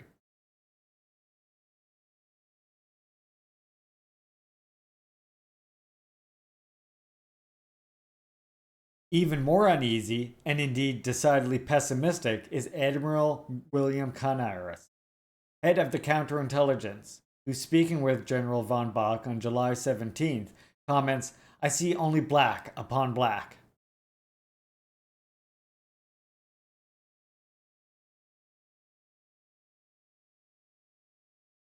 Not only was the Soviet army not in disarray, even at the first days and weeks of the attack, and on the contrary, it put up tenacious resistance, but it was well directed.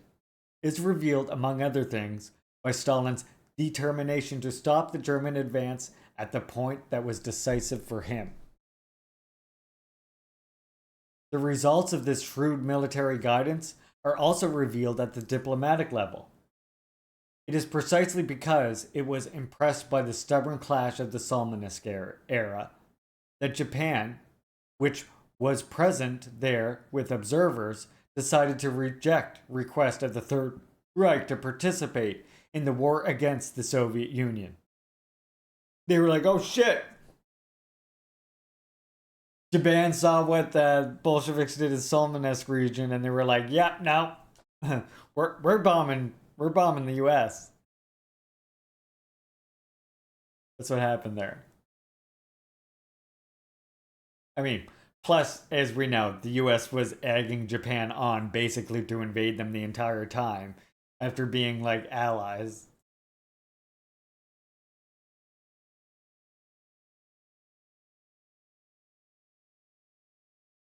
The analysis of the proudly anti-communist German historian is fully confirmed by Russian scholars in the wake of the Khrushchev report, who distinguished themselves as champions of the fight against Stalinism. The German blitzkrieg plans had already been wrecked by mid-July. In this context, the homage paid by Churchill and F.D. Roosevelt to the splendid defense of the Soviet army on August 14, 1941, does not appear merely formal. Even outside diplomatic and government circles, in Great Britain, a diary entry by Beatrice Webb informs us ordinary citizens, and even those with conservative leanings, show lively interest in the surprising courage, initiative, and magnificent equipment of the Red Armed Forces, the one and only sovereign state that has been able to stand up to the almost mythical might of Hitler's Germany. In Germany itself, as early as 3 weeks after the start of Operation Barbarossa, rumors began to circulate that radically cast doubt on the triumphalist line of the regime. This is what emerges from the diary of an eminent German intellectual of Jewish origin, apparently in the East. We were suffering tremendous losses, had underestimated the Russians' power of resistance. In terms of troops and also of armaments, they were inexhaustible.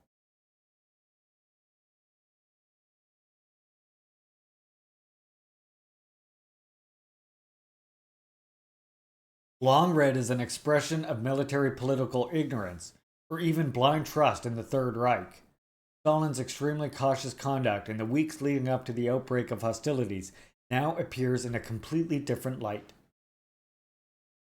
The relatively open concentration of Wehrmacht forces along the Soviet border, the violations of Soviet airspace, and the numerous other provocations had only a single purpose: to draw the main forces of the Red Army as close to the border as possible.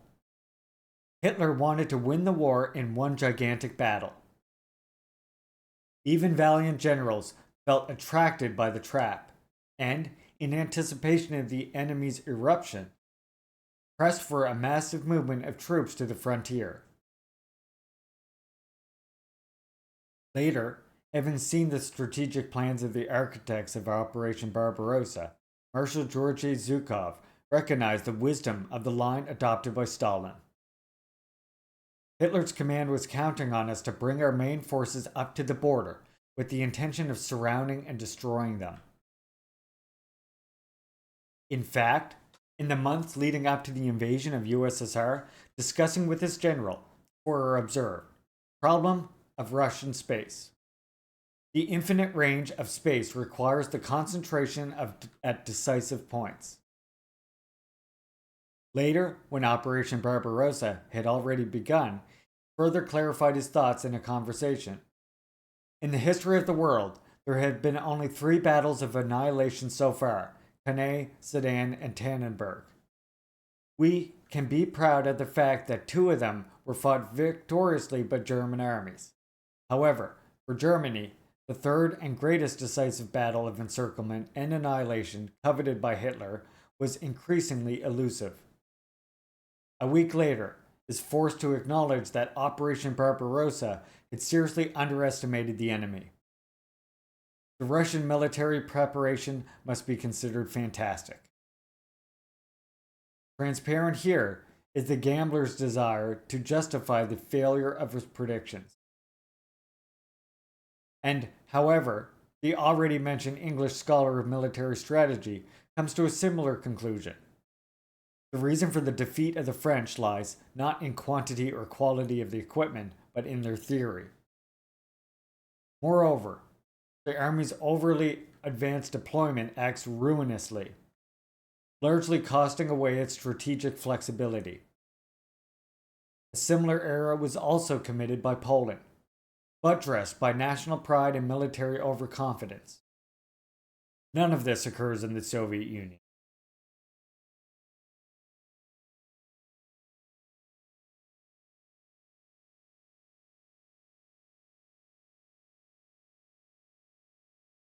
More important than the individual battles is the overall picture. The Stalinist system succeeded in mobilizing the vast majority of the population and almost all of the resources.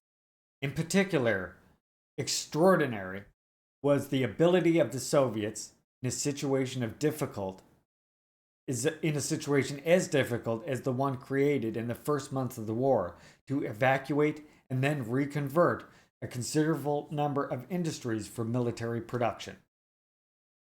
Yes, set up 2 days after the German invasion, the Committee for Evacuation succeeded in moving 1,500 large industrial companies to the east, at the end of titanic operations of great logistical complexity. This process of evacuation, however, had not always been easy.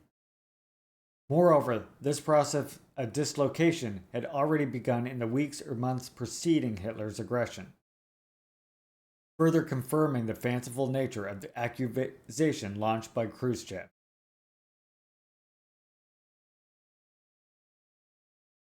There is more. The Soviet ruling group had in some way guessed the modalities of the war, which was looming on the horizon. Already at the moment in which it had promoted the industrialization of the country, with a radical change from the previous situation, it had identified a focal point in the Asiatic Russia, far away and sheltered from the presumptive aggressors. In fact, Stalin had insisted on this repeatedly and vigorously, right? Moving that industrial base. On January 31st, 1931, he called for the creating of new, technically well-equipped industries in the Urals, in Siberia, and Kazakhstan. A few years later, a report pronounced on January 26, 1934, that the 17th Congress of the CPSU had self-assuredly called attention to the powerful industrial development that had taken place in Central Asia, in Kazakhstan, in Bairat, Mongolia, and Tataria, Bashkira, in the Urals, in eastern and western Siberia, in the Far East, etc.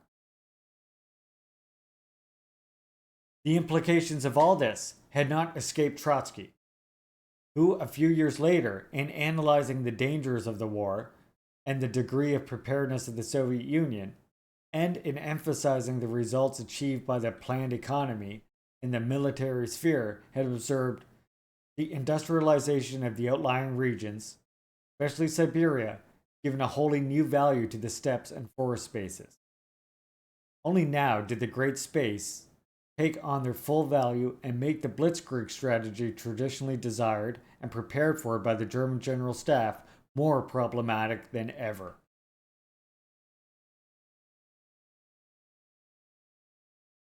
It was precisely in the area of the industrial apparatus built up in the anticipation of the war that the Third Reich was forced to record its bitterest surprises, as emerges from two of Hitler's comments. November 29, 1941. How can such a primitive people manage such technical achievements in such a short time? Get wrecked, motherfucker! August 26, 1942. With regard to Russia, it is incontestable that Stalin has raised living standards. The Russian people were not being starved at the time of the start of Operation Barbarossa.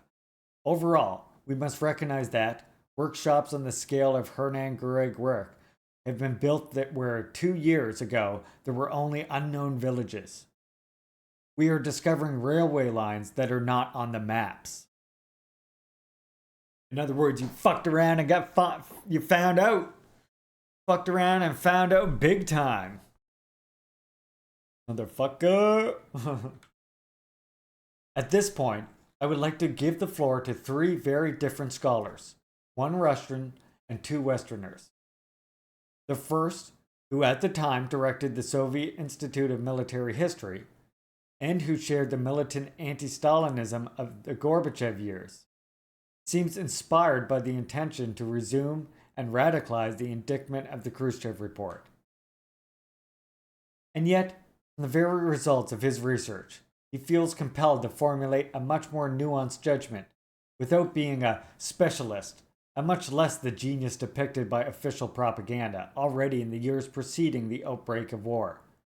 Stalin was intensely concerned with the problems of defense, the defense industry, and the war economy as a whole.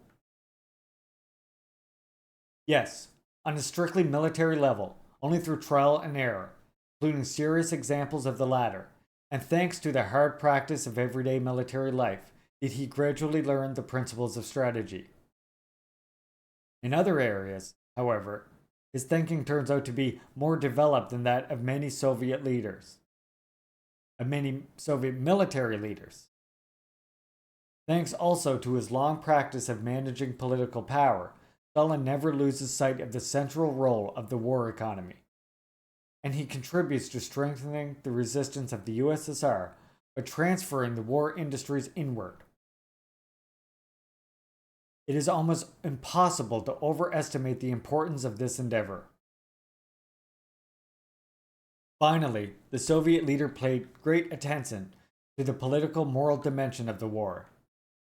In this field, he had ideas quite out of the ordinary, as evidenced by the courageous and far-sighted decision made despite of the skepticism of his collaborators to carry out the military parade celebrating the anniversary of the October Revolution on November 7, 1941, in a Moscow besieged and pressed by the Nazi enemy.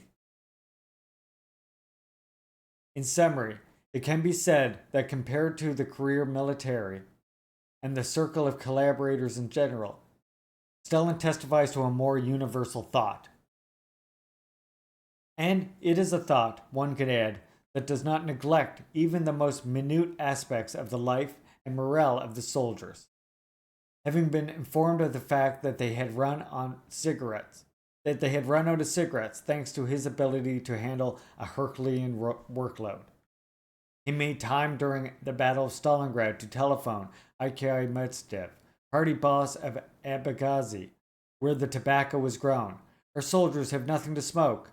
Tobacco is absolutely necessary at the front. Stalin, get those smokes to the front. Get those smokes to the front, Stalin. Yes, sir. Stalin, sir.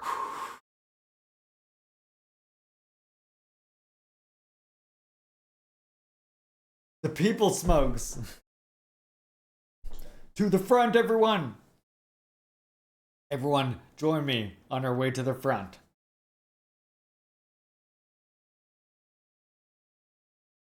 Let's go, Smokes. Let's go, Smokes.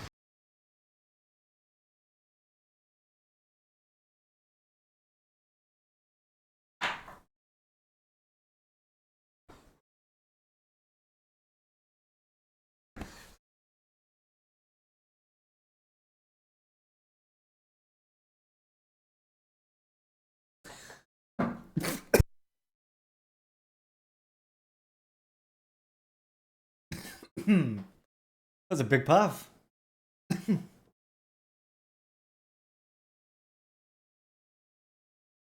The two Western authors go even further in the positive appreciation of Stalin as a military leader.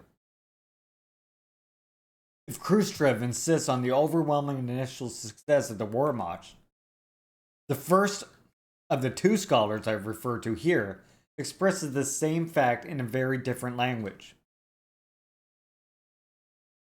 It is not surprising that the greatest invasion in military history achieved initial successes, and therefore the Red Army's recovery after the devastating blows of the German invasion in June 1941 was the greatest feat of arms the world had ever seen.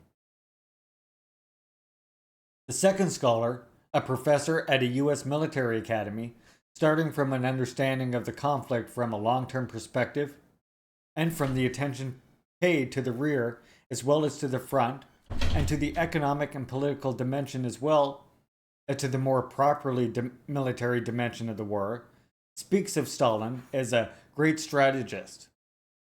Indeed, as the first true strategist of the 20th century. It is an overall judgment that also finds full agreement with the other Western scholar, cited here, whose basic theses, summarized in the cover flap of his book, identified Stalin as the greatest military leader of the 20th century.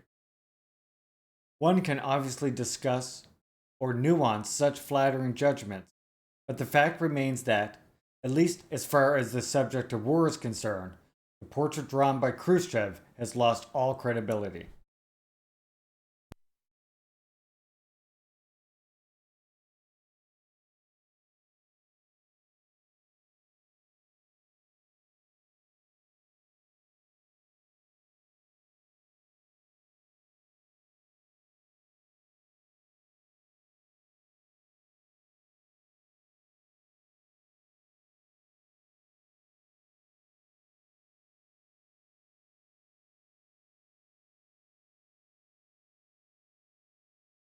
All the more so since, at the time of the ordeal, the USSR revealed itself to be very well prepared, also from another essential point of view.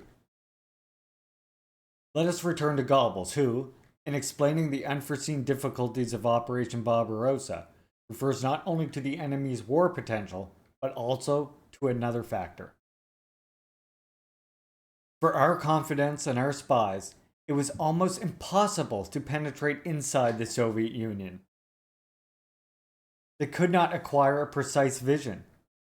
The Bolsheviks have worked directly to deceive us.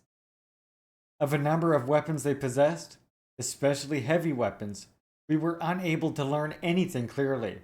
Exactly the opposite occurred in France, where we knew practically everything and could not have been surprised at all. Again, gotcha!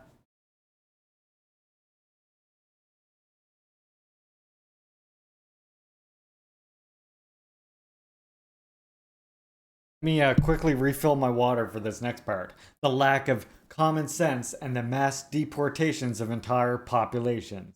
Ooh. Ooh. You don't want to miss this part.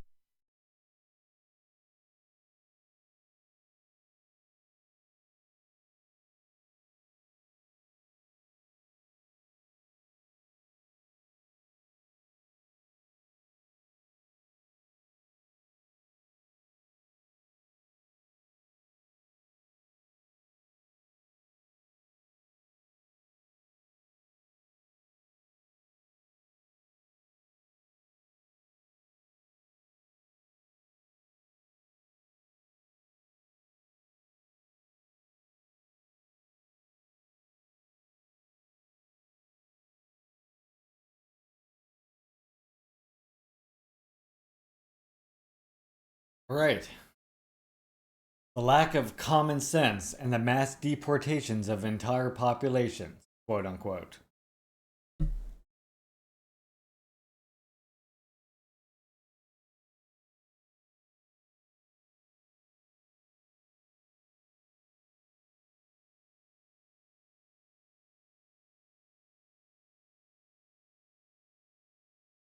In 1913, Stalin wrote a book that established him as a theorist on the national question.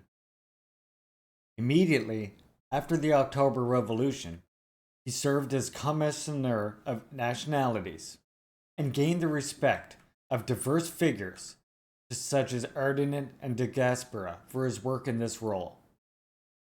Again, made an honorary chief as well by First Nations people from Iroquois or Mohawk. Red Falcon knows that part better than me. His reflections on the national question had finally led to an essay on linguistics, committed to demonstrating that, far from disappearing following the overthrow of political power of a particular social class, the language of a nation has a remarkable stability. Just as the nation that expresses itself through it enjoys considerable stability. This essay, too, had helped solidify Stalin's reputation as a theorist of the national question. Still, in 1965, even in the context of harsh condemnation, Louis Althusser attributed to Stalin the merit of having opposed the madness that pretended, making strenuous efforts to prove language a superstructure. Thanks to these simple pages, the French philosopher concluded we could see that there were limits to the use of the class criterion. Oh, class. You hear that, Pat sucks? I guess Stalin wasn't a class reductionist after all. Sucks to be wrong all the time, I guess. The desecration liquidation in which Khrushchev engaged in 1956 therefore made a point of targeting, in order to ridicule, Stalin's reputation as a theorist and politician who had devoted particular attention to the national question. In condemning the mass deportations of entire nations, the secret speech declares, quote, "No Marxist-Leninist, no man of common sense can grasp how it is possible to make whole nations responsible for inimical activity, including women, children, old people, communists, Commensals, members of the Young Communist League, to use mass repression against them, and to expose them to misery and suffering for the hostile acts of an individual persons or group of persons. It is indisputable that collective punishments and deportations imposed on populations suspect of little patriotic loyalty is horrific.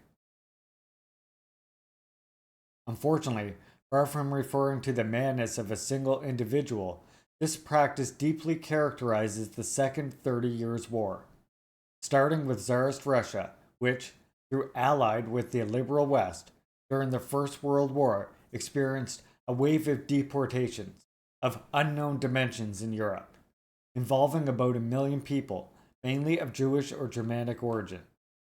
On a smaller scale, but all the more significant, is the extent to which Americans of Japanese origin were deported and imprisoned in concentration camps in the Second World War. In addition to the purpose of removing potential fifth column, the expulsion and deportation of entire populations was promoted as a methodology of remaking or redefining political geography. During the first half of the 20th century, this practice raged on the planetary level. From the Middle East, where the Jews had been just escaped the final solution, forced the Arabs and Palestinians to flee to Asia and the jewel of the British Empire, where the partition between India and Pakistan led to the world's greatest forced migration of the century. Still, on the Asian continent, it is worth taking a look at what happened in the region administered by a personality, or the name of a personality, the 14th Dalai Lama, later destined to win the Nobel Peace Prize and become synonymous with nonviolence. In July 1949, all the Han residents, or different generations, in Laisha had been expelled from Tibet in order to counter the possibility of fifth column activity, as well as make the demographic composition more homogeneous. We are dealing with a practice not only implemented in the most diverse geographic and political cultural areas, but in those decades also explicitly advocated for and theorized by important figures.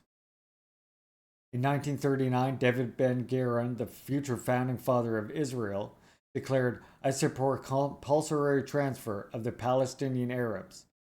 I don't see anything immoral in it."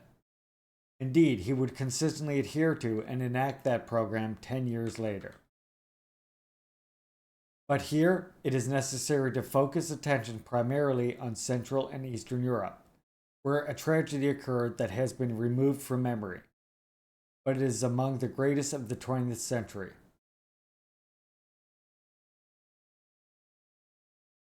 In all, some 16.5 million Germans were forced to leave their homes, and 2.5 million did not survive the gigantic ethnic cleansing or counter-cleansing operation. In this case, it is possible to make a direct comparison between Stalin on the one hand and Western and pro-Western statesmen on the other. What attitude did the latter take in such circumstance? We always analyze this first from a historiography and cannot be suspect of indulgence towards the Soviet Union. It was the British government that from 1942 pushed for the general transfer of populations from the East German territories to the Sudetenland. Farther than anyone else was Under-Secretary of State Sargent, who called for the investigation whether Britain should not discourage the transfer of Germans from East Prussia and Upper Silesia to Siberia.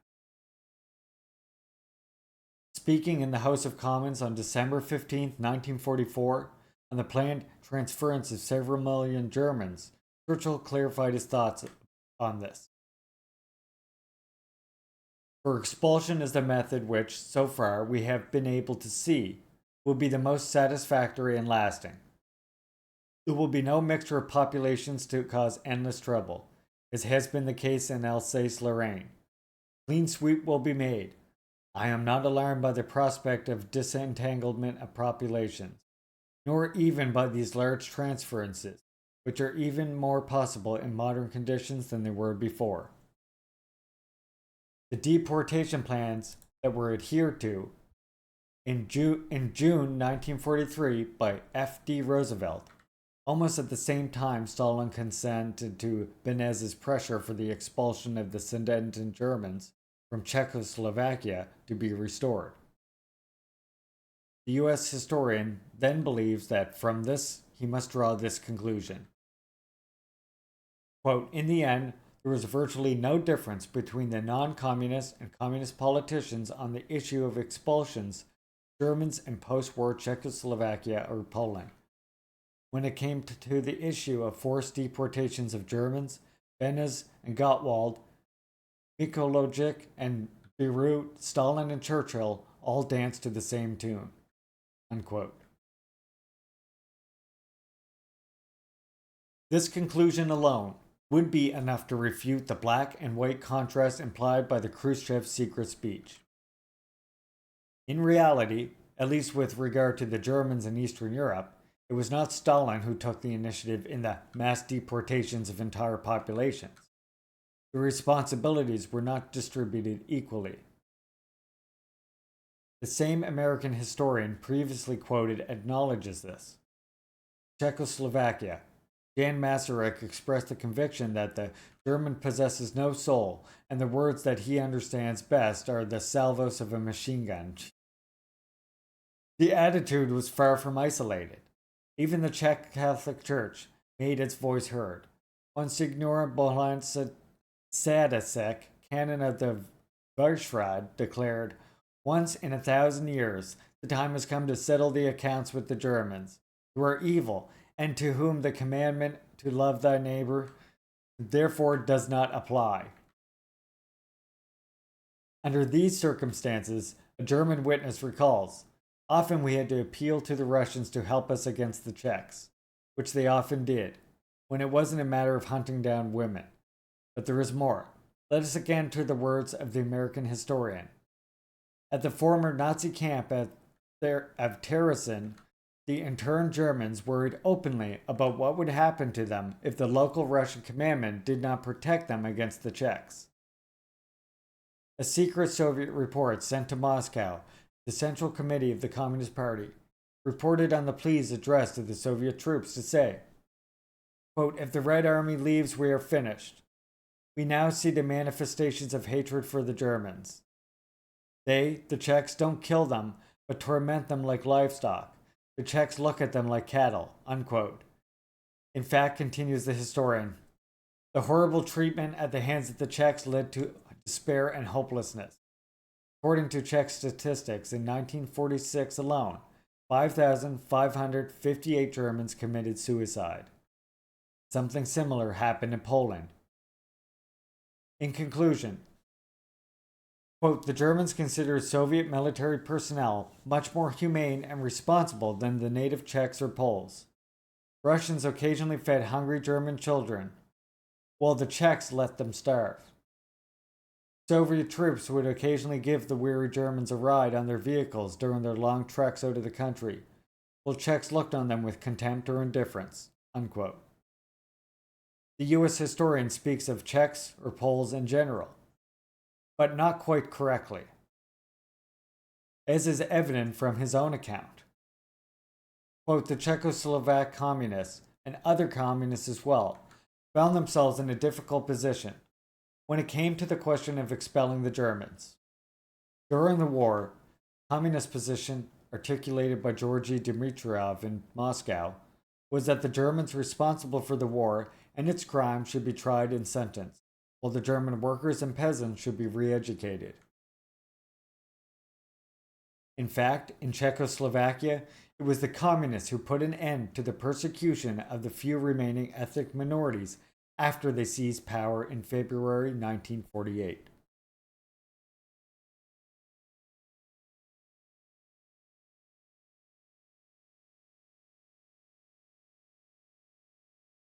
Contrary to Khrushchev's insinuations, in comparison to bourgeois leaders of Western and Central Eastern Europe, at least in this case, it was Stalin and the communist movement he led that proved to be less lacking in common sense. This does not happen by chance.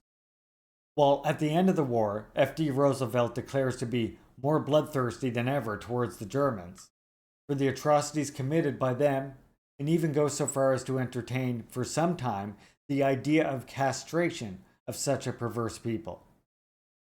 Stalin's attitude is quite different. Immediately after the unleashing of Operation Barbarossa, he declares that the Soviet resistance can count on the support of all the best men in Germany, and even of the German people which is enslaved by the Hitlerite misrulers. Famous speech. Particularly solemn in this stance against in August 1942. Quote, it would be ludicrous to identify Hitler's clique with the German people, with the German state. The experience of history indicates that Hitler's come and go, but the German people and the German state remains. The strength of the Red Army lies, finally, in the fact that it does not and cannot feel racial hatred for other people, including the German people. That it has been trained in the spirit of equality of all peoples and races, in the spirit of respect for the rights of other peoples. Unquote.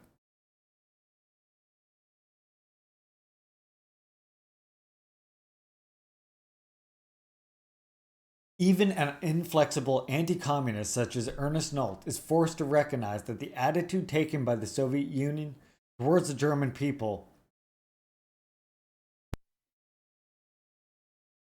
does not present those racist overtones, sometimes found in Western powers, sometimes found. To conclude on this point, if not equally distributed, the lack of common sense was widespread among the political leaders of the 20th century. Yeah, right? Sometimes. Only sometimes, though. They're only sometimes that way, right? Yeah, right? Exactly, Sam. And that's the point that this is entirely making, right? It's always portrayed as Stalin being the evil one, when at that time, I mean, not only were all the powers deporting Germans in this exact same way, but there was even pressure on the USSR to do that.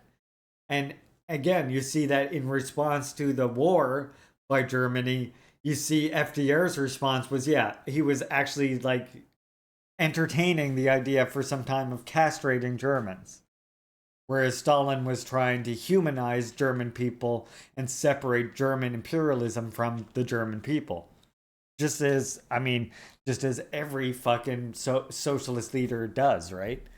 The same thing, we're told the same thing, about DPRK, right? That they hate Americans. That if you go there, that's why it's dangerous. They just hate you. But that's not true. And if you talk to any like DPRK citizen, like probably like 9.9 out of 10 of them will say that they hate American imperialism, not people who live in America.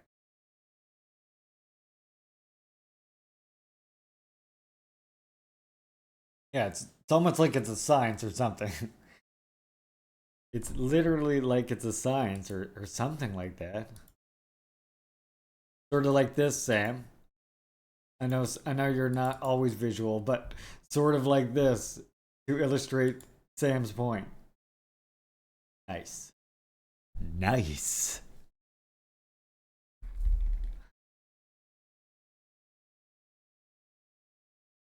It's literally a science, comrade.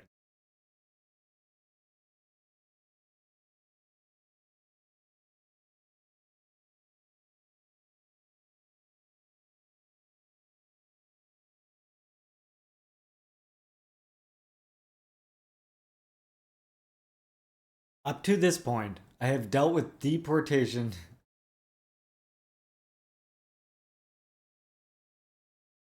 You saw the image? Okay, good, good. Nice. I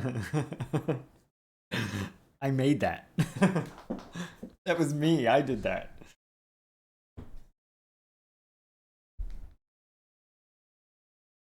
Up to this point, I have dealt with deportations caused by war and the dangers of war, or rather by the remaking or redefinition of political geography.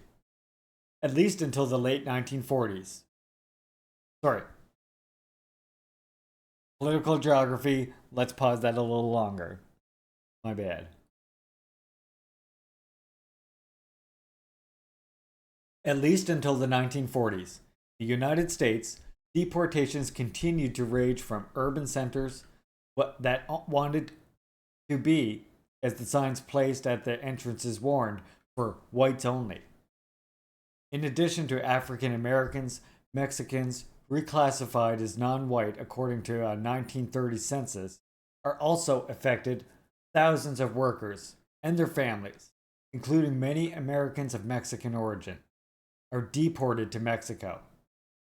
The measures of expulsion and deportations from cities intended to be for only whites or only for Caucasians do not even spare Jews. Like, think about that for a second. Like, so at the same time when we're supposed to criminalize and see DPRK as this big baddie, at the meantime, the US is deporting anyone who's not white. And using consensus to classify Mexican people as not white, etc. Yep, America continues not only to deport native people off their land into reservations, but then they also steal land from those reservations still. Like to build a golf course or to lay a pipeline.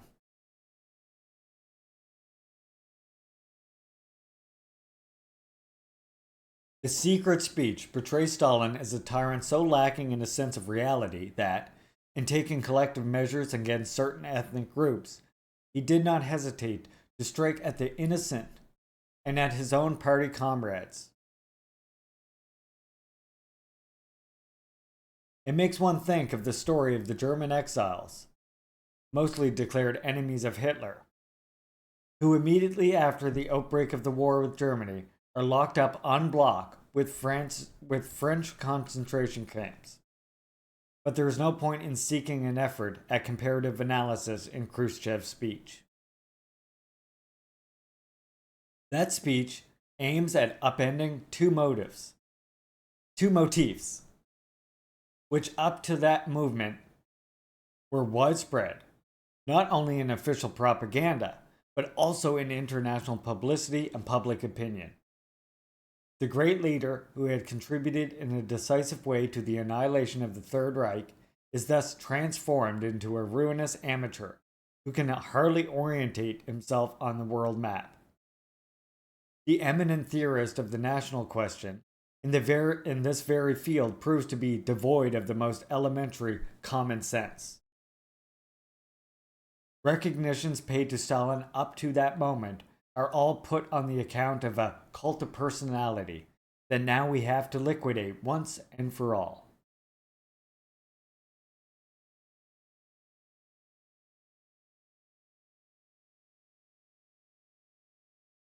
Yep, true story, common opponent. Lincoln was also seriously considering deporting.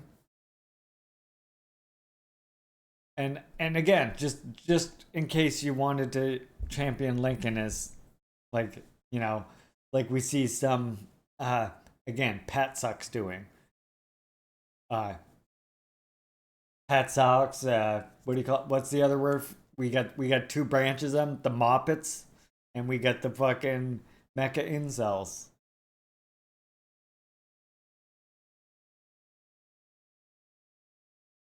Oh yeah, if you haven't already, you should think about joining us over here at Red Star Vanguard. It's not just my personal, like, Leaping Larry Discord community. We're just a fantastic network. And we are a great place where you can find other comrades to play games with. We have other great streamers here, Comrade Valkyrie and Vivian. And you can even get some tech support. Find comrades to play games with. Avoid reactionaries on matchmaking. Or at least be with your comrade so you can crush the reactionaries on matchmaking. Go forth. Red Star Vanguard. If you do join up, we just ask you that you answer the 5 questions. And if you're coming from my stream, just say you're coming from Leaping Larry's stream and I can add you to a tag. Let you know anytime I go live. You want that. Really, really want it. So tell me what you want. What you really, really want. Alright, the cult of personality in Russia. From Kerensky to Stalin.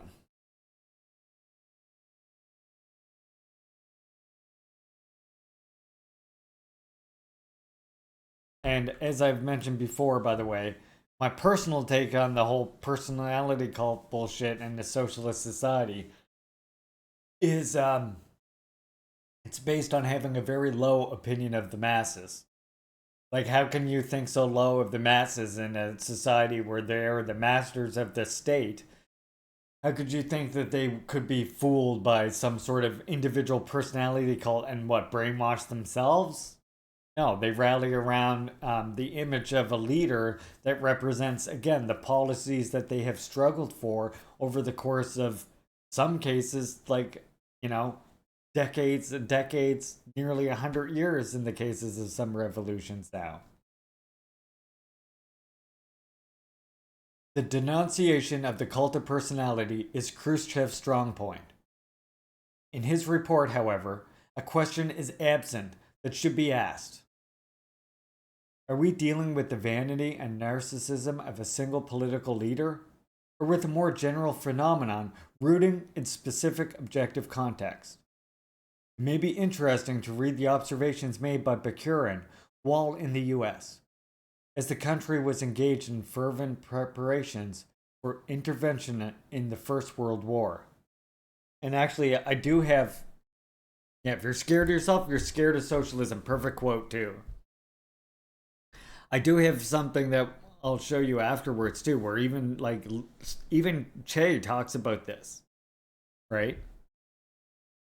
Which again, it shows you how close DPRK and Cuba think, like even in regards to thinking with like that Juche, that human-centered analysis. So here's Bakurin. Quote, in order for the state machinery to better prepare for military tasks, it transforms itself into a military organization, at whose command there is a dictator. This dictator is President Wilson. He has been granted exceptional powers. He has almost absolute power, and attempts are made to install in the people servile feelings for the great president as in ancient Byzantium, where they had deified their monarch. In situations of acute crisis, the personalization of power tends to be intertwined with the transfiguration of the leader who holds to it. When he sets foot in France in December 1918, the victorious American president is hailed as the savior, and his 14 points are compared to the Sermon on the Mount. Especially thought-provoking are the political processes that are occurring in the United States in the period from the Great Crisis to World War II. Having ascended to the presidency with the promise of remedying the very worrying economic and social situation, F.D. Roosevelt was elected for 4 consecutive terms, although he died at the beginning of the 4th. A unique case in the history of his country. Beyond the long duration of this presidency, the expectations and hopes surrounding it are also out of the ordinary. Authoritative personalities call for a national dictator and invite the new president to show all his energy. Become a tyrant, a despot, a real monarch. In the World War, we took our Constitution, wrapped it up and laid it on the shelf and left it there until it was over. The permanence of the state of exception demands that it was not to be jammed with excessive legal scruples. The nation's new leader is called to be, and is already being called, a providential person, or, in the words of Cardinal O'Connell, a God-sent man. People on the street write and address F.D. Roosevelt in even more empathetic terms, declaring that they look to him almost as they look to God, and hope to one day place him in the halls of immortals beside Jesus. Invited to behave like a dictator and a man of providence, the new president makes ample use of his executive power. On the first day, or in the first hours of his mandate, in his inaugural message, he demands broad executive power, as great as the power that would be given to me if we were in fact invaded by a foreign foe. With the outbreak of hostilities in Europe, even before Pearl Harbor, F.D. Roosevelt began on his own initiative to drag the country into the war on English side. Later, with an executive order issued in a sovereign manner, he imposed the imprisonment in concentration camps of all American citizens of Japanese origin, including women and children.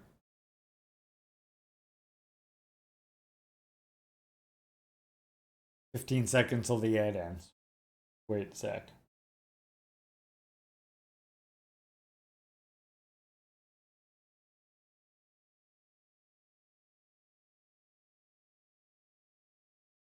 This is a presidency that, if on the one hand enjoys widespread popular devotion, on the other hand raises cries of totalitarian danger. This occurred on the occasion of the Great Crisis, when the indictment was pronounced by former President Hoover, and especially in the months preceding the intervention in World War II, when Senator Burton K. Wheeler accused F.D. Roosevelt of exercising dictatorial power and promoting a totalitarian form of government. At least from the perspective of the president's opponents, totalitarianism cult of personality had crossed the Atlantic. Of course, the phenomenon we are investigating here, the personalization of power and the cult of personality connected to it, only appeared in embryonic forms in North American Republic, protected by the ocean from any attempt at invasion, or with a political tradition quite different from that of Russia behind it. It is that the contrary that attention must be focused. Let's see what happens between February and October 1917, before the Bolsheviks come to power. Driven by his personal vanity, but also by the desire to stabilize the situation, we find Kerensky beginning to model himself on Napoleon. While he reviewed the troops, he even wore his right arm in a sling. All the while, a bust of the French Emperor stood on his desk at the Ministry of War. The results of this mise-en-scene were not long in coming. Poems that paid homage to Kerensky as the new Napoleon flourished. On the eve of the summer offensive, which should have definitely raised the fortunes of the Russian army, the cult reserved for Kerensky in certain restricted circles reaches its peak. Everywhere he was hailed as a hero. Soldiers carried him soldier high, pelted him with flowers, threw themselves at his feet, and English nurses watched in amazement as they kissed him in his uniform, his car, and the ground on which he walked. Many of them were on their knees praying, others were weeping." Unquote. As you can see, it doesn't make much sense to attribute Stalin's narcissism, as Khrushchev does, the exalted form that the cult of personality takes in the USSR, from a certain point onwards. In fact, when Konovich proposes to him to replace the term Marxism-Leninism with that of Marxism-Leninism-Stalinism, the leader to whom such homage is addressed responds, "How can you compare a dick to a watchtower?" At least when compared to Kerensky, Stalin appears more modest. This is confirmed by the attitude he assumed at the conclusion of a war that was actually won, and not only in his imagination, as in the case of the Menshevik leader, with the fondness for Napoleon possesses. Immediately after the victory parade, a group of marshals contacted Molotov and Malenkov. They proposed to solemnize the triumphs achieved during the Great Patriotic War, conferring the title the Hero of the Soviet Union to Stalin, who, however, declined the offer. The Soviet leader also avoided rhetorical emphasis at the Potsdam Conference. Both Churchill and Truman took time to drive around the ruins of Berlin. Stalin displayed no such interest. He arrived quietly by train, even ordering Zhukov to cancel any plans he might have had to welcome him with a military band and a guard of honor. 4 years later, on the eve of his 70th birthday, a conversation takes place in the Kremlin that is worth reporting. Quote, he, Stalin, summons Malikov and admonishes him. "Don't get it in your head to honor me with a star again." "But Comrade Stalin, such an anniversary. The people would not understand." "Do not appeal to the people. I have no intention of quarreling. No personal initiative. Do you understand me?" "Of course, Comrade Stalin. But the members of the Politburo are of the opinion," Stalin interrupts Molotov and declares that the matter is closed. Unquote. Of course, it can be said that in the circumstances reported here, political calculation plays a more or less large role, and it would be very strange if it did not. It is a fact, however, that personal vanity does not take over. Much less does it gain the upper hand when vital political or military decisions are at stake. During the Second World War, Stalin invited his interlocutors to express themselves without mincing words. He had lively discussions and even argued with Molotov, who in turn, while taking care not to question the hierarchy, continued to stand by his opinion. Judging by the testimony of Admiral Nikolai Kuzhnov, the supreme leader even liked people who had their own point of view and weren't afraid to stand up for it, quote unquote.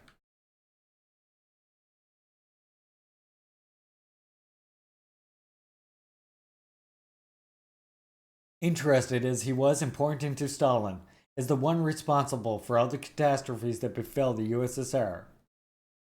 Far from dismissing the cult of personality, Khrushchev limited himself to transforming it into a negative cult. His view remains that in principio irel, Stalin, in the beginning there was Stalin.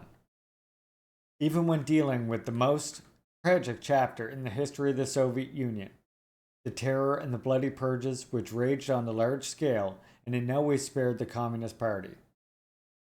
The secret speech had no doubts. It is a horror to be attributed almost exclusively to an individual thirsting for power and possessed by bloody paranoia.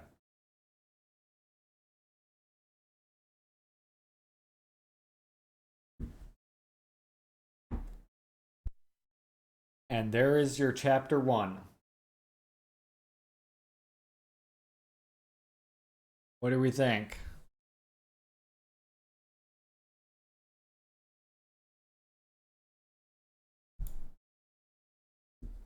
Chapter 1 complete.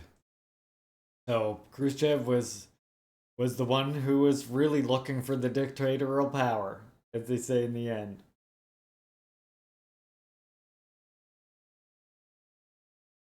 No problem. I'm happy to do the reading.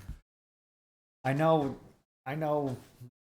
not everybody can sit down and like read the pages themselves, so we have to make them available in other ways. This.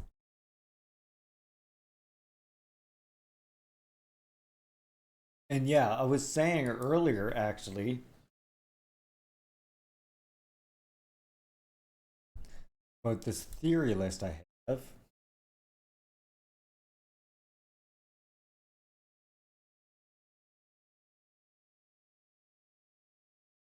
And there was something else here too.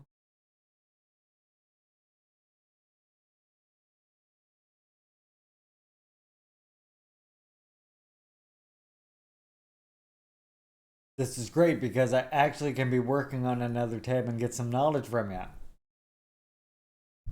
Happy to help. I'm just channeling the knowledge. You're not necessarily getting it from me. I'm just channeling. It's being channeled through me. Right? More accurate. Just trying to find this one thing that I got here. Sort of like a Stalin thing. Where is it? On stuff. Not what I want.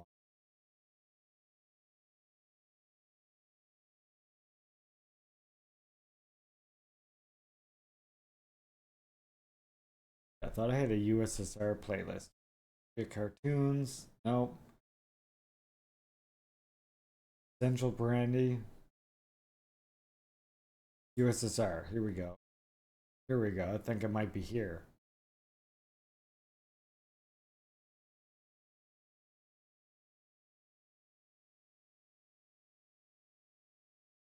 Yeah. Yeah, here we go. This is what I'm looking for.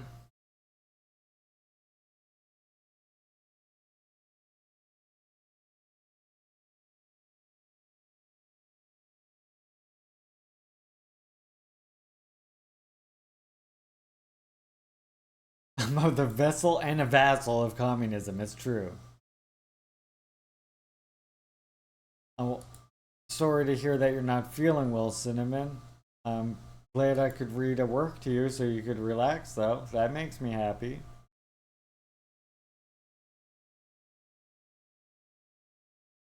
Let me find this chief work now. I know I have Chief Rivera. Where is it? There it is. Yeah, see, Comrade Che has this work here, which I definitely highly recommend to comrades. We'll read it again because I meant to record it and put it on the YouTube channel and I didn't, so we're gonna do that.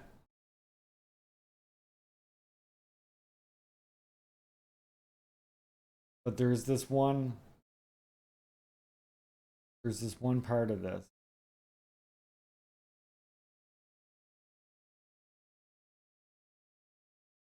Yeah, right here. In this, Fidel is a master. His own special way of fusing himself with the people can be appreciated only by seeing him in action. At the great public mass meetings, one can observe something like the dialogue of two tuning forks whose vibrations interact, producing new sounds. Fidel and the masses begin to vibrate together in a dialogue of growing intensity until they've reached the climax in an abrupt conclusion crowned by our cry for struggle and victory. The difficult thing to understand for someone not living through the experience of the revolution is this close dialectical unity between the individual and the mass, in which both are interrelated and at the same time in which the mass, as an aggregate of individuals, interacts with its leaders. Some phenomena of this kind can be seen under capitalism, when politicians appear capable of mobilizing popular opinion. But when these are not genuine social movements, if they were, it would not be entirely correct to call them capitalist. They live only so long as the individual who inspires them, or until the harshness of capitalist society puts an end to the people's illusions. Siempre está protegido con su traje. ¿Cuál traje? What suit? Dice que todo el mundo dice que usted tiene un chaleco a prueba de balas. No. No. Voy a desembarcar así en Nueva York. I will land in New York like this. Tengo un chaleco. I will land in New York like this. Tengo un chaleco moral. I have a moral one. A moral vest. Qué fuerte. It's strong. Ese me ha protegido siempre. That one has protected me always. Es uno de los más ha intentado matar, la verdad. Pero parece que tiene 7 vidas como el gato. Porque siempre está parado. I love that guy. Hello, everyone. I do love that guy.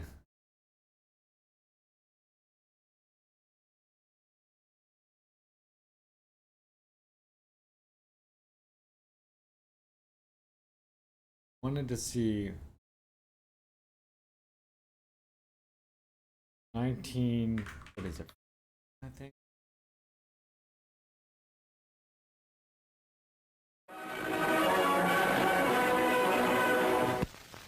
Товарищи красноармейцы и краснофлотцы, командиры и политработники, рабочие и работницы, колхозники и колхозницы, работники интеллигентного труда, братья и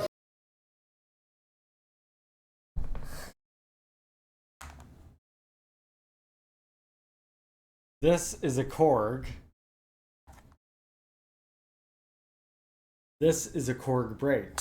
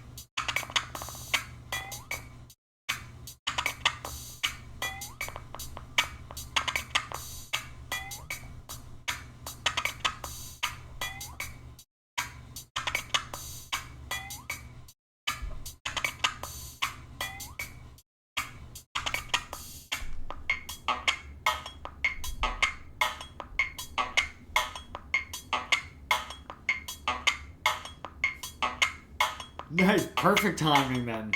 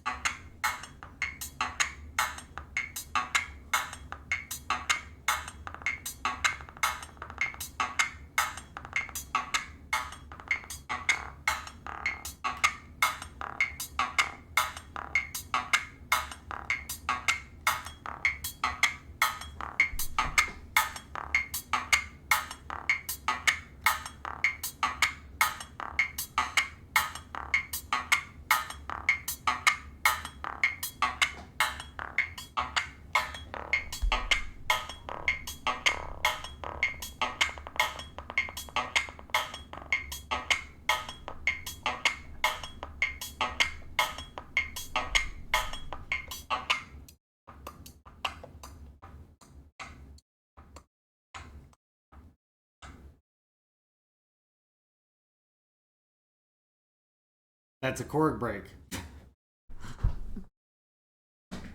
And by the way, I make new beats all the time too. So we can also sometime when we do, we can also do it like this too. We can be like, okay, let's see.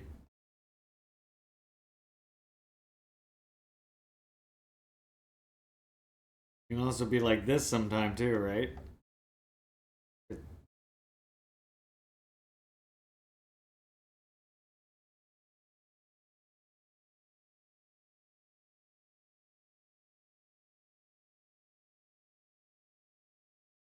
See now.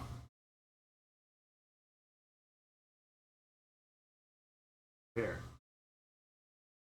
Then we can put, when you touch these,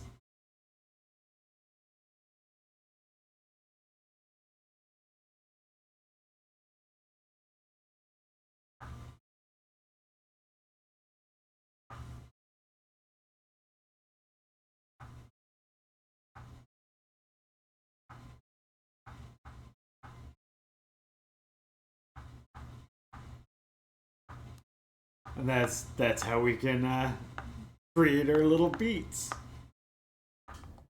And then you can go to the next one, which is of course your snare.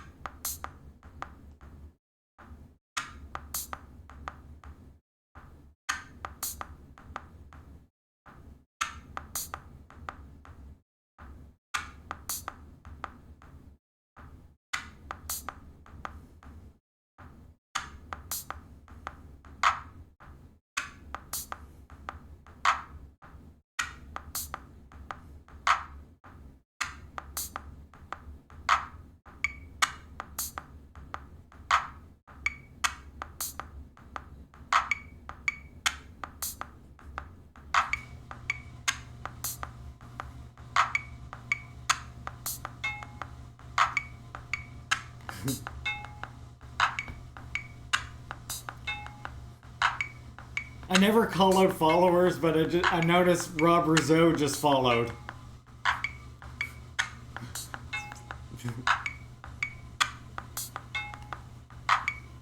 Thank you, Comrade Rob.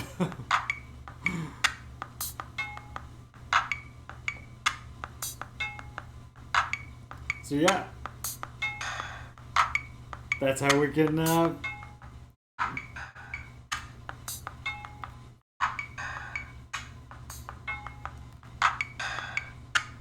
that's your chord break.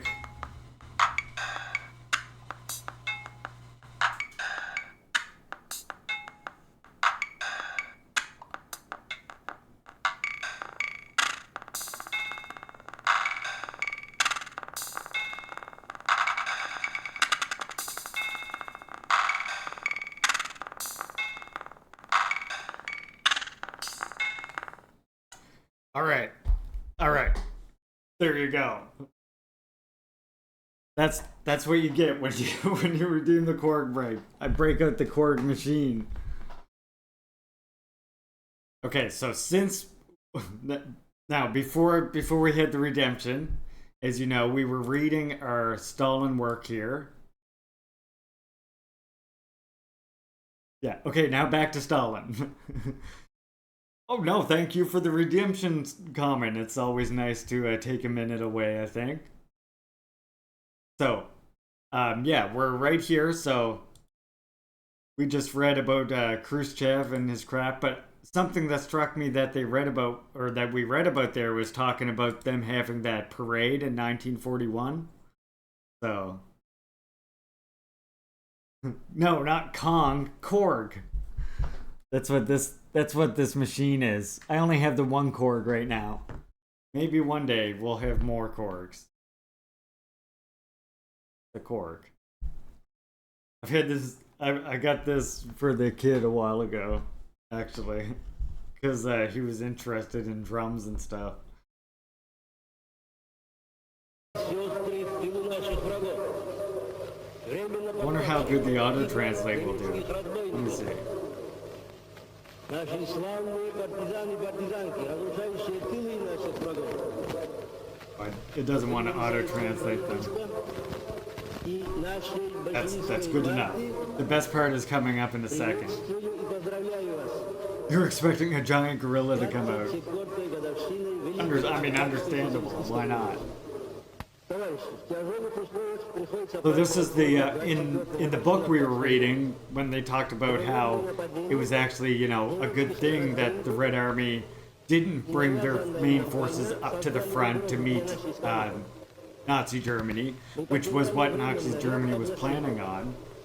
Instead, they stayed back, which allowed them to be more flexible and actually react to where Germany attacked them. And then while being besieged, they had this parade as well.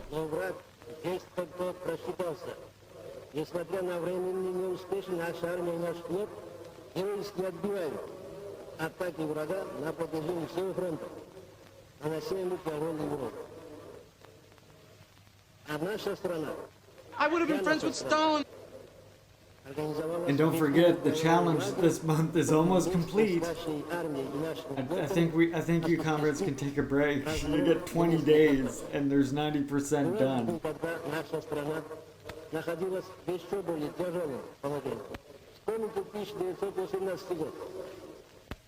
Yeah, so I definitely agree with what they were saying in that, though, about the personality cult in regards to, like, the Western leaders, right? Like, in those times of crisis, like, you definitely see that type of personality cult form around even capitalist leaders, but I think it's incorrect in terms of socialist leaders for that reason I was explaining before.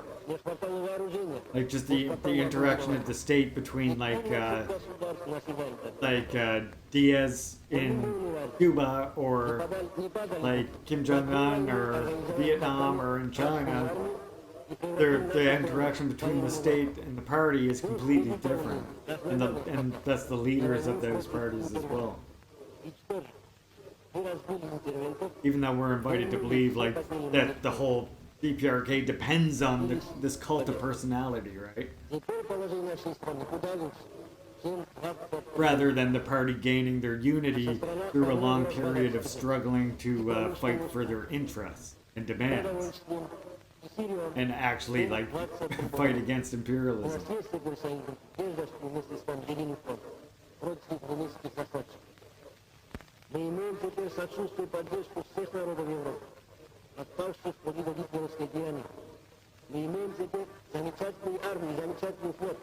Always pop-voted the damn USB into it. Yeah, I like him a lot, and they liked him a lot. Deal with it, exactly. And I also like...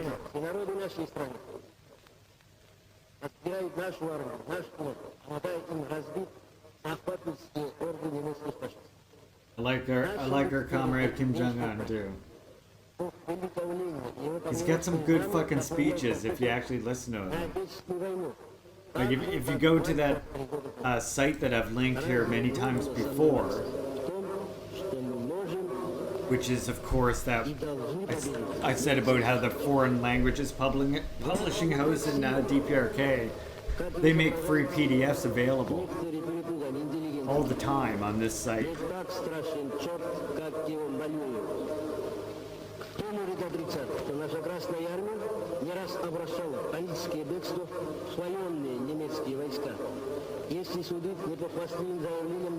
And you can find speeches from Kim Jong-un on there as well.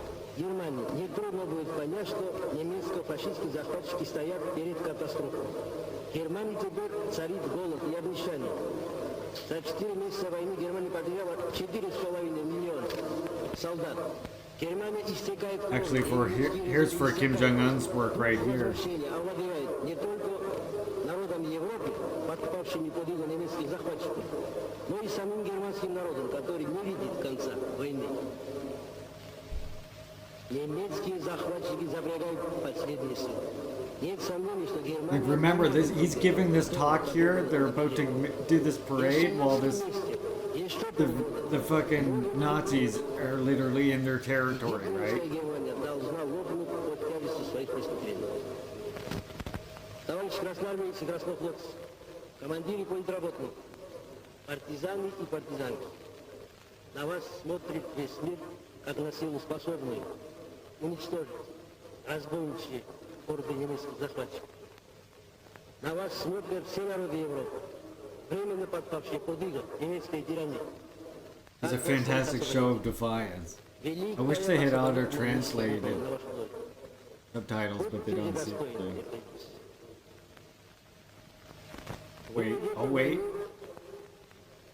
Oh look, I was failing you. It wasn't appearing there a second ago. Apologies. Okay, it's still not getting all of it. Whatever.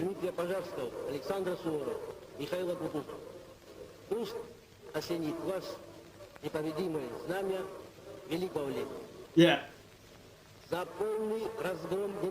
I think it's not getting it all anyway. Let the class fall.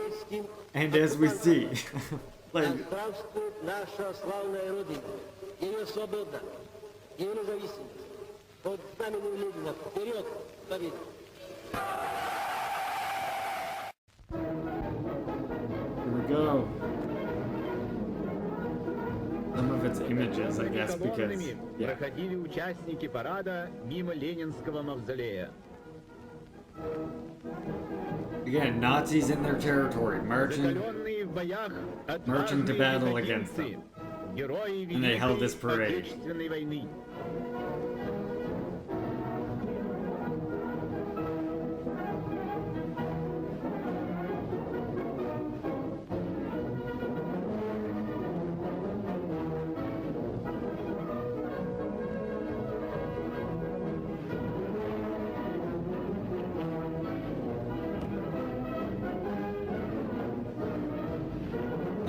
Follower of the Kim family? I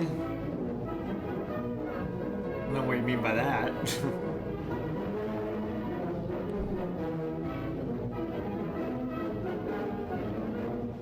We defend DPRK? Yeah. Chat, do we defend DPRK on this channel?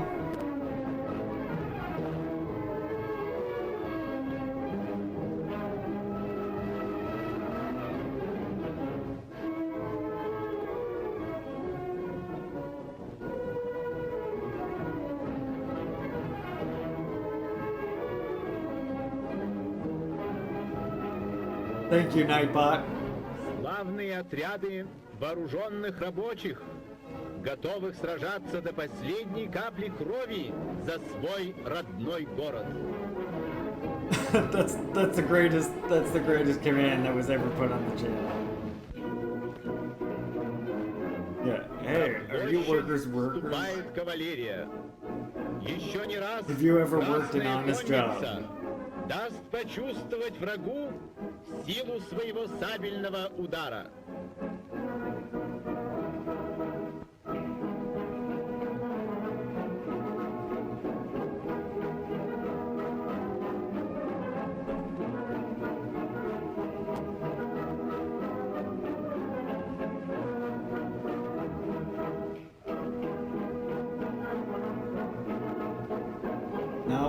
us have ever worked an honest job. I just checked.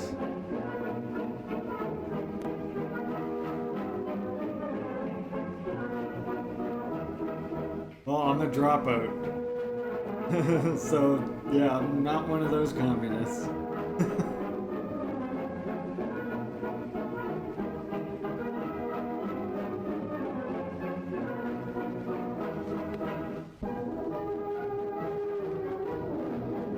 I was a dropout. I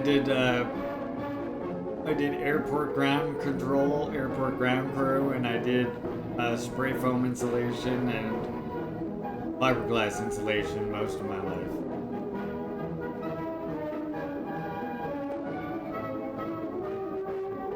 Oh, perfect. Oh, shit.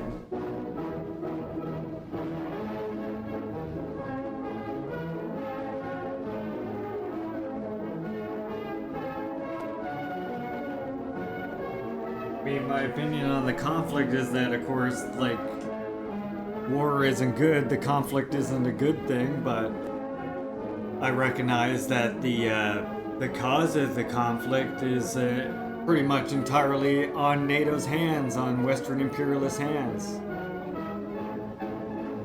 I would like to see it end diplomatically and like an end to the actual fighting in a diplomatic solution where NATO backs off. But I understand that has to be the criteria.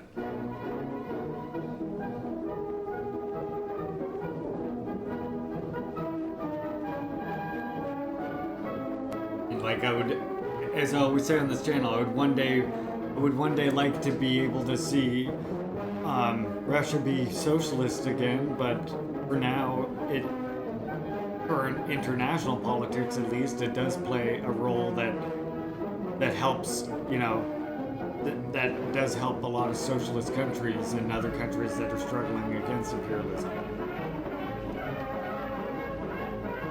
Yes, it is an illusion. It is definitely an illusion to achieve necessary environmental protection with capitalism, of course.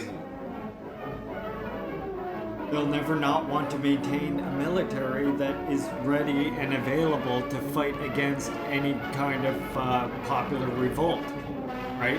The necessity of the military to fight against any revolt, any fight against imperialism, that necessity means that you always have what we have now, which is the most polluting force on the planet, the U.S. military.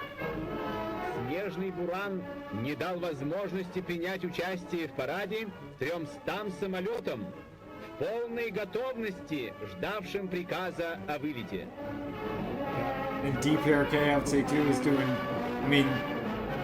I would say DPRK is often overlooked because it is such a small country, but it definitely does incredible things in the climate arena as well, including massive afforestation of its country, which was of course leveled by fucking imperialism, right? They plant millions of trees every fucking year.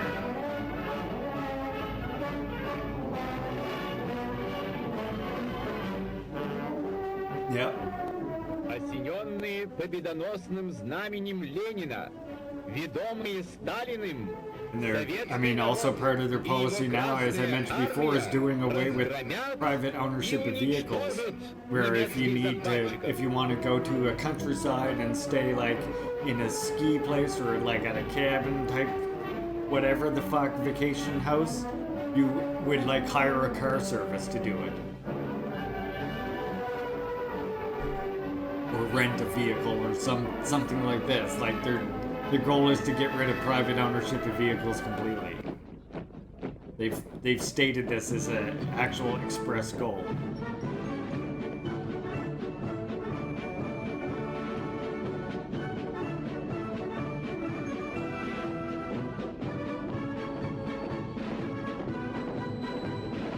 Yeah, fuck cars.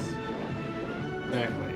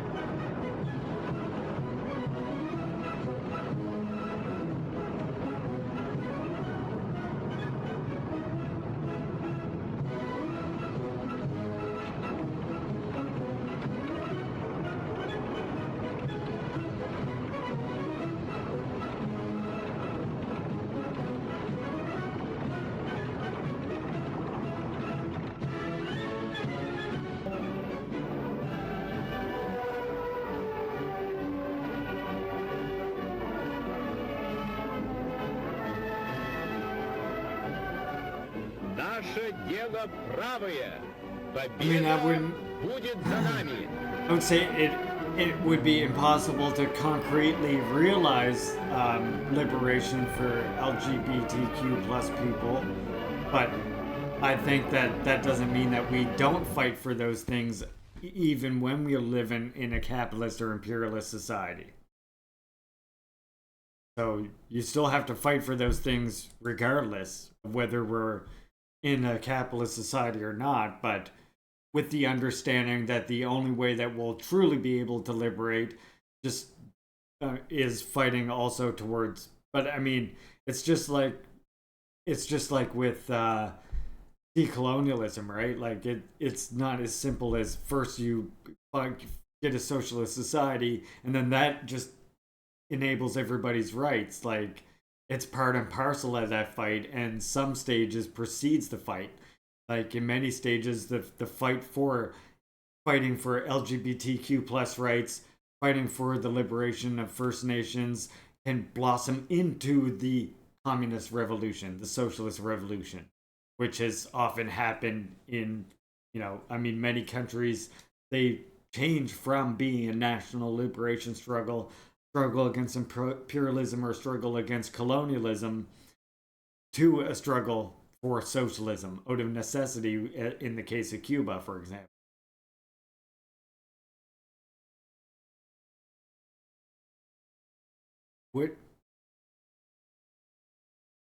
Ask anyone in Russia, China, or North Korea about what they think of. I mean, you're completely incorrect. I mean, Cuba has literally. China again is way safer for LGBTQ plus people than the USA, I would say. And we don't support capitalist Russia today. And DPRK has never ever persecuted anyone based on gender or sexuality. Yeah.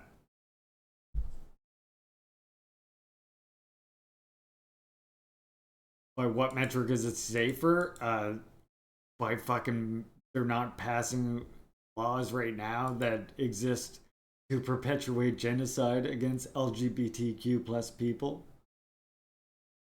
Like again, it's better than what the USA is, and it's progressing all the time. Literally, they just open an important school for LGBTQ plus students. And again, DPRK has never persecuted anyone based on their gender. Is there social stigma to overcome, etc.? Absolutely. What do you mean, Soviet Union? Actually, yes, they did. They did so through the church. Everybody knows this.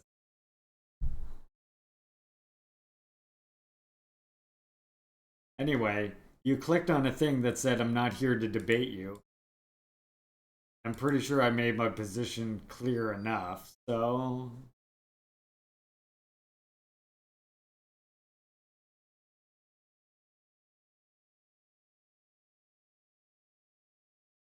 I don't like it when things aren't going my way. You got me mad now. That's what happened. Someone give me a see ya. I mean, you clicked a thing that said don't debate me. See ya. Again, if you want to debate someone, go to fucking someone else's stream. There's plenty of debate bros out there. Not one of them. Do I look like a debate bro to you? Like, what the fuck? I was literally, we're soon switching over to the other portion of the program here. What the fuck? Imagine the audacity. Coming in here and spewing that kind of bullshit. If there's anyone else here who is bigoted things to say, hateful fucking bullshit to spread, I'm gonna just leave now. Let yourself be known so we can ban you. Please.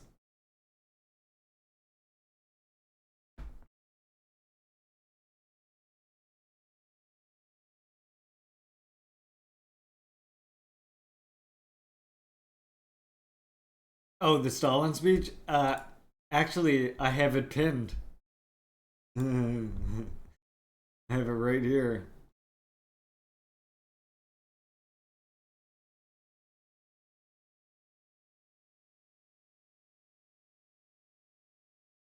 All right. We'll do this and then switch to a game. For the last little bit, I gotta pick up my son, so I gotta leave at 5. I gotta leave in a couple hours. But I could read this and then we could play a little bit of that My Summer Car before I have to go. If you comrades wish.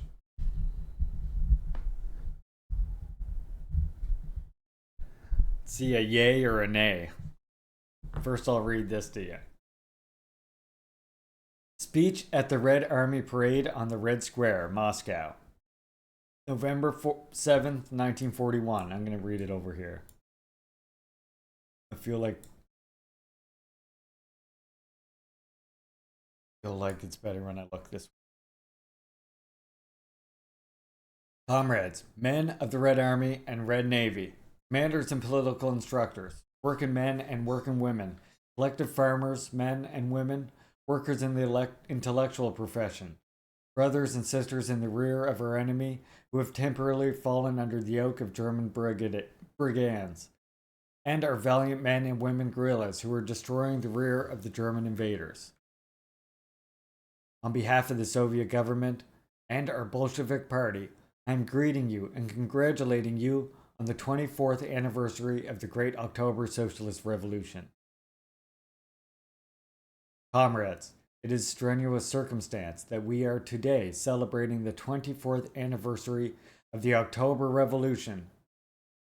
The perfidious attack of the German brigands on the winds that hit and the wind which has been forced upon us have created a threat to our country. We have temporarily lost a number of regions. The enemy has appeared at the gates of Leningrad and Moscow. The enemy reckoned that after the very first blow, our army would be dispersed, and our country would be forced to her knees. But the enemy gravely miscalculated. In spite of temporary reserves, our army and navy are heroically repulsing the enemy's attack along the entire front and inflicting heavy losses upon him, while our entire country, has organized itself into one fighting camp in order to, together with our army and our navy, to encompass the route of the German invaders. Welcome plans to destroy that rear. There were times when our country was in a still more difficult position. Remember the year 1918, when we first celebrated the first anniversary of the October Revolution. 3/4 of our country was at that time in the hands of foreign interventionists. The Ukraine and Caucasus, Central Asia, the Urals, Siberia, and the Far East were temporarily lost to us. We had no allies, we had no Red Army. We had only just begun to create it. There was a shortage of food, of armaments, clothing for the army. 14 states were pressing against our country. But we did not become despondent. We did not lose heart.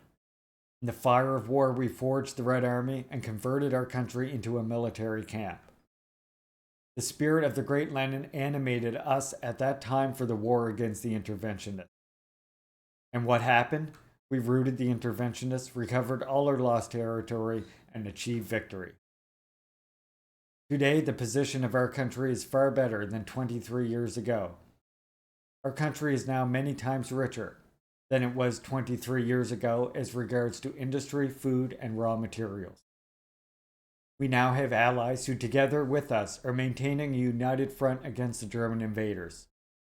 We now enjoy the sympathy and support of all the nations of Europe who have fallen under the yoke of Hitler's tyranny. We now have a splendid army and a splendid navy. who are defending with their lives the liberty and independence of our country. We experience no serious shortage of either food, nor armaments, or army, or clothing. Our entire country, all the people of our country, support our army and our navy, helping them to smash the invading hordes of German fascists. Our reserves of manpower are inexhaustible. The spirit of the great Lenin and his victorious banner animate us now in this patriotic war, just as they did 23 years ago. Can there be any doubt that we can and are bound to defeat the German invaders? The enemy is not so strong as some frightened little intellectuals picture him. The devil is not so terrible as he is painted. Who can deny that our Red Army has more than once put the vaunted German troops to panic flight? One judges, not by the boastful assertions of the German propagandists, but by the actual position of Germany. It will not be difficult to understand that the German fascist invaders are facing disaster. Hunger and impoverishment reign in Germany today. 4 months of war, Germany has lost 4.5 million men. Germany is bleeding. Her reserves of manpower are giving out. The spirit of indignation is spreading not only among the peoples of Europe, who have fallen under the yoke of the German invaders, but also among the German people themselves, who see no end to war. The German invaders are straining their last efforts. There is no doubt that Germany cannot sustain such a strain for long. Another few months, another half year, perhaps another year. The Hitlerite Germany must burst under the pressure of her crimes. Comrades, men of the Red Army and Red Navy, commanders and political instructors, men and women guerrillas, the whole world is looking to you as the force capable of destroying the plundering hordes of German invaders, the enslaved peoples of Europe who have fallen under the yoke of the German invaders. Look to you as their liberators. The great liberating mission has fallen to your lot. Be worthy of your mission. The war you are waging is a war of liberation, a just war. Let the manly images of our great ancestors, Alexander Nevsky, Dmitry Donetskov, Kuzma Minin, Dmitry Pozharsky, Alexander Surov, and Mikhail Kutuzov inspire you in this war. May the victorious banner of the great Lenin be your lodestar. For the complete destruction of the German invaders, death to the German invaders, long live our glorious motherland, her liberty and her independence, under the banner of Lenin, forward to victory. That's the Stalin speech from 1941. Salute, in other words. It's salute or clap as Stalin. That works too. That also does work.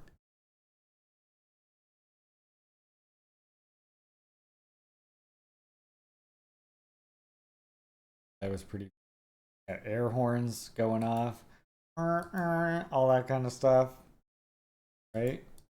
All that happening. Are we gonna do my summer car now? Is that what you want? Does anybody want that?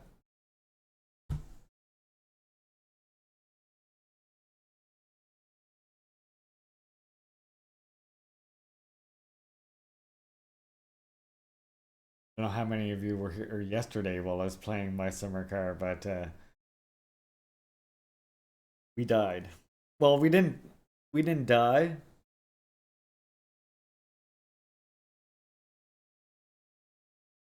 Okay, cool. Yeah, we didn't die. We just went to jail for various reasons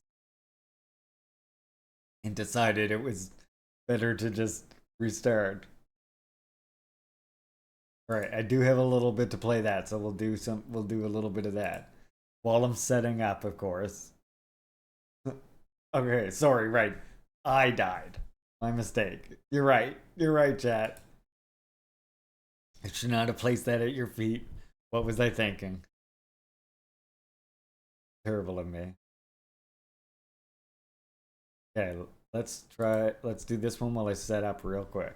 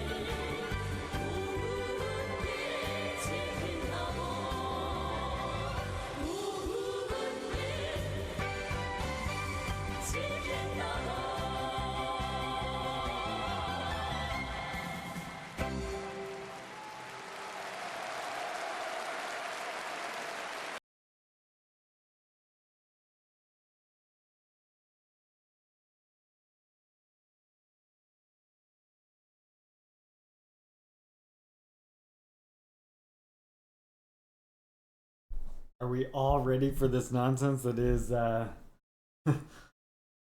this game? Oh, thought it would be right.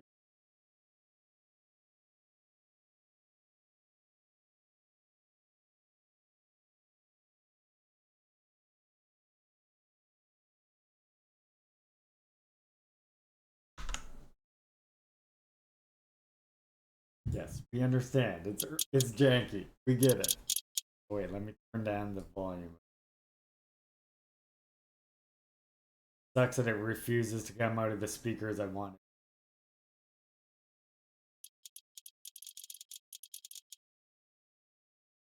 Yeah, we we better hope no one gets in our way this time. Oh God, please don't let someone get in our way this time. We don't want a repeat of what happened last time. We do not want to go to jail. Jail is a harsh thing in this game.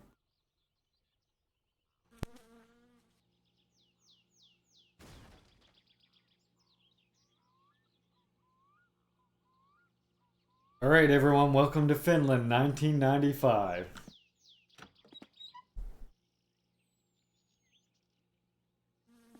We're a bit dirty. See what time it is.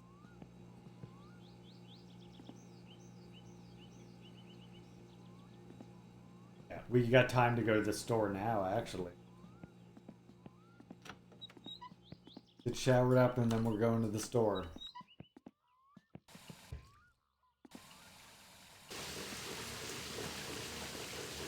Can't leave the house without having a shower, comrades.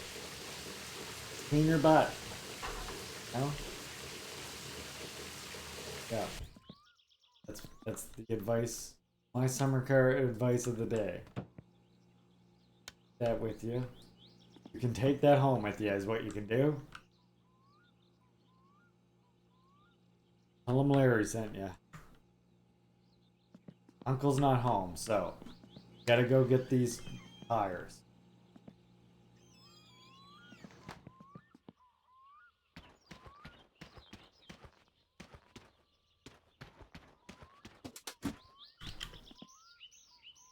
Can I put the flashlight in here?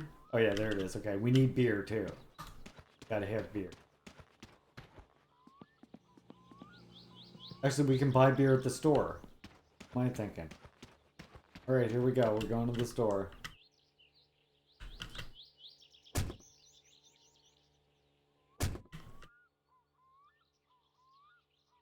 Get ready for a drive to the store in the tractor.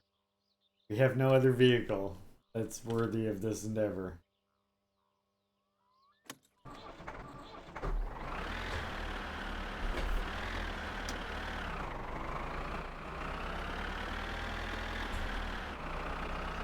Okay, going to get tires.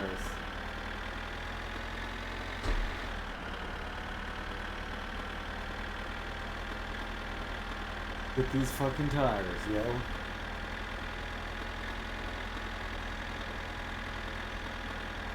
Get these tires.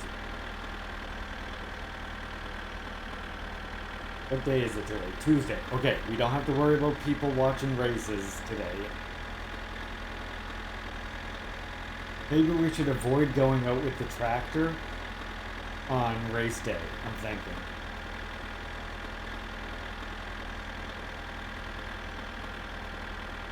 You know what I'm saying? Like maybe that's the day we go to the cabin. Saturday. We need to go to the cabin and get fish for Grandma. It'd be right to leave old Grandma wanting, you know?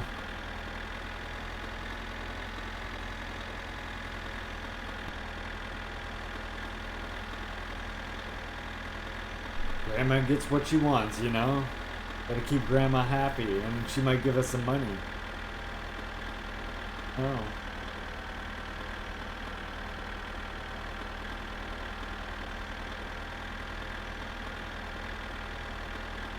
So you're totally safe when you're on this stretch of road right here. Nothing to worry about at all. Once we get on that other stretch of road, we have to watch out for our cousin who drives a green car. That's another potential going to jail point. If you crash into our cousin.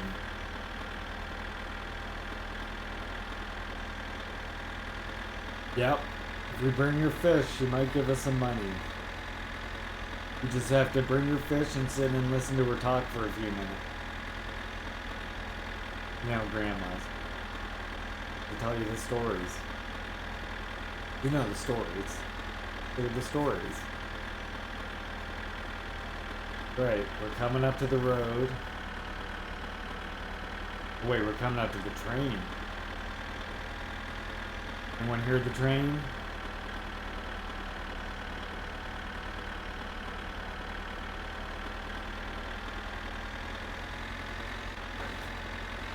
Have mercy.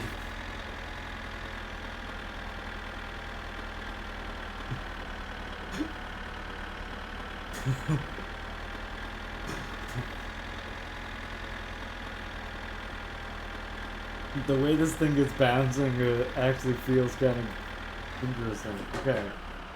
Brakes are so goddamn stiff on this thing, though. What's up with that? This way.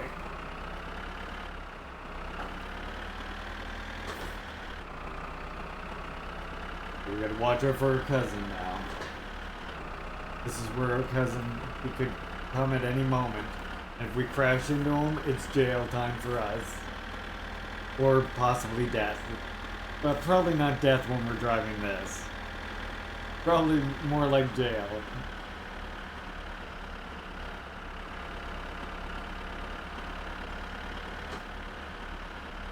Can a game decide? Not really. I mean, not technically, but what it can do is decide how far you need to push the brake in. And this brake is like spring loaded, so the more you're trying to push it in, the stiffer it seems like it's getting. And with this tractor, it seems like you gotta fucking just jam it. Like, this is doing nothing. In a racing game, like in a lot of the racing games, that will actually work. So yeah, it does feel different. I don't know if that's on purpose or what. Probably. I mean, think about it. They thought about when you're at the end of peeing, you gotta hold down P to make it come out faster, like normal. It's like, what the hell? You thought about it too much. You thought about it too much, Jack. The developer just like kept getting things more and more complicated. Because you'll see what else we gotta buy when we go to the store. We need to get fuses. We need to get batteries. What the fuck's going on here? We need to buy sugar and yeast for alcohol making. That's a good way to earn money. Alright. Both train tracks have been navigated, and now we just have to look out for our cousin. Demon cousin. He comes now, we gotta go to the left. Watch the road right up here, though. Look at how narrow this road gets, watch. As soon as I get around this corner, I mean, this corner isn't so good either. Look at this. Fuck off.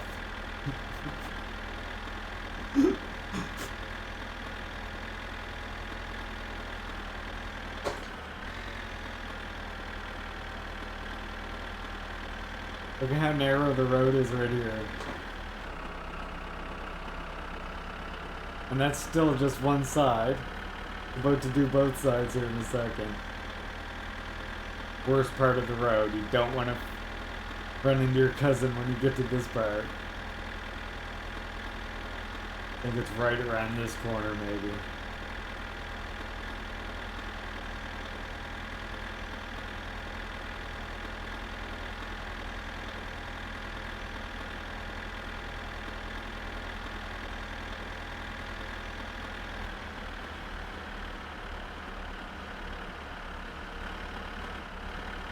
Don't see him, although he could be coming up behind me too, is the other problem.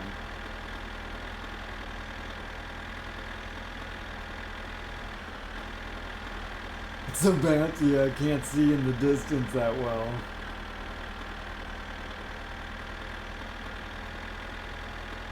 Right there, I can see better now. Get in front. Please, not behind us. This part right here, look at the road right here. Oh shit! I hate that part.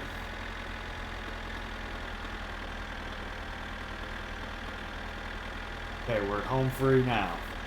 Oh yeah, except this part. And the next part. Then we're home free though. Actually, from here it doesn't look too bad.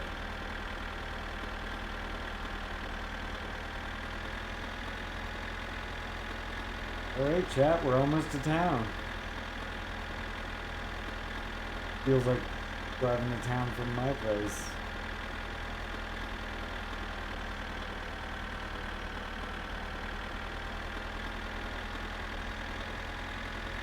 Still worried about cousin.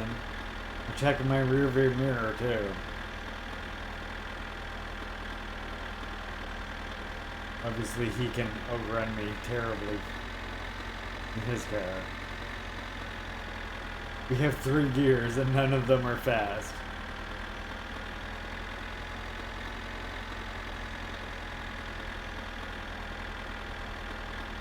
I think we're like right there though. I think right up here is actually the strawberry picking job that you can do. But it's not worth it.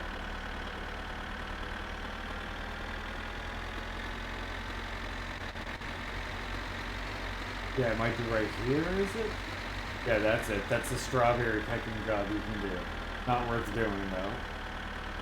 Chopping wood, selling alcohol, and pumping septic tanks.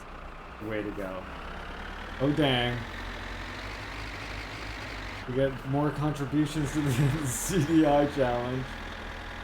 I did not think the comrades would get through that so fast. That is kind of mind-boggling to me. It's over 90%, crying out loud.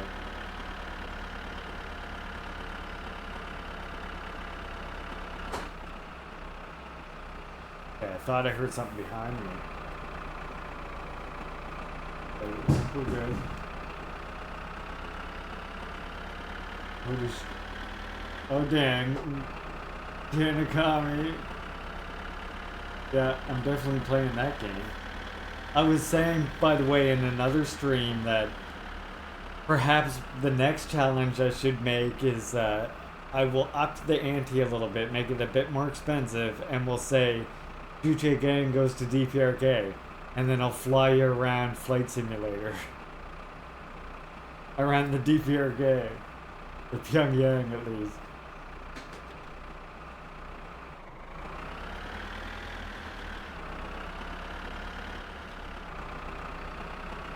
Alright, we're on the way down now. We just got a little jaunt on the pavement.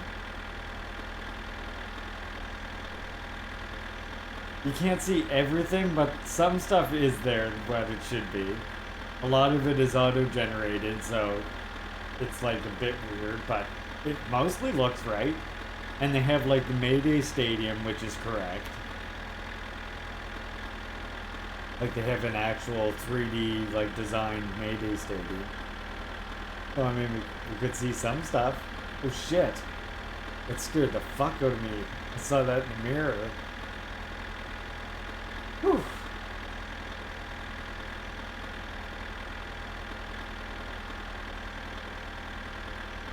And on the way back, we're gonna take a different way because we have to stop and get tires for the car.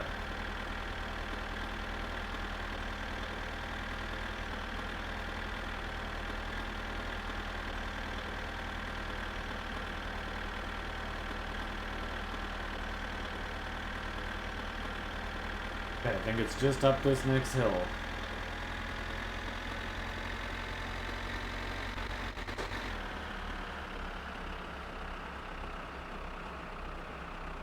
Might as well put it in neutral because you're going too fast down this hill. Yep.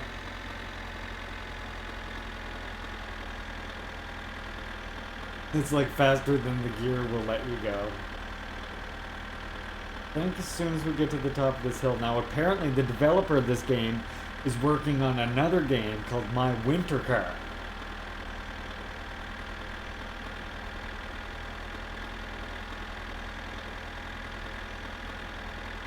And I guess the My Winter Car, you move out, like right now you see I'm living in my parents' house, right? And I'm fixing my dad's old car. Yeah, it will be extra painful by the sounds of it. In the next one, you're also living in a different spot. So it sounds like it'll be the same map, but it's going to be reworked to be all winter. And do you see this right here to my left? This place under construction, this is it's going to take place enough in the future where now you have a kid, I guess, or something. And you're living in an apartment that they're building there right now. I guess that's the plan. I find that hilarious. Oh, did you see that?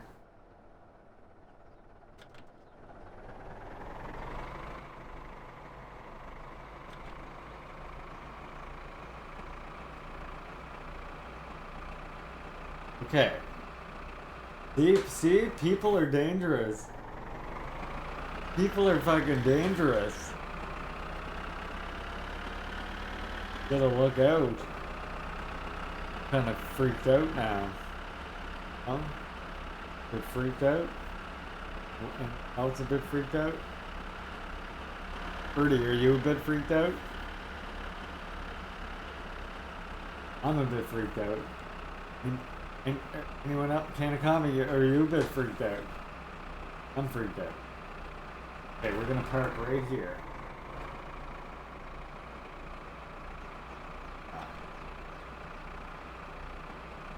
Here we go. Welcome to downtown. Downtown, where the people are great. Okay, this is the pub. This is open at night. That's the pub right there. Where's the store? Ta-da! Hyvää päivää ja tervetuloa Teimon kaappaan. Hello, good sir.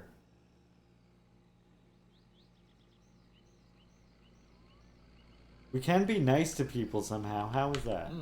Minullakin oli joskus ennen vanhaan koira. Sille sattui kerran First we need the cigarettes right away. Töötäs tuossa tiellä. Siltä katkesi jalka. En minä sitten raskinut lopettuakaan sitä, kun se oli hyvä ystävä minulle. Niin minä Now, what do we want to buy? Said we need beer, right?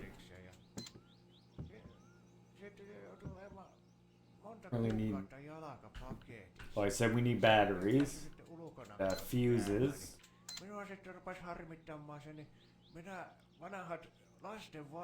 We need one package of yeast, 6 of these. 1, 2, 3, 4, 5, 6. Take a coffee. The alternator belt. 3 of these probably. 1 of these. 1 of those. Always need a car battery, I'm telling you. Spark plugs. Sitten kun se koira hyökkäsi, kyllä se muuten säikähti se rouva. Oispa nähnyt, miten se säikähti. Sieltä kun se hyökkäsi, säikähti oikein kunnolla. Fucking battery is like $500. Do we just hope for the best with our battery we got now, maybe? Buy some sausages.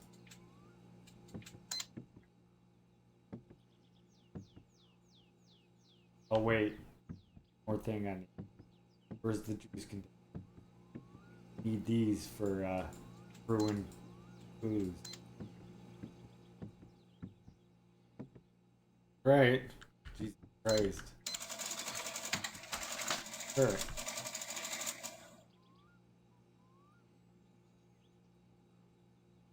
Take that. Have that. Okay. Now. Here. Coolant. 2-stroke fuel. Kyllä minä ennen vanha itekin olen kyllä melkoinen kalamies. Mä en muista kun... No niin, tarttista tämän kertaisesta. Or grocery bag we can... Oh. Here. That goes in the cab with me, clearly.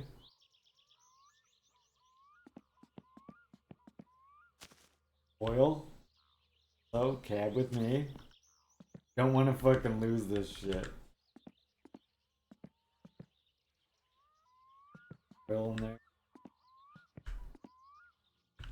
Got $1,500 left. Now, the only thing is, though, it's very likely we will need a battery. It seems like the battery at your house never fucking works.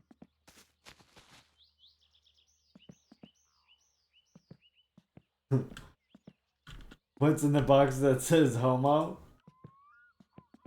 Ooh. Where was that? Oh yeah, the laundry detergent, washing powder, homo hyperclean, I guess. Washy soupy, washy super, washy soupy. I'm thinking it means something else though, cause it's Finnish, but we can pretend for our own benefit. Hojava, right? Really tempted to buy another case of beer. Oh, a lottery ticket? Should I indulge in that capitalist bullshit? No, we need to save almost $500 just for that. Should I just buy the battery?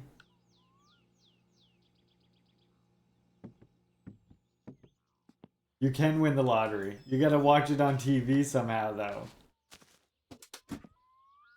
Yeah, you watch the lottery on television. What time is it now? Okay, which way is that sun going? Okay, it's going the right way. So, and what we're gonna be doing is going to get the wheels. Let's see what this is all about. Oh, I'll walk right through it.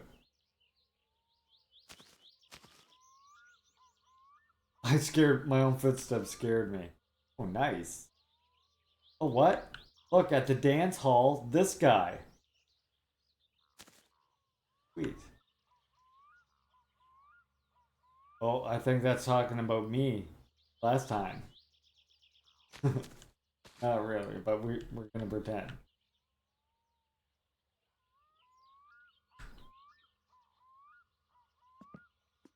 Cool. Alright. Well, let's see what else is in town, shall we? First of all, I just gotta use the washroom before we go anywhere. Sure. Don't mind me. Oh, I don't have much. Oh, no, wait. What do I need? I need to drink beer. And I need food. What the fucking actual?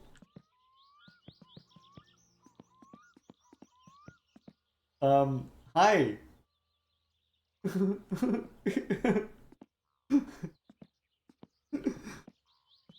I could get hit by a car and then I would die. That is possible, yes.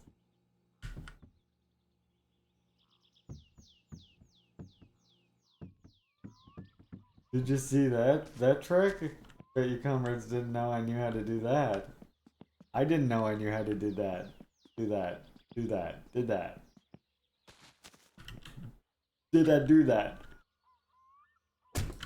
Okay. We're back in the saddle again. Does this work? Like, what's up with this? Hold on. Doesn't need that much, cowboy.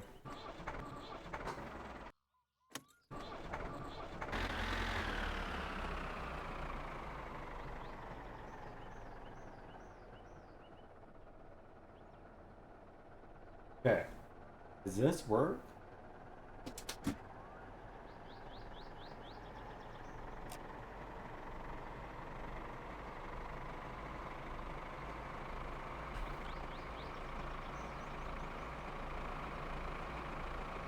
No.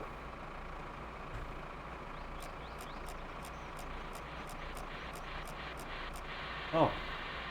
Oh, wait.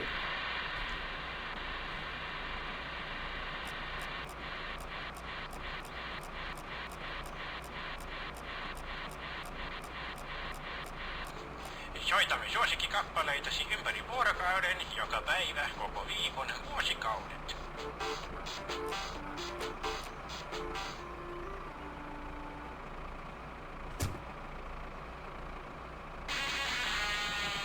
Missä leikkoni kansan kaikkiin tarpeisiin? Amisauto kohoin. Meidän rykimään tie 82, 492, Nuljuntawaara. Amisauto kohoin, ajaa edestä ja takaa.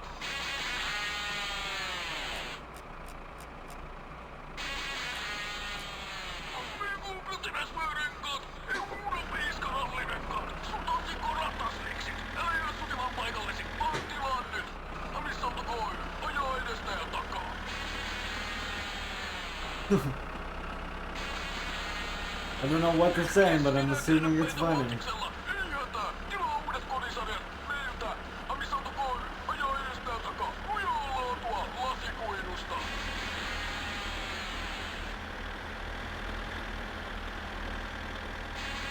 See the rest of the town.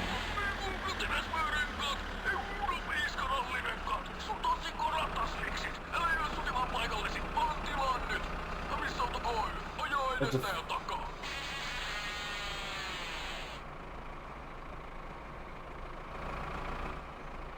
field?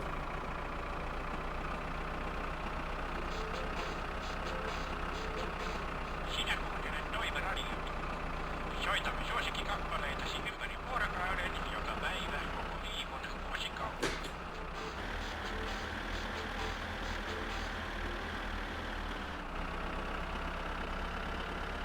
Here we go. Back on the road again. Watching out for cousin.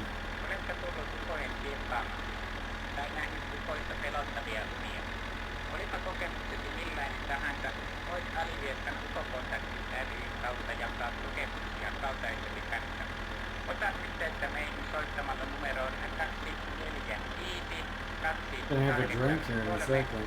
tai lähettämällä yhteystietosi meille postitse osoitteeseen Alivieskan ukokontaktit ry, toimittankoja 4 925 000 Alivieskan.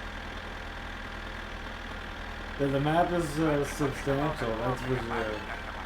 You'll see the dance pavilion here. Remember that dance pavilion we just saw in that paper back there? I'll show you where it is up here. This is the other way to get back to our house.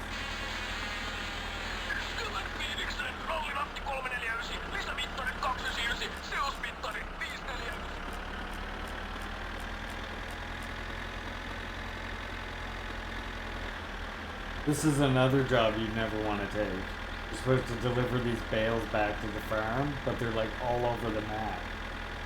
And you get like $1,000. It would take you many days to do it. So, yeah, a job not worth doing. It's a Finland simulator, I guess. My understanding.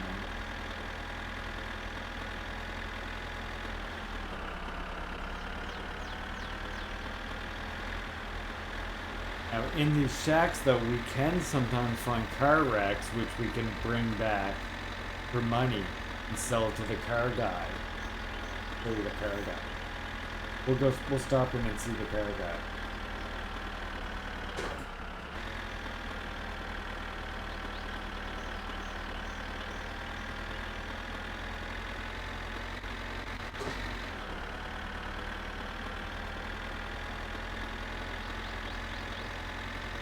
Worried about my cousins, though. There's another garage beside me.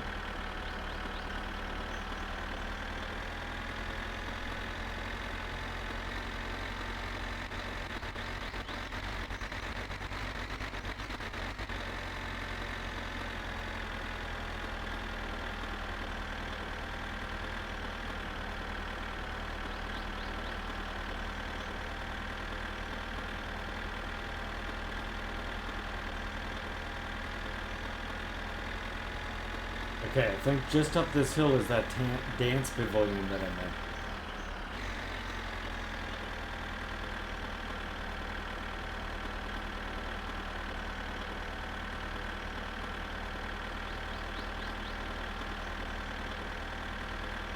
Get up this building.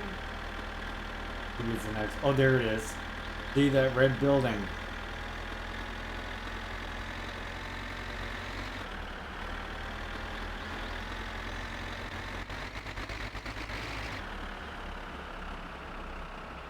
Oh my goodness, we're bumpy. Yeah, it's a little bumpy. Is an understatement, maybe even.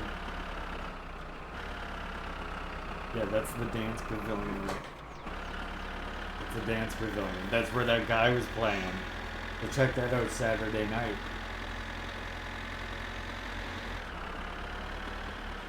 Go to the dance on Saturday, chat?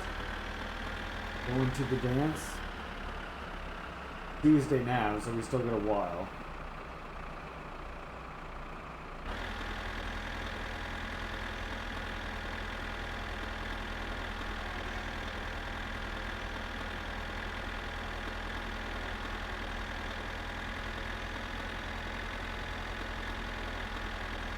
Okay, we should be closing in on this house. Since it's still daytime though, I'll show you this place.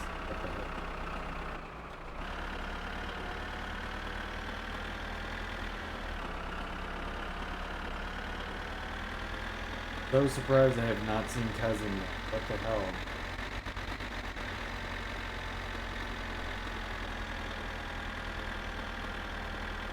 Okay, this hill's gonna be dangerous. Don't want to run into him when we can't see nothing. Just gotta get up it fast.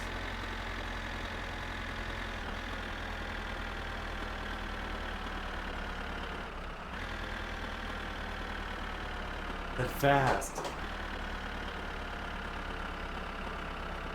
Come on, old girl.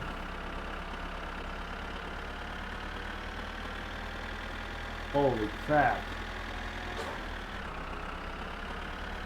I was questioning that for a second.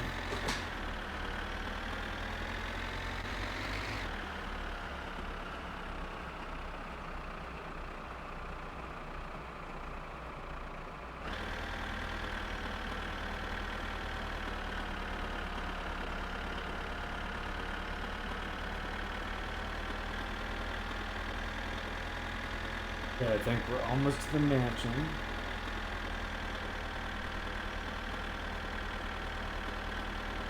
Yeah, that's the mansion. Okay. I'm gonna first stop up here. The car right here? Do I hear a car? He's gonna tell me the fucking car. Not on the bridge, not on the bridge.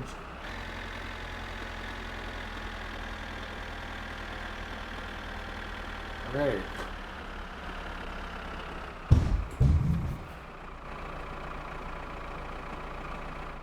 Stop here for a second.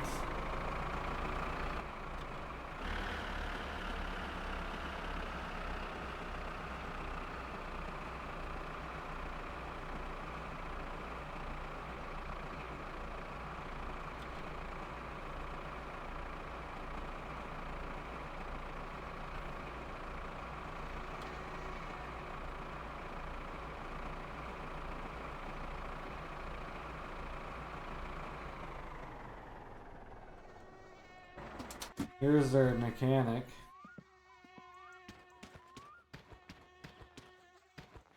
Oh, what's he closed now already?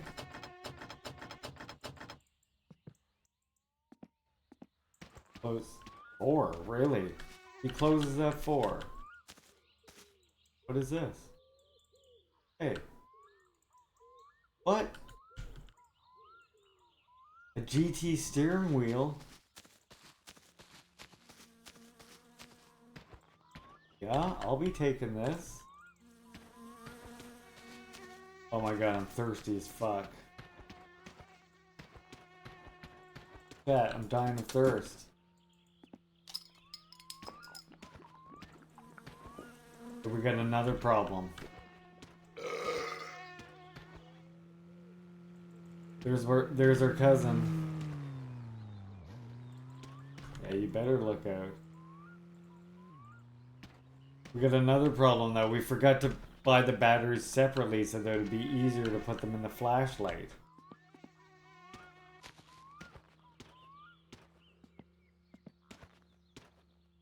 There's always the mosquito. You're just... tonight, I swear, tonight I'm gonna look up how to change the game files to get rid of it. Right, well we can't do much here. Oh yeah, wait, there's that other thing.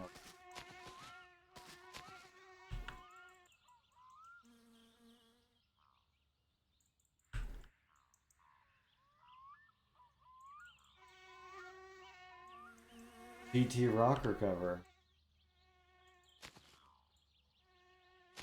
Sweet. Some car parts. Free car parts. Good. Pretty good. Anything else? Over here, maybe?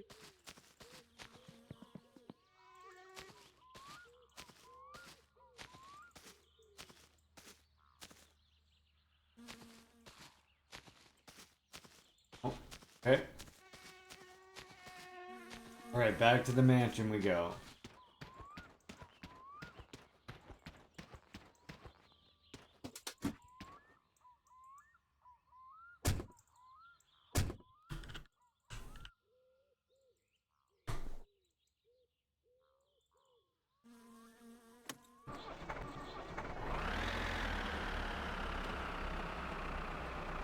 Turn around.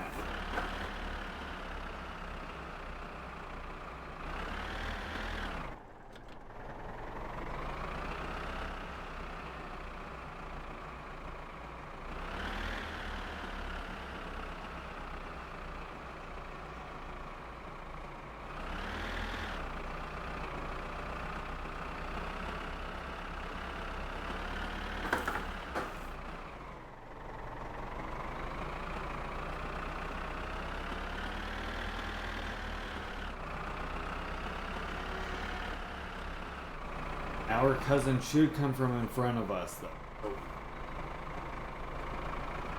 It'd be easy to spot him if he comes now. Just gotta make it through this bridge. And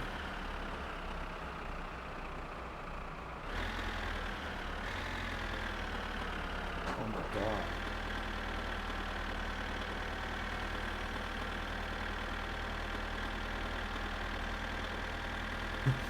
Dear Lord. Here's the house.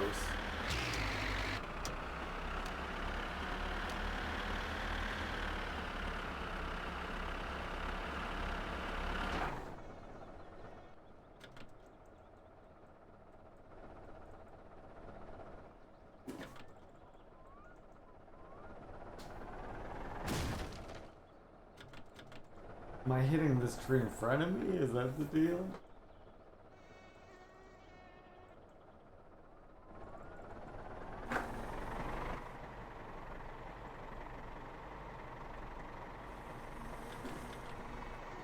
He's like an alcoholic or something.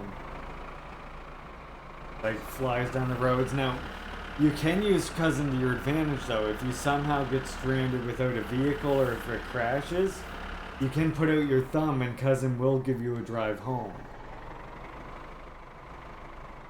Okay, so what we need to do now is park this trailer.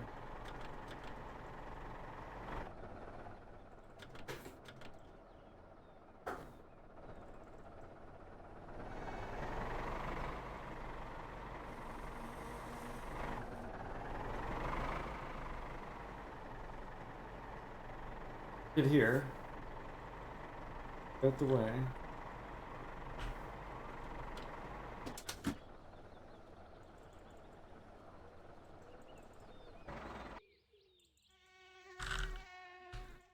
Fucking moving all around.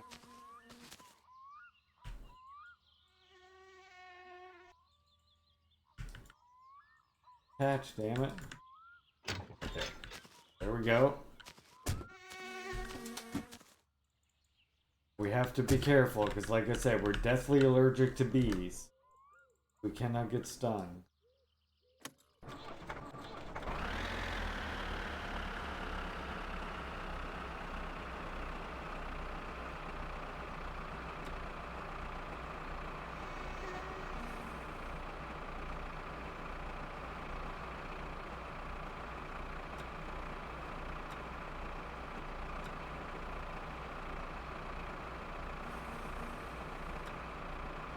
Good.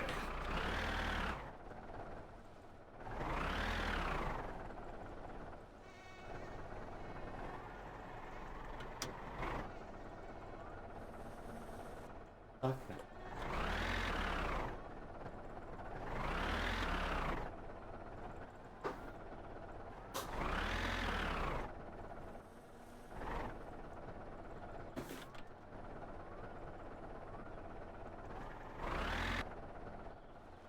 The fuck?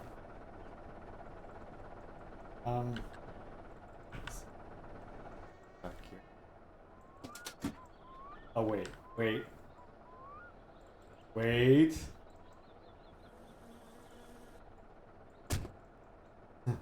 Whoops.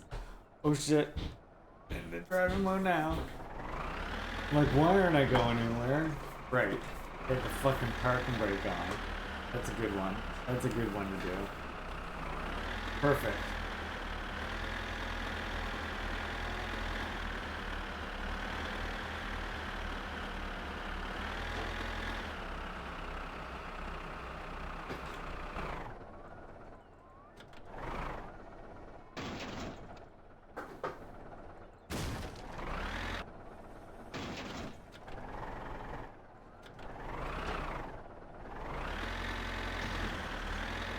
Come on, get out of there. Why are you stuck? There you go. Okay, now we need to light it up, because it's going to get dark here soon.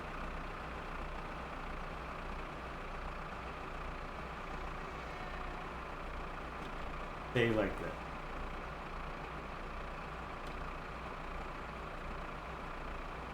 Settle down.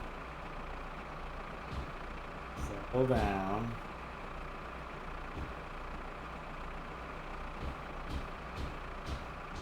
It would be good if this thing stopped moving.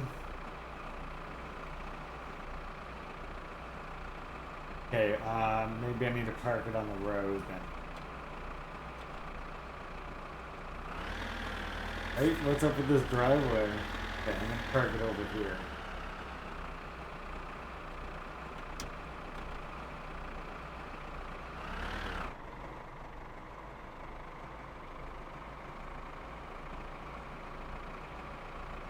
It should light it up now.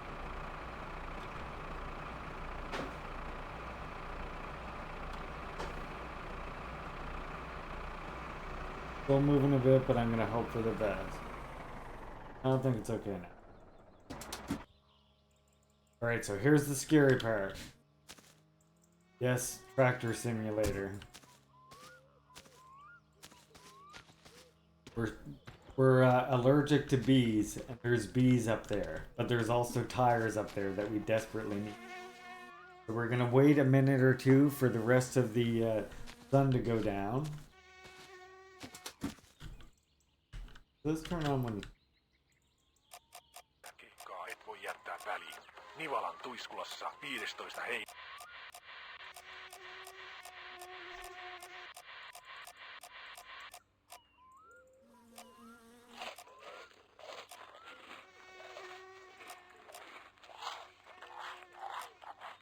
Yes, we're allergic. We're deadly allergic to bees.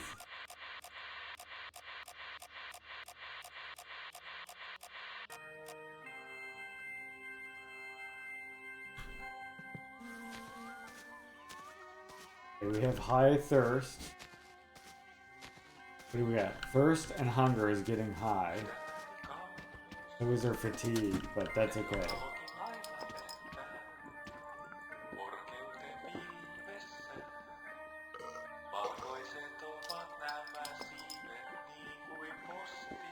This helps with your hunger and your thirst.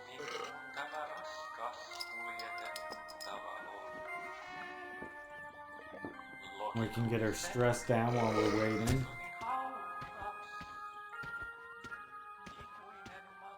Get her stress down. What is this anyway?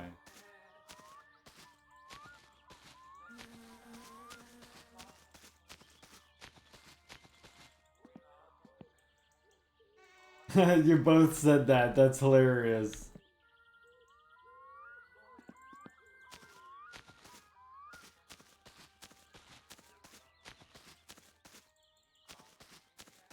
That's too funny. You both literally said that. Alright, we're gonna take a little... This is an interesting structure. I wonder what this one is, though. Wait. Weird.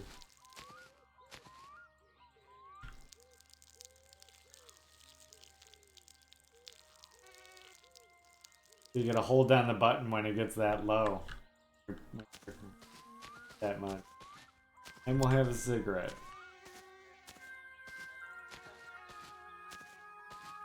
And I'm gonna say we're good. It says nighttime, the bees go to sleep.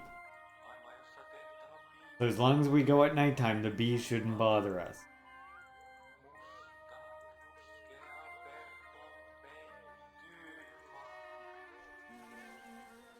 Oh, clip through walls, you say?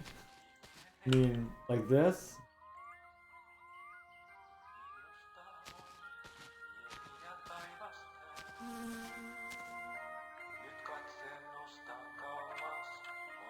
Maybe the smoke will spook them, maybe. Counting more on the sun.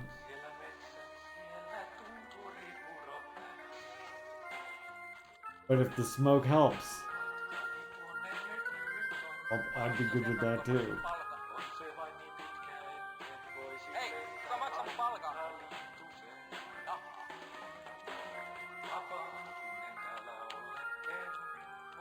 What do we think? Should I wait a little bit more till the sun's actually like below?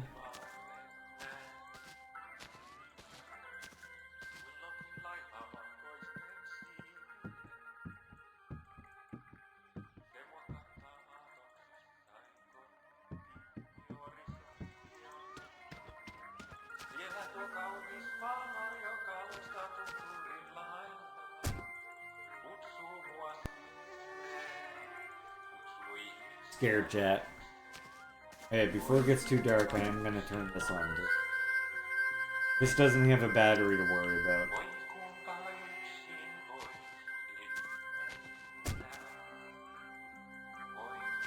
Just gonna wait another second. Like once it gets to the horizon.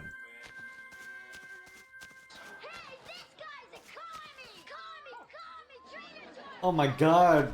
Thank you so much, Red Falcon, for the gift sub to Sip for Rusk.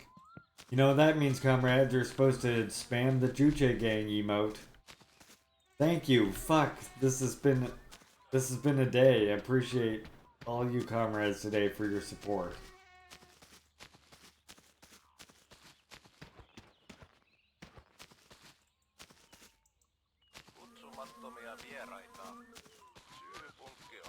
It's an absolute ton, like it's hard to put into words, but I fucking appreciate it. Mikroskooppiset öttiäiset, jonka naarat kaivautuvat ihoon ja munivat sinne munansa. Eivätkä ne edes lupaa kysele. Kyllä se kuuluisi hyvin tapoihin ilmoittaa, jos meinaavat syöpyä kiinni sormen väliin tai ranteisiin tai polviin tai penikseen.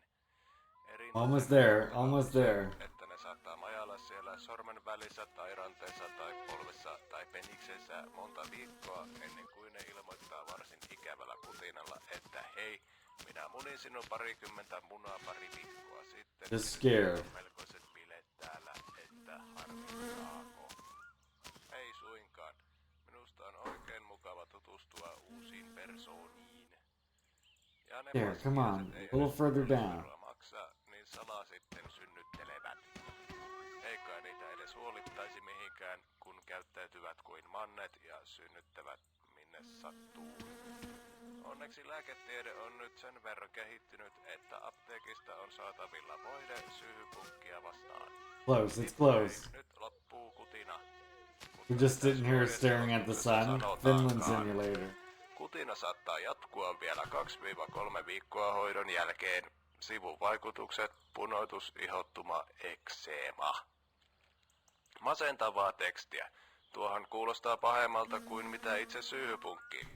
Miksei siinä voi lukea suoraan näin? Got like news going now or something. The other channel got. Tulevat, munivat ja kuolevat vasta kun kantajansakin. Jos kutiaminen sormen... Nähdään. TV:stä tuttu kauniit ja rohkeat jäätelö nyt kaupoissa. Right. Alright. I'm gonna say we're good. Fantastisen hyvä. Tästä Ritkekin tykkää. It's true, Red Falcon, it's true. I will gladly do that. But seeing as how I don't do many of the bourgeois politics stuff, I don't know. Right, let's hope for the best.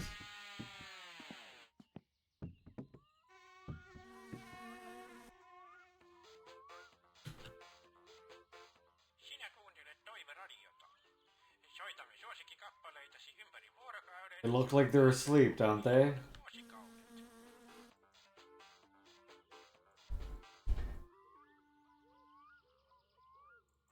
I go this way around them.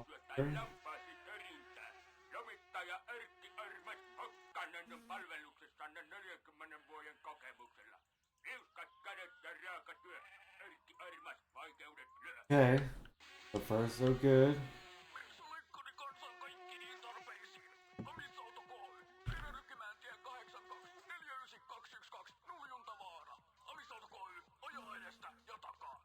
Yes, this could be game over. If I get stung, it's an instant game over. It not could be. If I get stung, it is a definite instant game over. But we need these fucking tires. The only other option is to wait and save your money and buy tires. But that could be a while. If you want to get your car driving and start testing it, you want to come and get these tires for sure.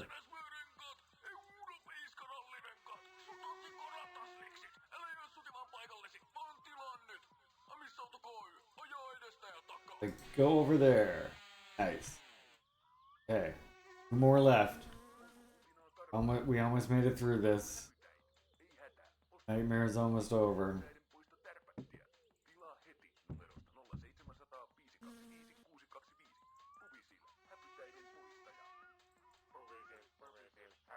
No epinephrine at the store. No.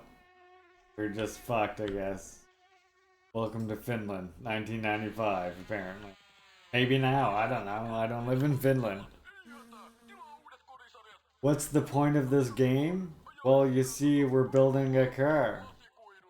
We're basically building our Indian car, Red Falcon. Only it's Finland. We're not Indian. But it's basically that. We were born in this, like, Nissan, this old Nissan Datsun. And the point of the game is you want to rebuild it, make it rally-worthy, and race it. It's always been 1995 in Finland. That's true. I did overlook that matter of fact. Alright, we got the tires. And we just need to get them in the... We get them in the wagon here.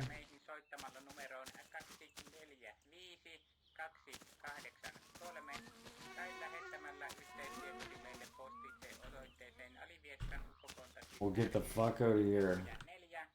Get the hell home.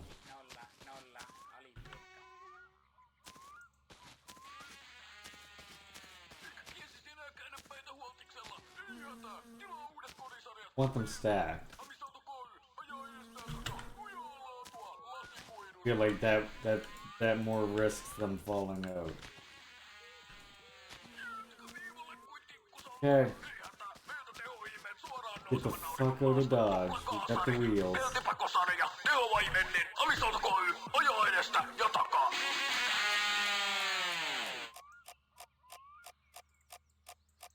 Go. Up to her trailer and get out of Dodge.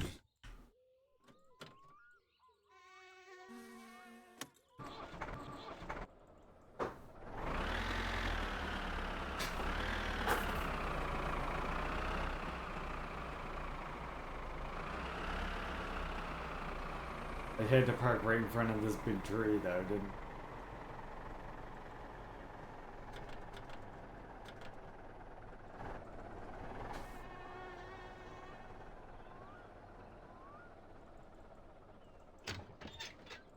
Okay, let's get the fuck out of here now.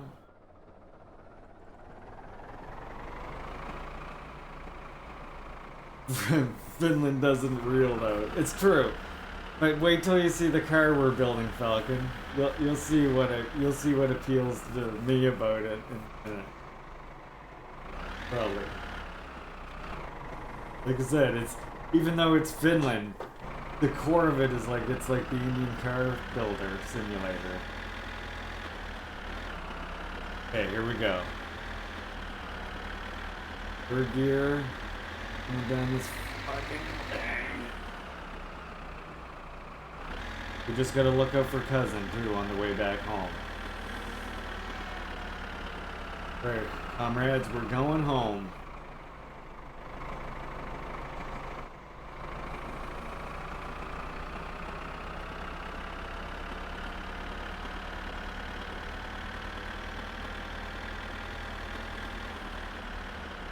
Good thing too, because our fatigue is getting up there. So was their hunger.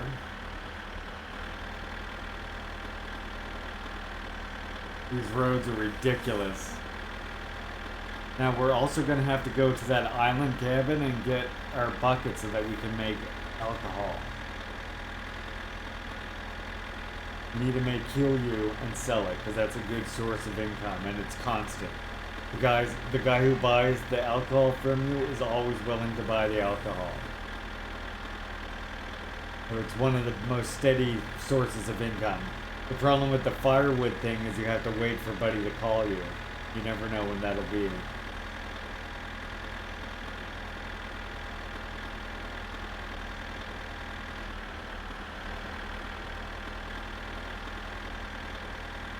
Oh! Oh my god, please don't lose those tires back there. Can't afford to turn around and lock, really. Be scared to, I should say. Gonna hope for the best. What the fuck was that? Okay, that must be the highway. God damn, I almost had a heart attack right there.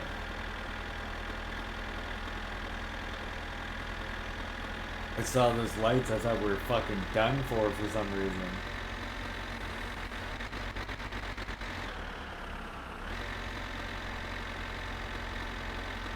Now, the one thing we don't know is, did our cousin go by us while we were in that house or not? If cousin went by us, he'll be coming head on at us again. If he didn't, he'll be coming behind us. This is the guy that buys the alcohol right here. You can see him sitting there. Hey, bud. We'll bring the alcohol soon. Gotcha. Oh. Oh, this must be cousin. Wait, yeah.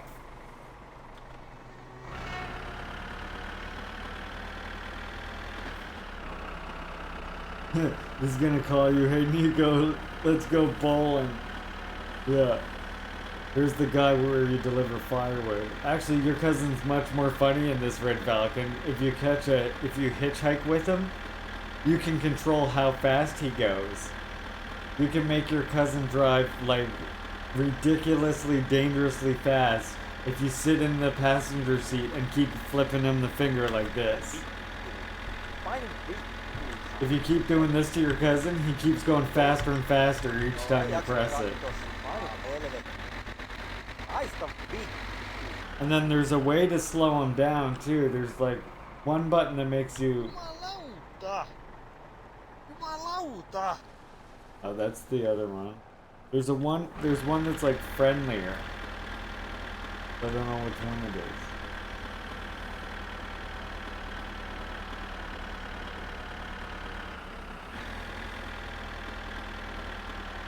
Yeah, you can relieve your stress by swearing like that too.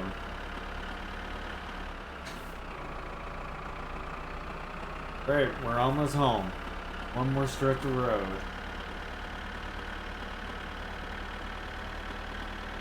This is the last road where cousin can get us. As soon as we turn next, cousin doesn't go down that road.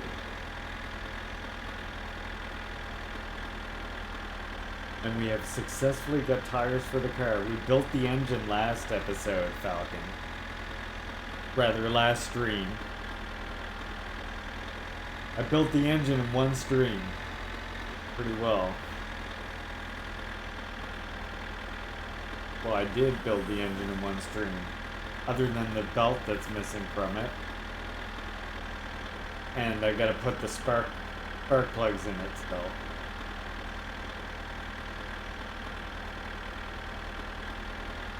Did I see what? This Slate article? No?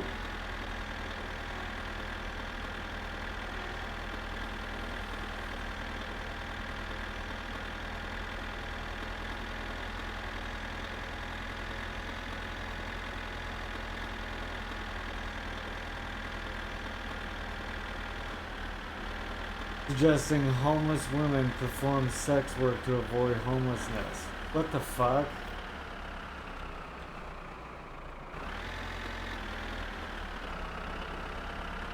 What the fuck? Is that an American? Is that like an American fucking outlet or something? What the hell? That is absolutely disturbing. Something is deeply, well, it's not broken, and I guess that's exactly the way American society is designed to function at the end of the day. It's like they say, right?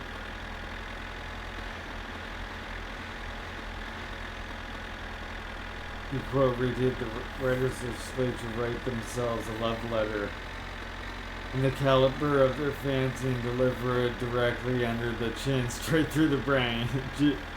Yep. Well, that's ridiculous.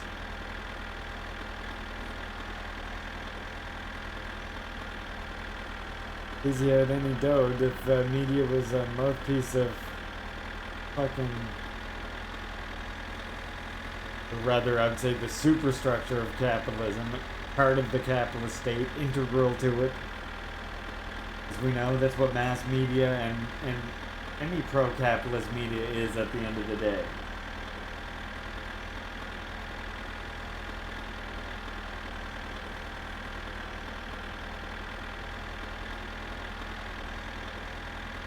Alright, we'll soon be home, comrades. That's a successful trip to the store. We got the tires. So we passed one of the most dangerous checkpoints, which is getting those tires is one of the most dangerous parts, really.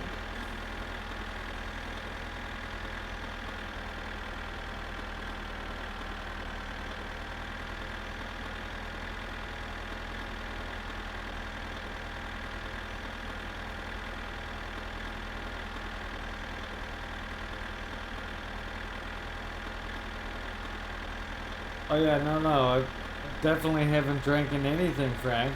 No, nothing. Looks nervously down at the beer. I'm not drinking anything. No. Oh. There. I'm not drinking anything.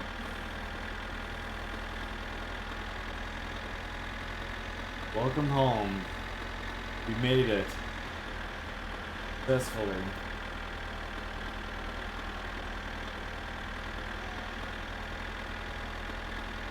One successful trip to the store in the bag. Might as well just look here. Oh yeah, wait, I got the car in the driveway.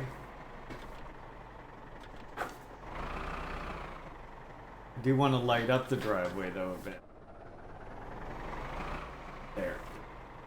That's perfect.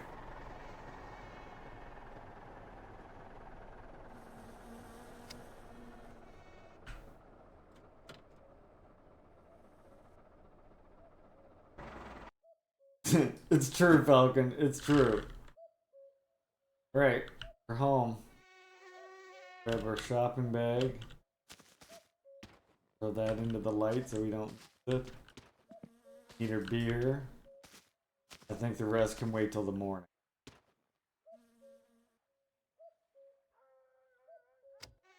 Rest can wait till morning. See, Falcon, this is the car we're building.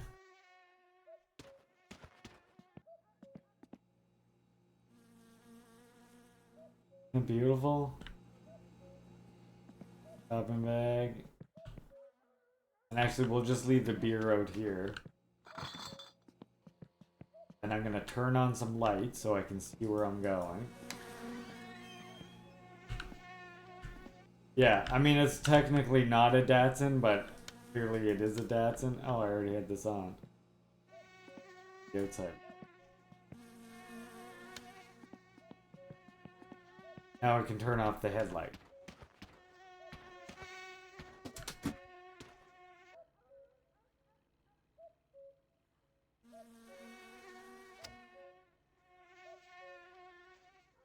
Headlights.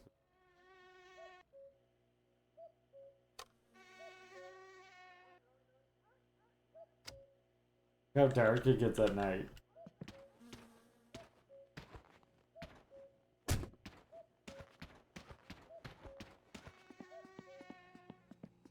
There, see, I still gotta put the rest of these parts on it, but look. Engine's pretty well all built. Had to put it together piece by piece. I gotta put the belt on it still now. And I gotta put the spark plugs in it. And I think there's a few other pieces. Like the electrics here. Radiator and shit. Well, then you drive it. You try and drive it. You also gotta align it and stuff, and then you can rally race with it as well. That's pretty much what you do. You build your car, you try and rally race it. There's a couple other things you can do as well. Including like stealing this guy's girlfriend by killing him. I think there is a way, yeah, there is a way to get credits to roll. And I think it does have something to do with once you get the car built, you win rally or something, and then you kill this guy and take his girlfriend. And that's generally the end of it, I think. I think credits roll, but you can keep playing obviously, and you can keep trying to upgrade your car. Like I'll show you here in a sec. Just wait. I'm gonna open.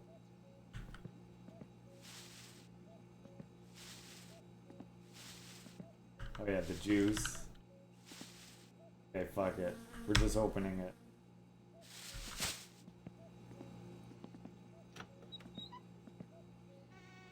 So we're gonna use the sugar to make alcohol.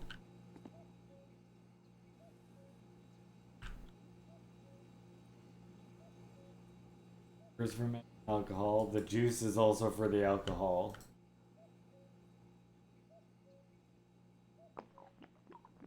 Actually, we might as well drink up the juice now.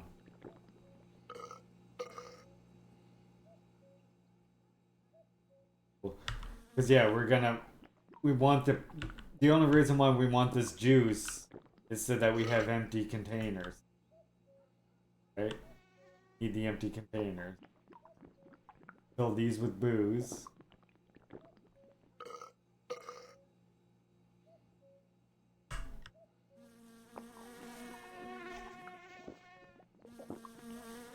You actually need 20 of these, but you can only get as many as I get this time at a time. So it takes a few trips to the store to get enough. But we can still at least fill these and sell them this much booze, and then when we get more, bring in more. I think this is the last one. Here we go.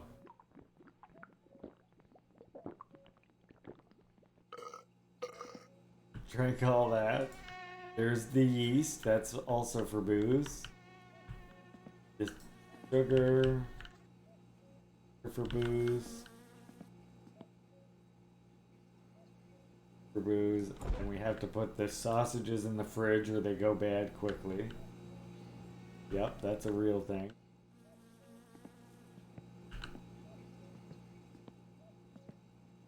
Oh, there's a lot of sausages there, it looks like. I think we bought an excessive amount of sausages by the looks of things.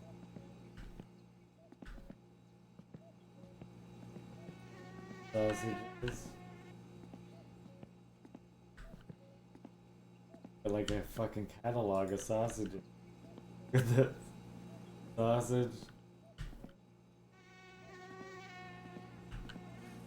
Sausages.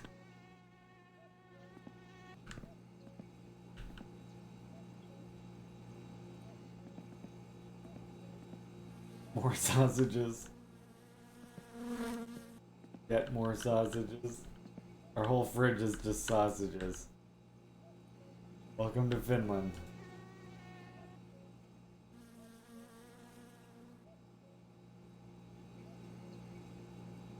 Here we go.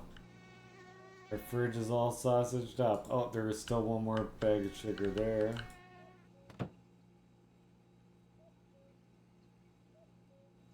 There, perfect.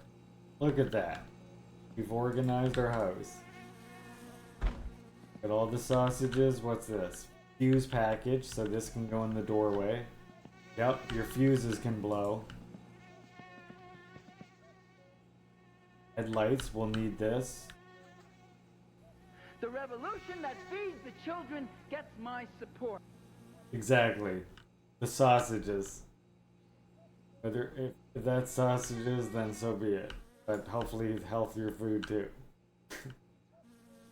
Alright, and there's the spark plug box. And here's the serpentine belt we'll need.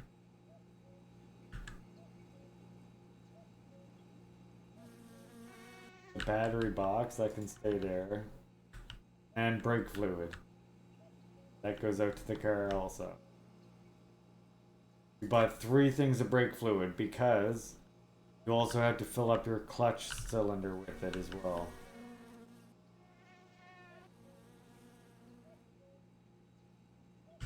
There we go. Home sweet home. Going to bed. But we need a drink first.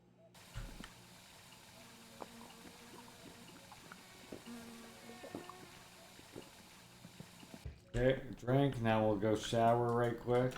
Gonna pee our pants.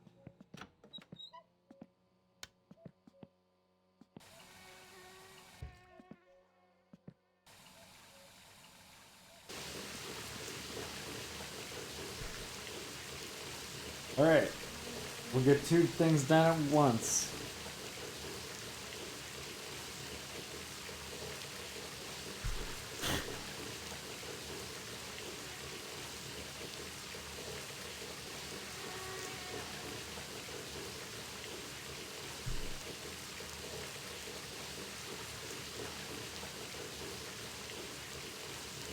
We go. We're ready for bed.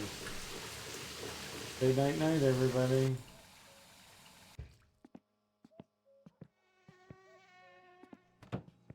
Say night night, comrades.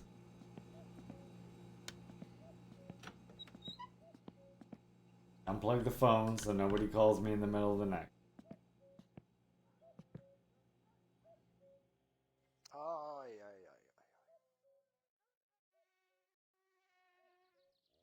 Here we go, and now it's a brand new day. Look at that. Ah.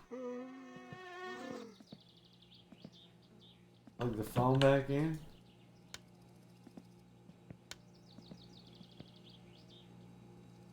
Alright, first thing we're gonna do is work on the fucking car.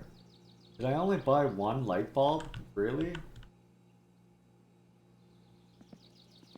could have swore I bought 2 of those. That's fucking... Why would I do that?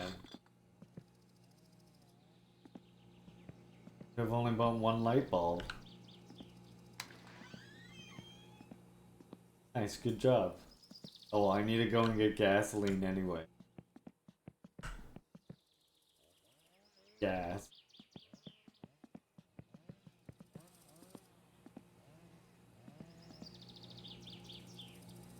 We'll put the tire... Actually, we'll just put the tires on now, too.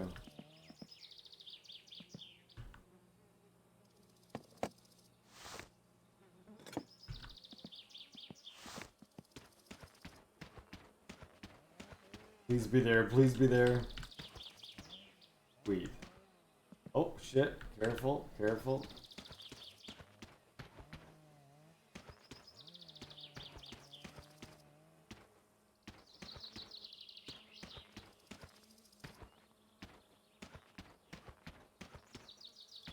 Good. We're almost back in business. Although I'm still not sure about the battery. Might need to buy a battery.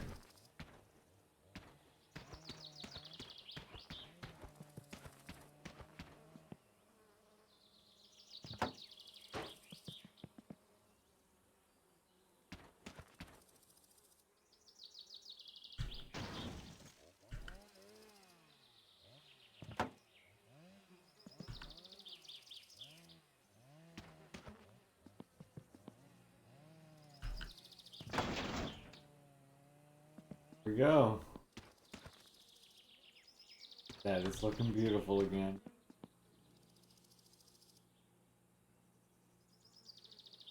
Come on.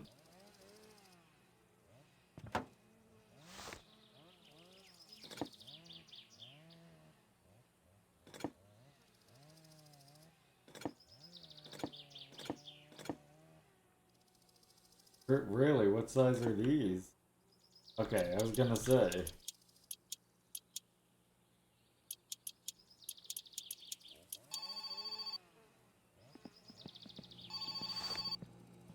Stalin. No, I'm not doing your hay bales. Fuck off.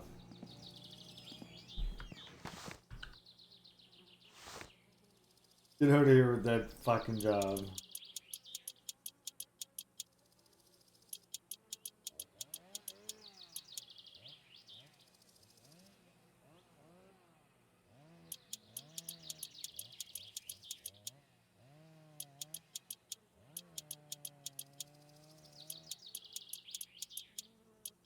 Okay, now we're in order again. Car's actually on wheels, looking more like a car again. This time it's red, so it's gotta go right this time. Red being the superior color that this playthrough cannot go wrong. We'll complete this construction of this car.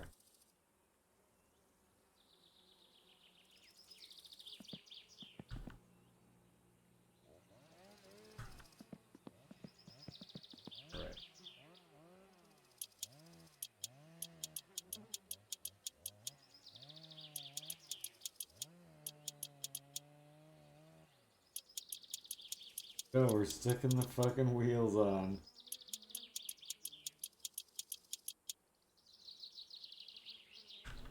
Right now, we need to get it in the garage, preferably.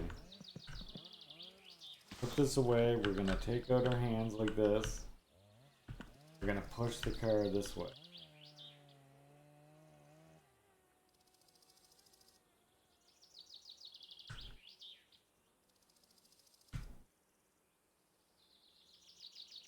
Start pushing it in the garage.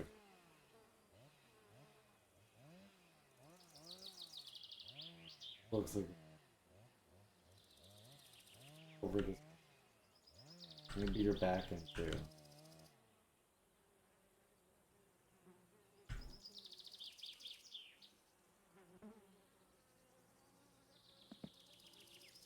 Your hands down while you go beside it.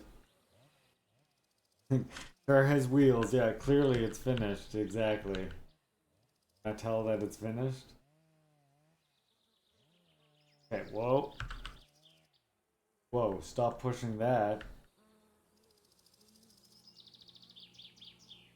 No, no, we definitely wouldn't flip it by accident. That's not a thing that's about to happen. Definitely not within today's cards. Not flipping it now. Good, it looks good. That wheel's so close. The front fucking wheel. Why does it keep going after this? Don't do that. Terrifying. Get out of me. Feel like it's just an inch or two further. Okay. Now it could even go back just.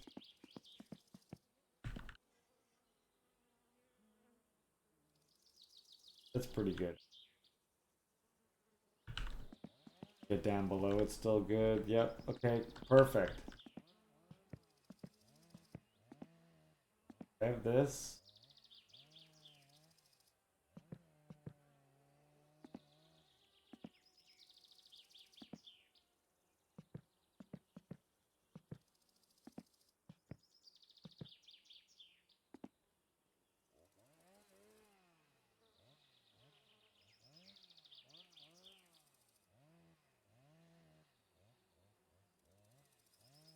Engine and then.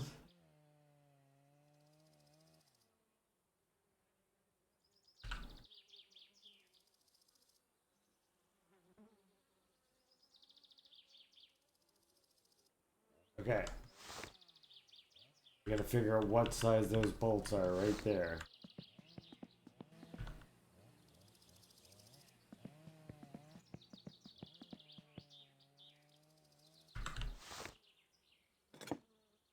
Smaller.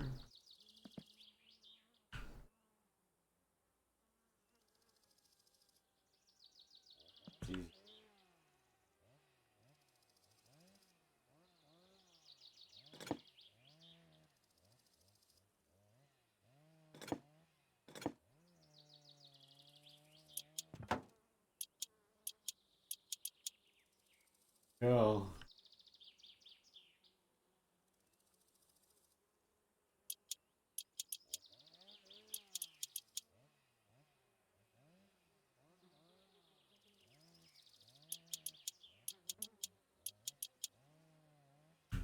Engine is mounted in the car.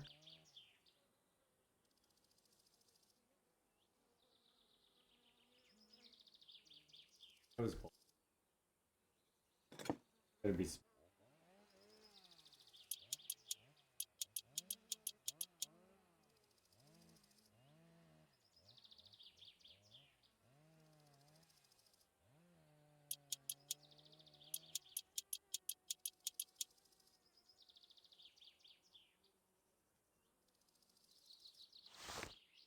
Right, there we go.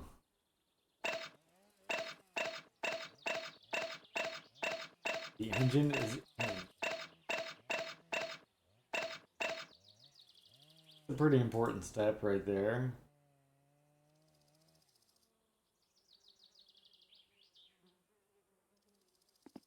Beauty. Look at that. Oh. Grab those spark plugs.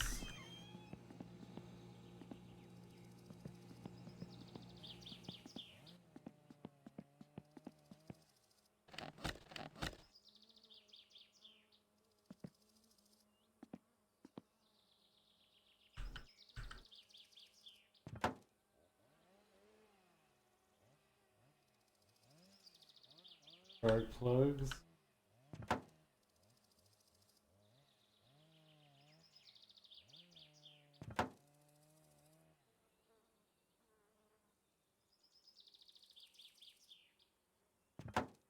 Go.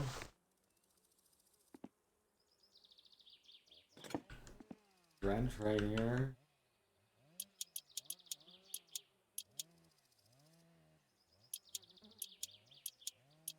Look at that.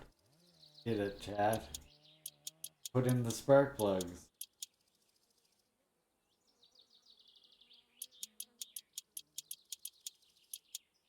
Beauty. Beautiful. Okay. Yeah, I wanted to check that battery. This.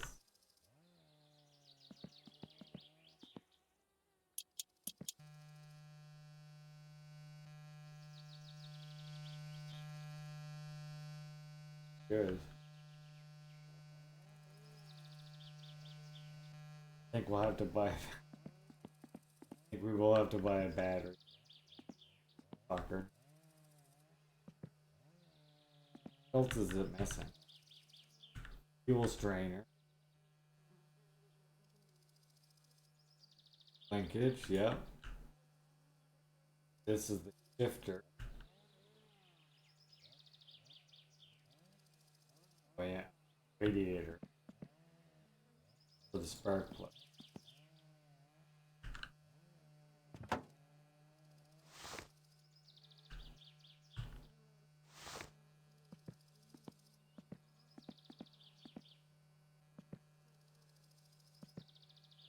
Right. I also bought something else, right? The serpentine belt. That too. Why did I only buy one headlight? I'm so baffled by that.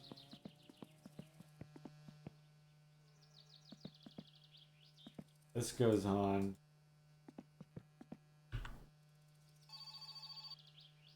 What?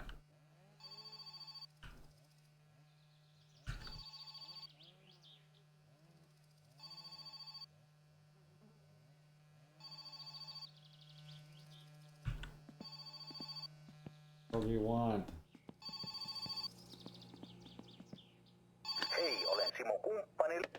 The fucking solicitor. Okay.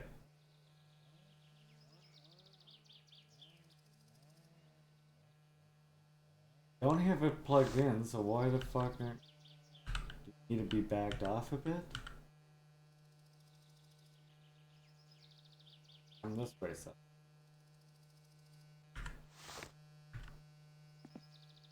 What was that? is indeed the problem. It just had to be backed off some.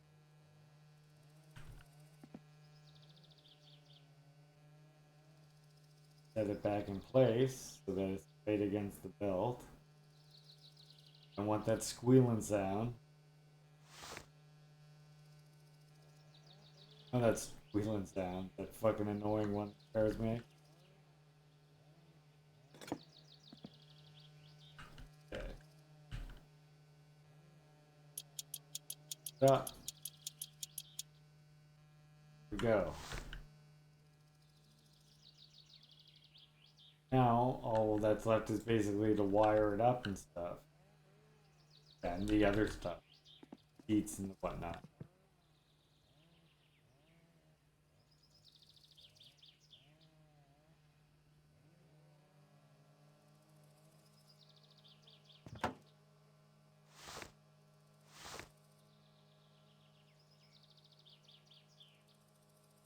Needs that stuff. I think we should go get the alcohol stuff.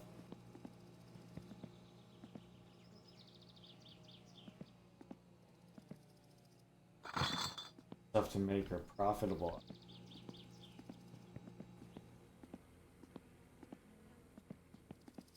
See if my uncle's. You there, buddy?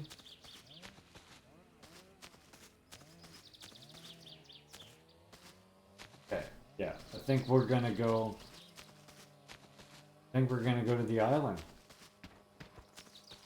Okay, let's get a bit more car work done. We'll reward herself by going to the island.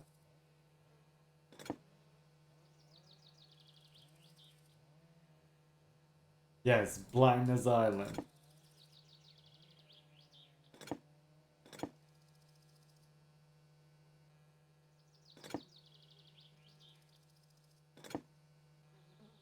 Oh, is this one?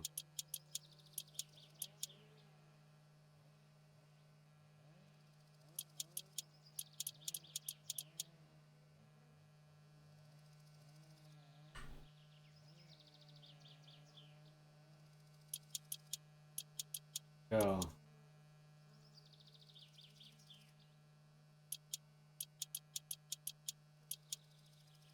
Get this first seat in. Look at how much more like a car it looks already.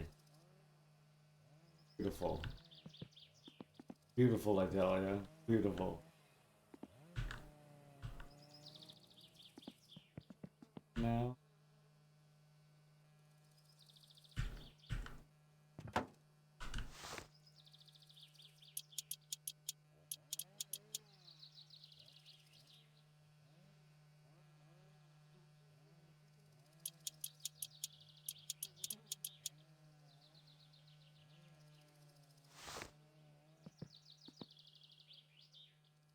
And the passenger.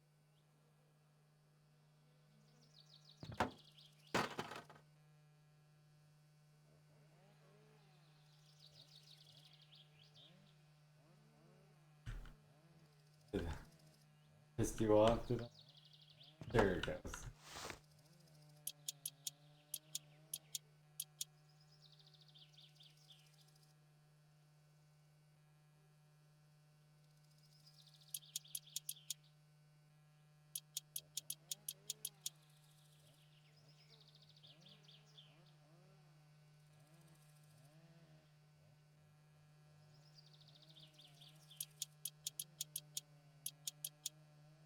Look at how good this looks. God damn.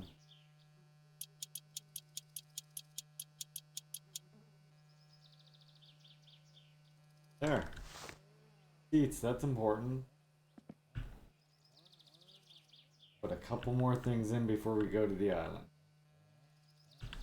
And that shifter.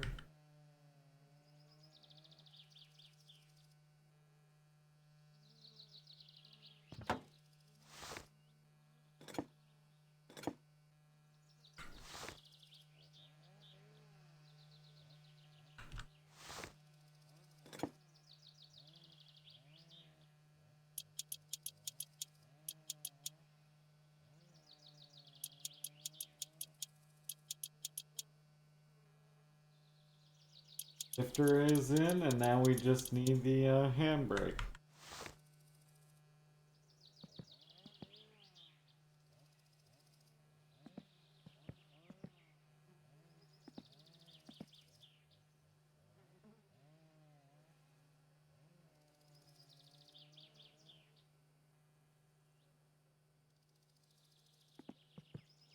Handbrake.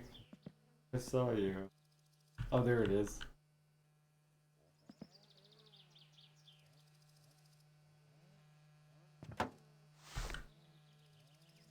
Guys, bolt are you? Okay.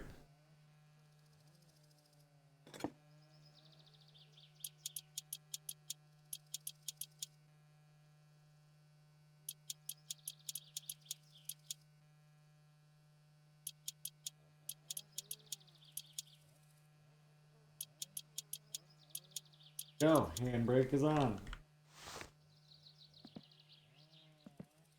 Looks lovely.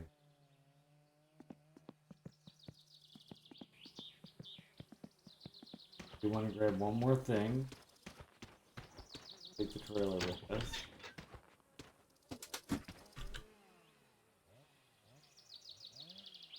Tractor.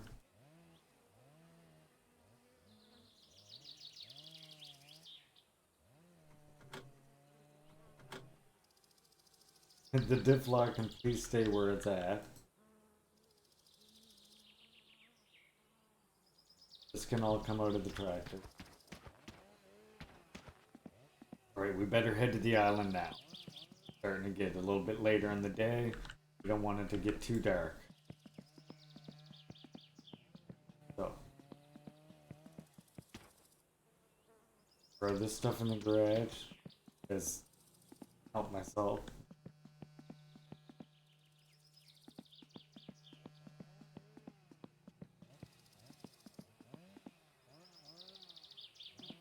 We have a new rocker cover. I forgot about this. There's no watches in Finland. Well, yeah. I mean, what?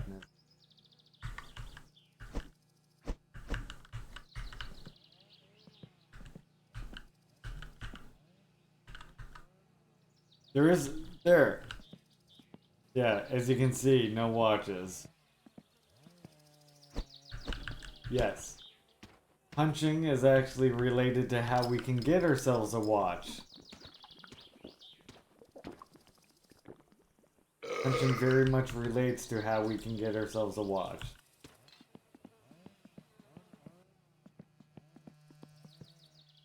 I wish I could remember what button it was to be nice. Oh. Okay, pays to be nicer to people.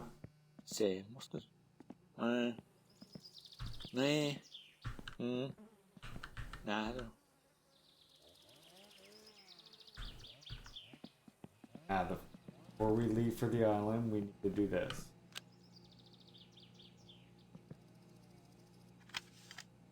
Battery cover.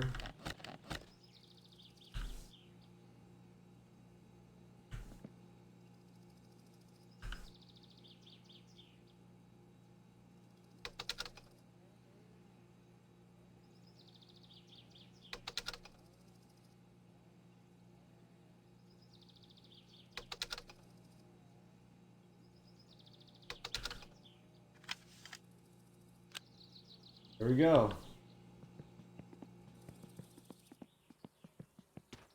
Yep. You pretty much figured it out.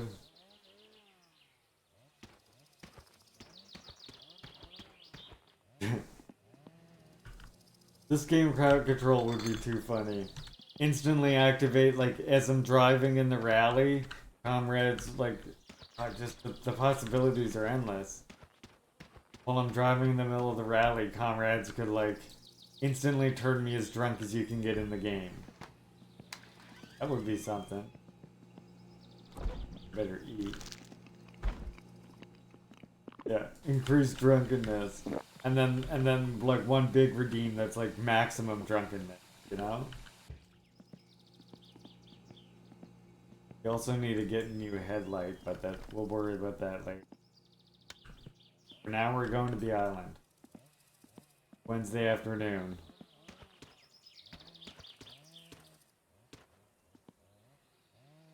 Took a bottle of vodka before going for a drive. Yeah, that'll work out. That was a really good idea last time. I'm gonna try the fireworks again. I'm just not gonna hold on to it this time.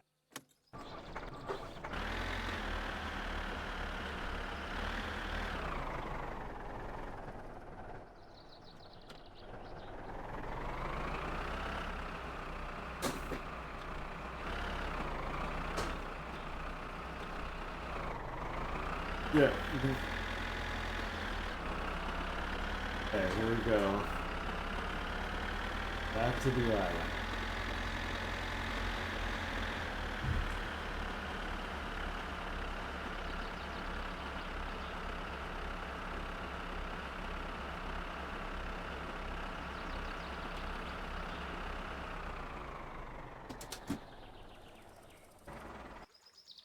Okay.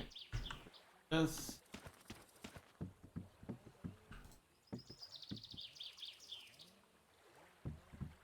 Here.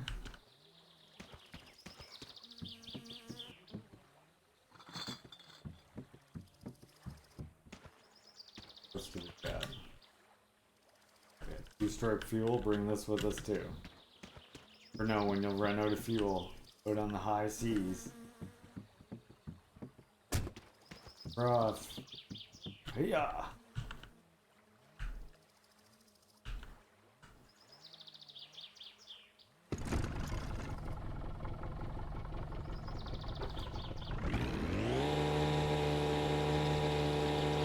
Here we go, comrades. Gotta go get that bucket.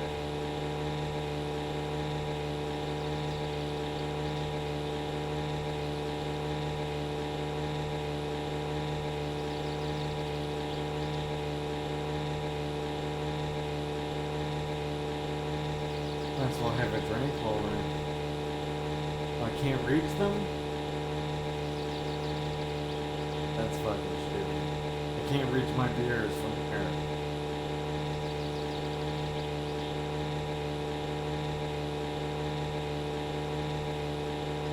In that case, someone needs to redeem 420 labor vouchers, I think. In condolences to my struggle of not being able to reach my beer that are right here in the boat with me. Thank you, Bertie Sanders.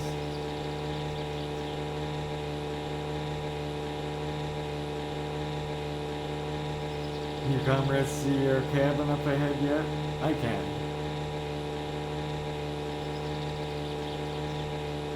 I don't know how good a quality it looks for you, but I can see it.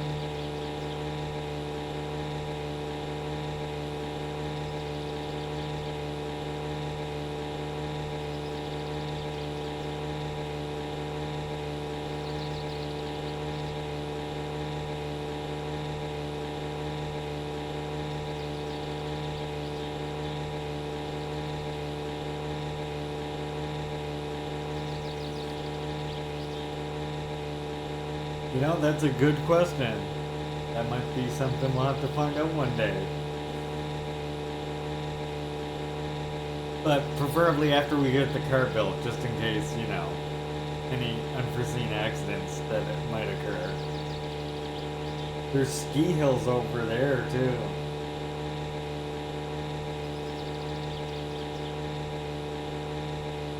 Like, I always wonder if I could, like, take my car there or something somehow. Oh, I can reach my beer now. Yay.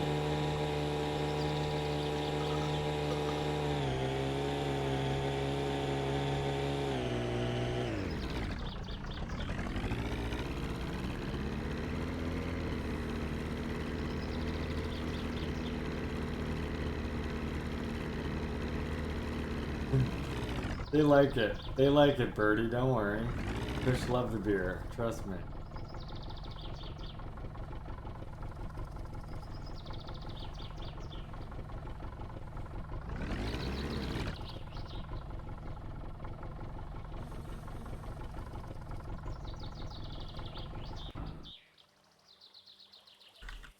We're here.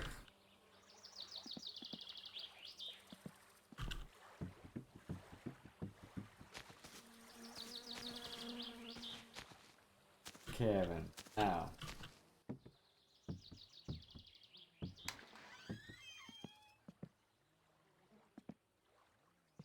This is what we need for brewing alcohol. Want to make sure we take this back home with us. Oh.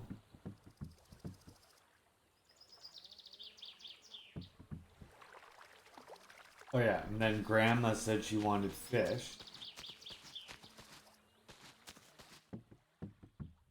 Yes.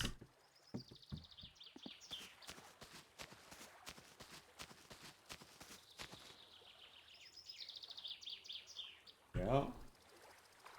Get some fish for Grandma.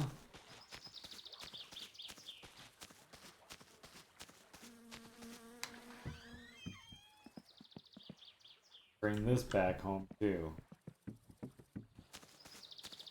Coffee pot. I don't know why the hell you want it out here. When you get tired out here, you get tired. At home is when you want to be when sometimes you don't want to be tired. You also need that coffee mug.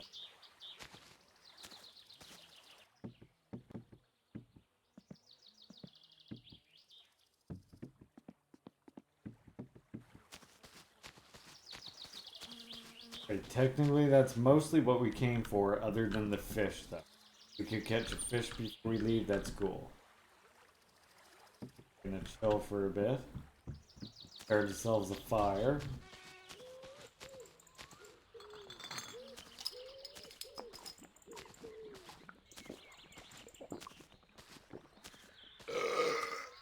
Yeah, I think that thing is a wood carrier.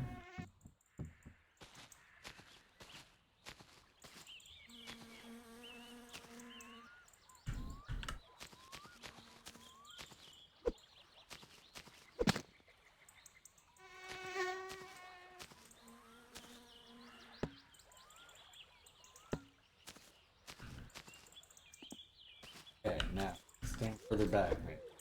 Closer. Get off of the stump. That worked.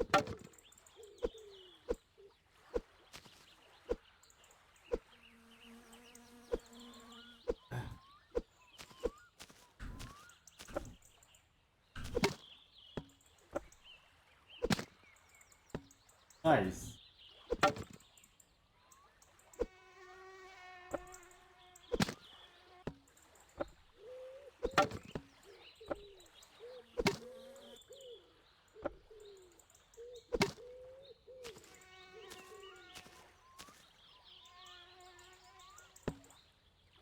Go. Now we got some firewood. A whole one more? Yes.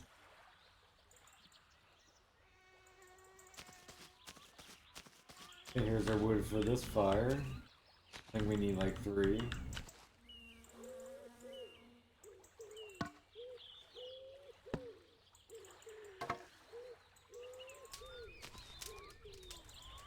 Now we're vacationing.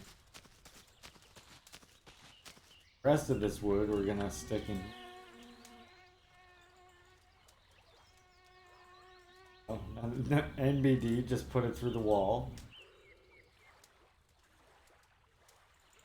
The way you do things in Finland, in case you don't know. We're getting real cozy up in here.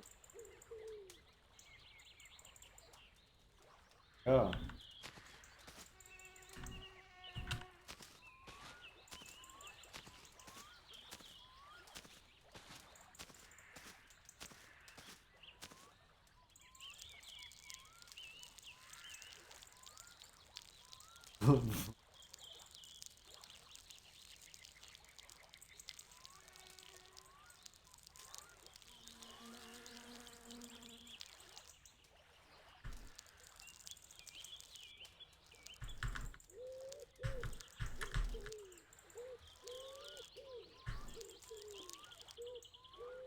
Right.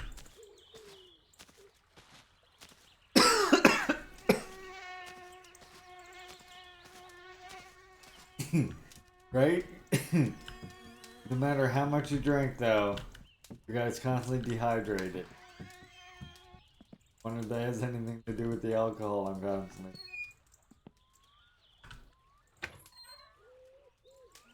Possible. In there.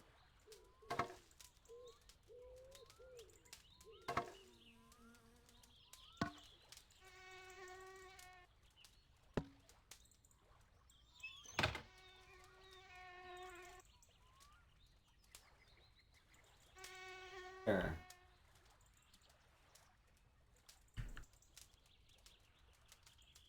Look how nice it is. Fire there.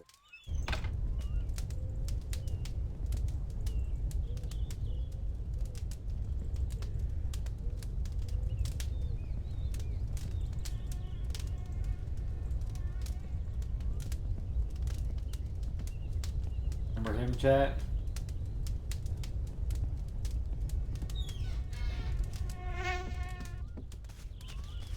Remember getting hard? Huh? Getting hard?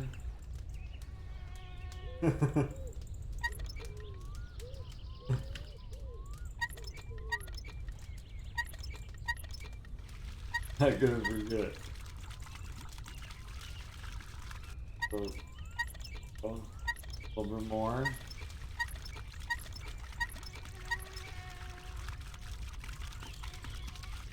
Yeah.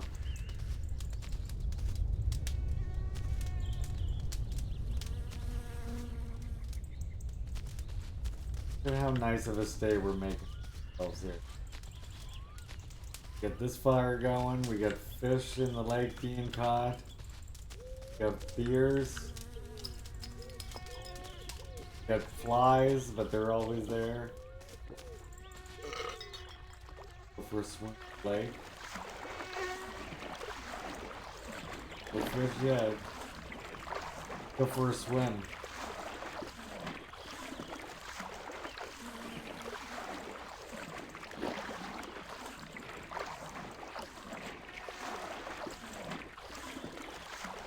Just a little dip.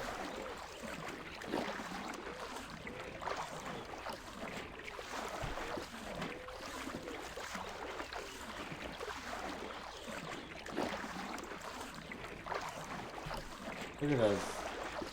Fucking like an Olympian here. Hey. That was a fun swim. Now, check the temperature in that sauna.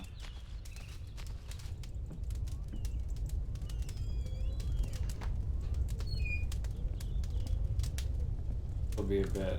It'll be a minute.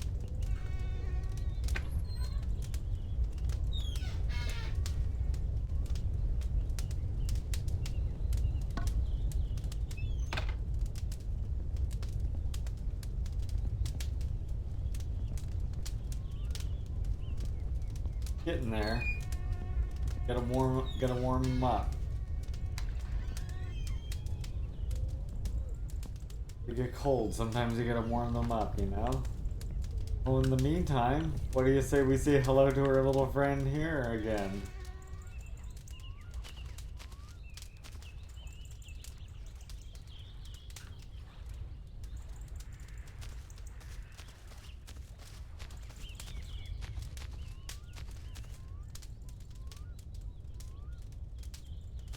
Like, sit here.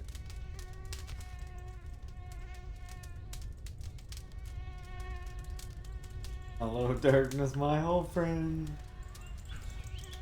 Play from here? Yes.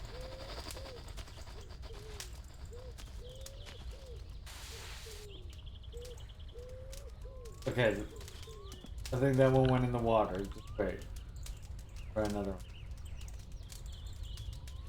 This time, let's set it up here.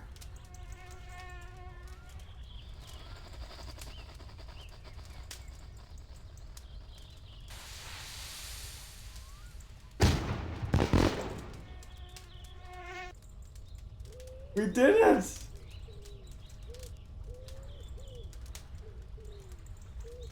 We made our firework go off.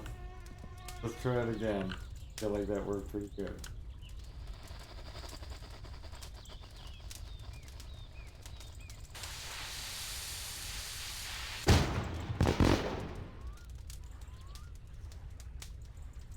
Wait, I got an idea.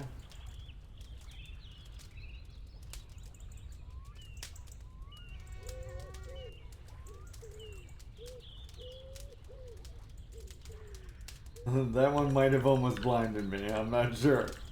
There's a possibility that one posed a risk to my health.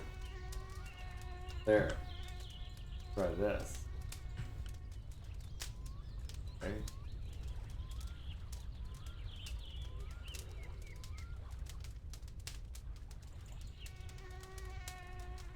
There we go. Perfect.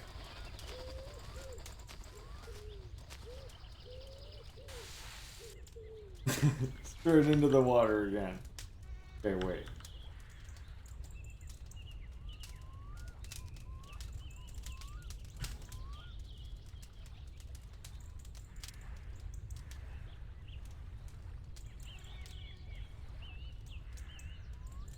Here we go. Now this is camping. Exactly. Oh, wait. Okay. Oh, yeah. Now we're talking. Gotta get it to balance up. Come on, you know.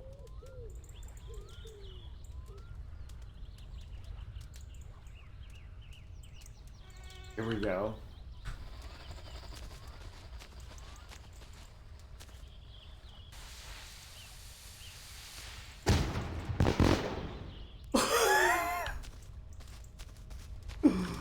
Oh, shit. Wish I could make it stand straight up. Maybe I can if now I... Wait, let me stack these ones like this.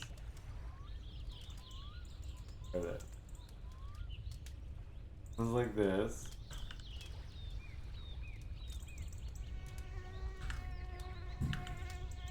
And then... Like this.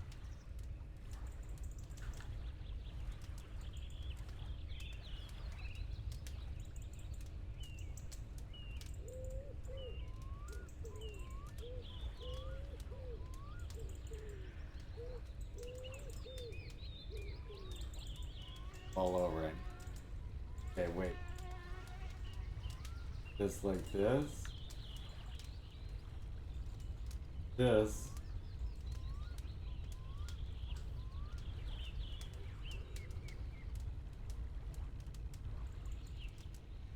Wait. Now.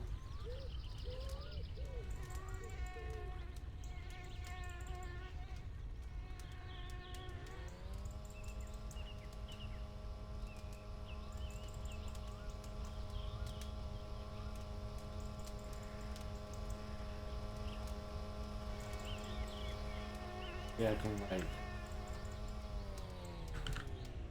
Wait, maybe I can just go like this.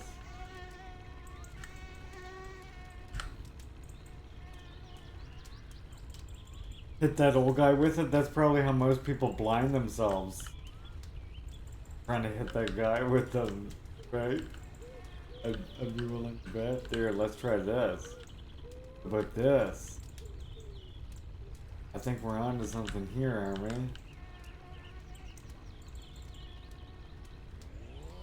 That. Yeah.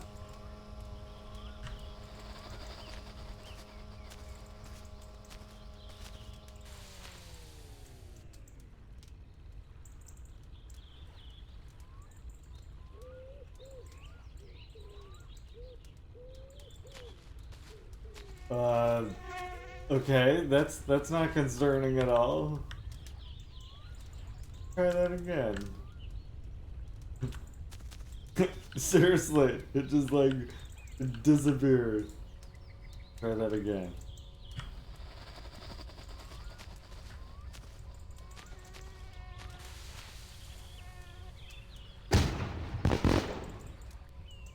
Now that was a firework. That was fucking perfect. Right? Okay, we don't need these logs now. They can go in here. Fuel the fire. God, that's amazing. Okay.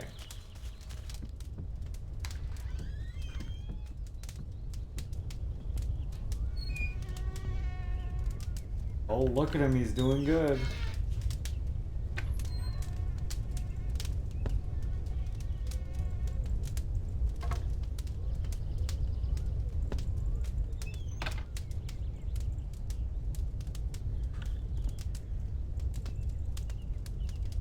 Oh yeah, look at this.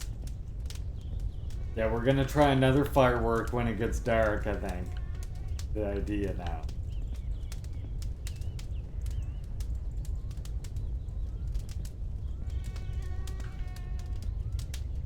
We just gotta wait for him to get all the way excited. Speaking of ideal launch scenario.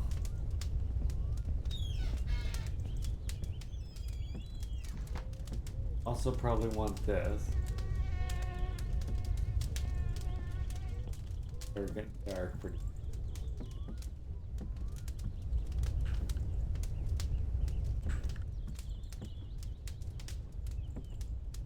Look how lovely it is.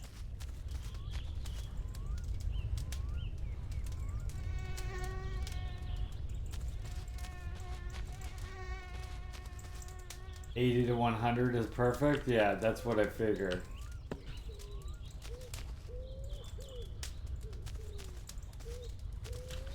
We also want to just check, see if do we get any fish yet that we can just eat while we're here.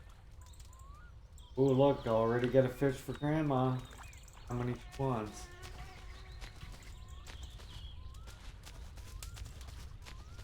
Knock over our fireworks stand.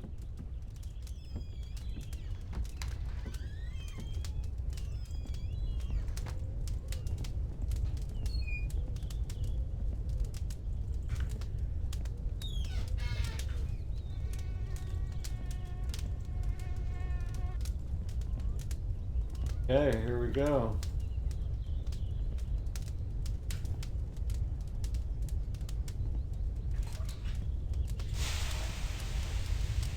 Ah, here we go, chat.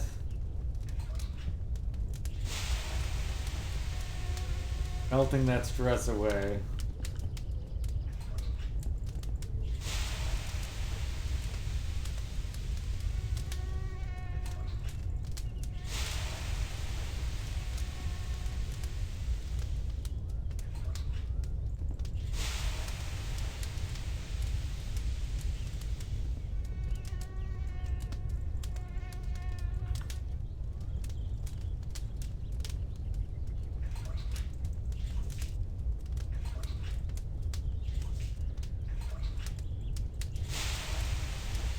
There we go.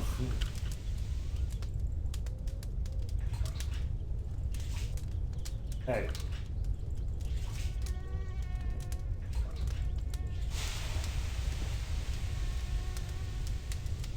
He's sonning it up.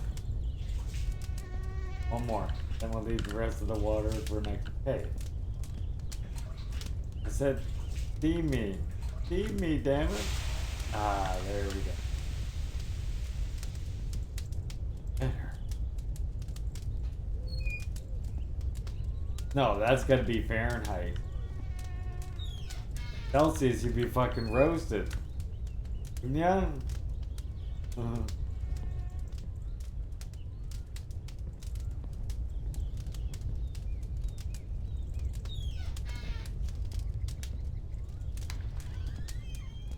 You want your sauna to be 100 Celsius? That seems like you're boiled to me. It sounds terrifying.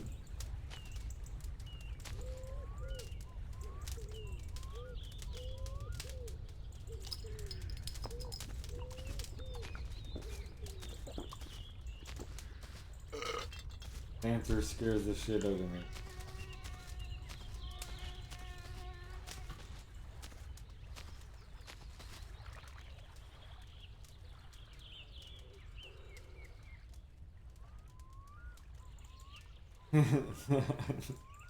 You're in there 10-15 minutes at a time. I suppose that's true, yeah, yeah. Still, I'm just like, Jesus, that blows my mind.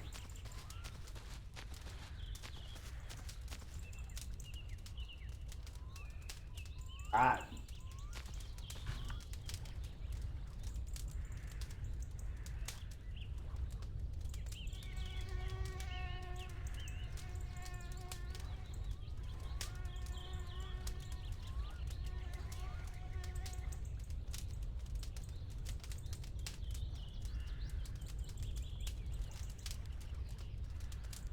try some.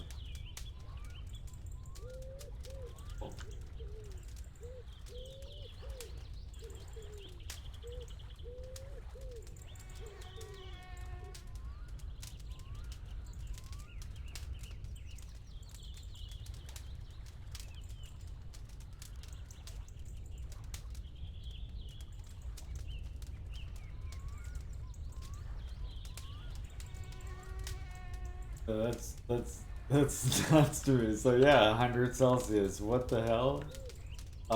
3 is too much weight for the log. Okay, wait. Okay. It would be detailed enough to have, like, the logs weight shit. Yes, that makes sense. Unity. So.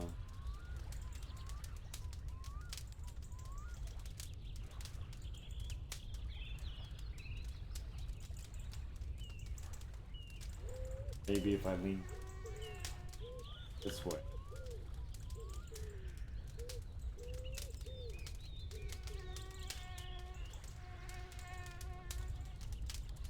Okay. Once the sun goes down, we're blowing ourselves to kingdom come.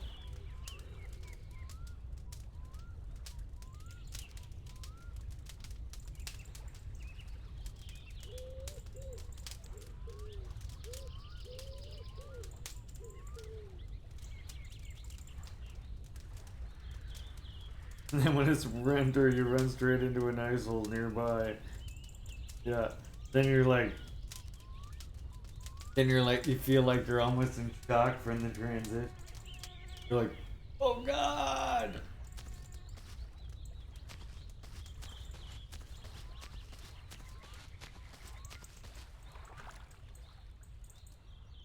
Program. Fall.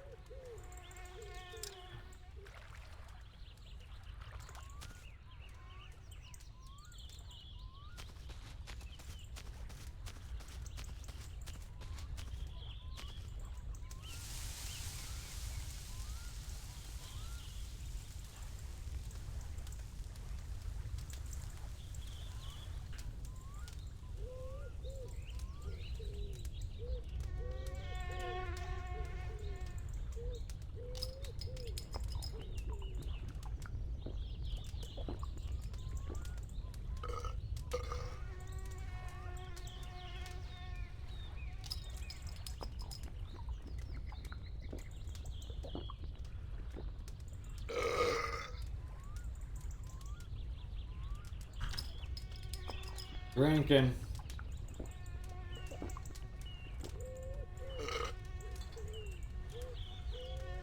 Easy on the crazy word.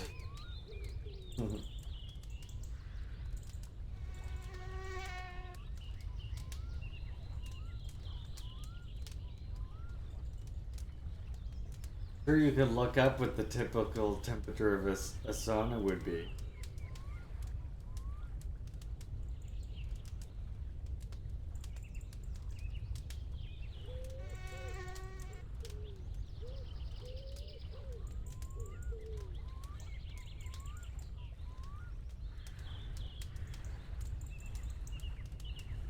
Alright, a little bit longer and it should be dark. Is this cooking?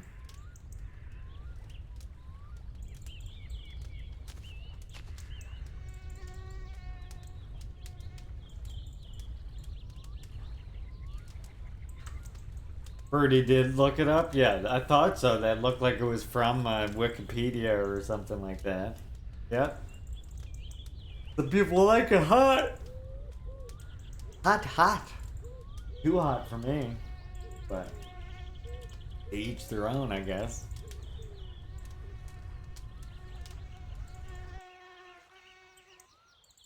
I wonder if this fish is gonna cook or what.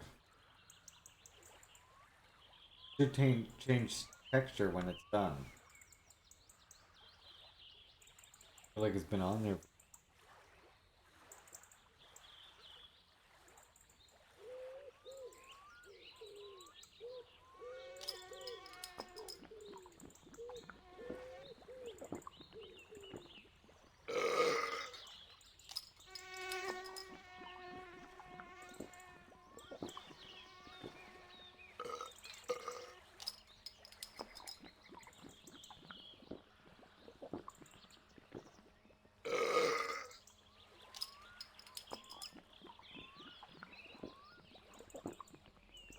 Oh, wait.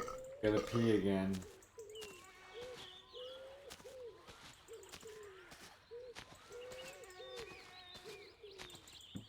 Gonna use the washroom here, comrades. Seems like as good a place as any. Look how nice the sky is. Beautiful.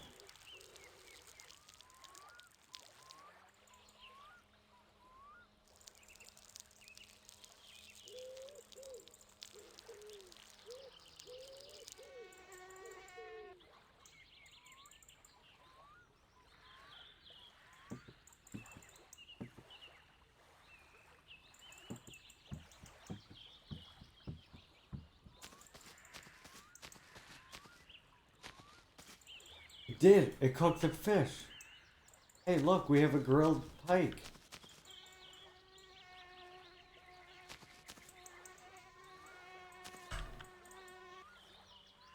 Grill the pike.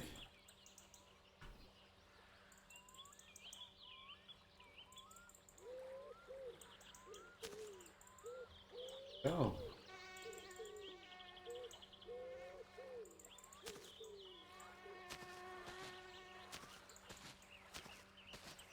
Well, it's dark enough for the fireworks. But first, do I hear a boat?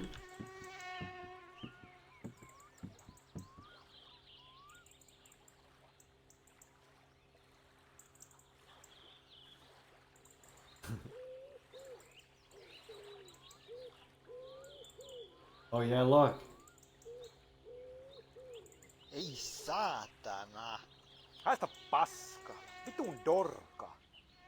Painu helvettiin. Voi vittujen kevää. Mitä helvettiä? Voi vittujen kevää. Vitun mulkku. Well, yeah, 45 degrees Celsius is hot as balls. Gets up to 30 here and it's like, that's hot as hell.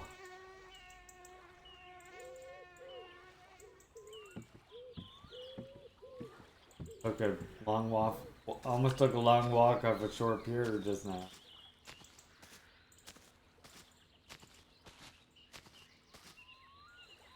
They lit up. Yeah, 45, I mean, isn't 45 degrees Celsius is like 100 degrees Fahrenheit, right, Frank? Or anyone know? I think so. I guess you could look it up pretty quickly.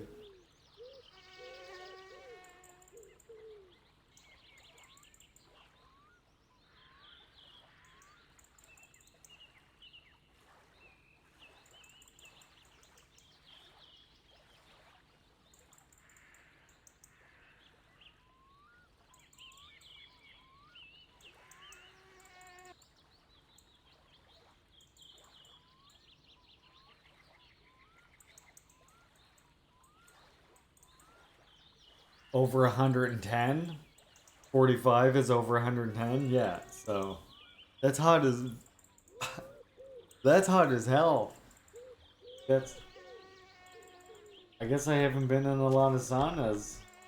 Probably.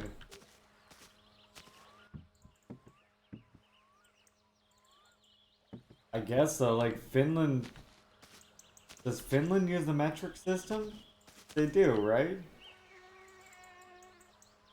For some reason I thought they did. Could be wrong. We're gonna... Metric? Yeah, they do? Yeah, okay. What I thought. Same as what we use here. We're like 1 minute from launching.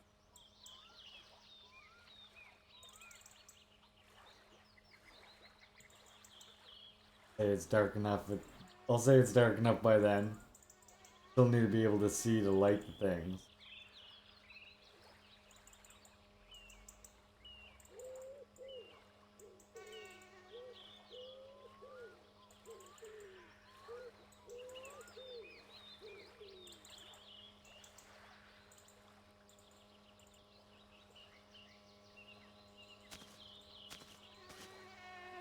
Right. Go, comrades. I can do this.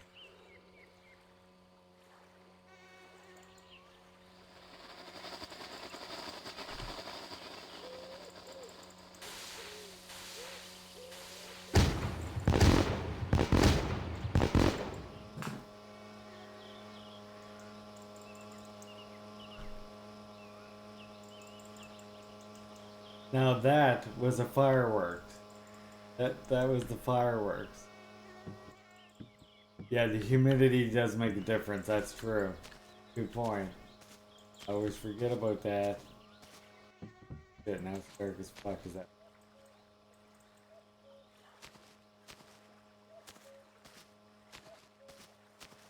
Oh, that was exciting, wasn't it? Very good.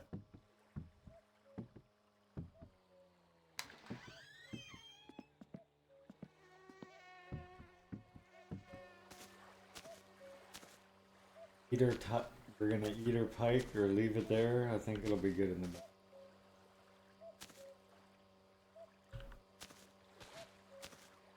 A bedtime beer.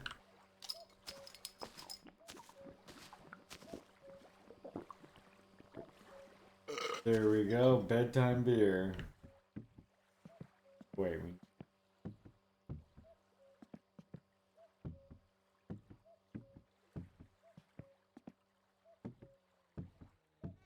we go. Alright, we got tires on. We've got the fish trap in there. We got the bucket we need to brew alcohol when we get back home, which is going to be a major source of income. And we got the coffee pot. All around a successful time. Set this up here. And we're going to go to sleep.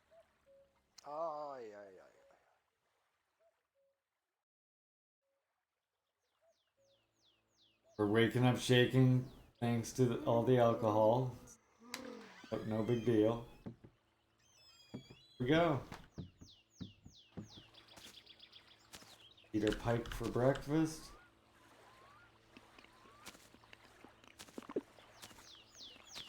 There you go. What a lovely day.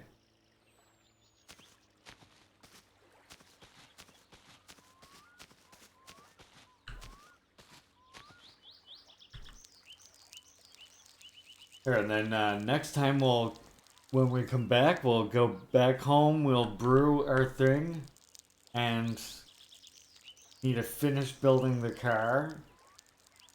We'll brew alcohol, finish building the car, and hopefully our uncle will show up with the van so that we can borrow it soon. We're gonna raid out because I have to pick up my son very soon. But you come and join me tomorrow morning. I will be streaming for a short stream tomorrow. So make sure you keep them notifications on if you don't want to miss out on that. Yeah, when we come back, we'll go back home, bring the Kilju. When we come back home, we'll bring home the stuff for brewing the alcohol. We will brew alcohol, we will finish building the car, we will chop up a bunch of wood, we'll deliver alcohol to somebody, and then if we have to, we'll tow the car to the mechanic. Or hopefully we'll be able to drive it to the mechanic. And then we have to get the car inspected and everything like that, as you may know. It should be a fun time. To say the very least.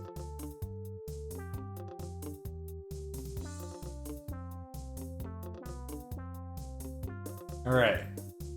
Don't go anywhere, because of course we are raiding out here.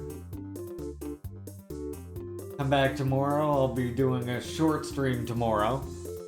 Again, it won't be very long, but you don't want to miss out. I know you don't want to miss out.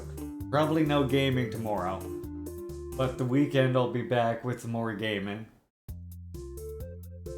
Crowd control gaming. Actually, on Saturday we're gonna be doing Mario Brothers 3 crowd control.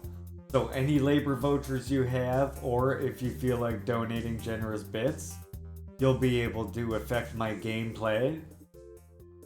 I think in Mario 3 you can do a lot more than we could in Mario 2. And then if we beat Mario 3 on Saturday, we'll be able to go to Mario World on Sunday, possibly. And then on Friday, my wife again will be working late, so I think I can do a game stream then as well after we're done doing politics. But remember, Thursday, we're also going to be reading more Stalin, History and Critique of a Black Legend. And anytime you want to get a link to the work that we're working our way through, just type !reading. Thank you all so much for the support today. Red Falcon, Common Opponent, Bertie Sanders. Very much appreciate all of the support today, comrades. Means an absolute ton to me. Keeps me going. And inspires me to just make the channel better. Hopefully soon we'll be able to get like colorful lighting. Alright, see you all next time. Oh yeah. Oh no, I'm not gonna do it in time. Copy the raid message before we're too late. Hope you all join me again next time.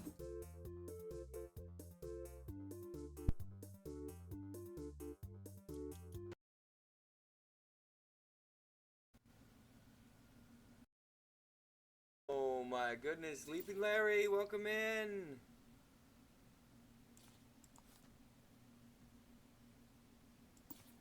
That, my friends, would be Chef Ramsay fisting Squidward. And thank you, Bertie Sanders, for the follow. Thanks so much. Misa Cat now owns your soul, but that's okay. He's just going to keep it with the rest of them so he can snuggle with it at night. Because Sass is too busy snuggling in my lap. Right, Sass? But welcome in, Leaping Larry. We are once again playing Shadows of Doubt. Enjoying ourselves and having a good old time. Because this game is fun. And we are trying to do, we are actually doing a vandalism job. Okay, so you did get a chance to play some? I was already streaming by that point. But, so, let's see. We want to find out, because we have to find this person's apartment.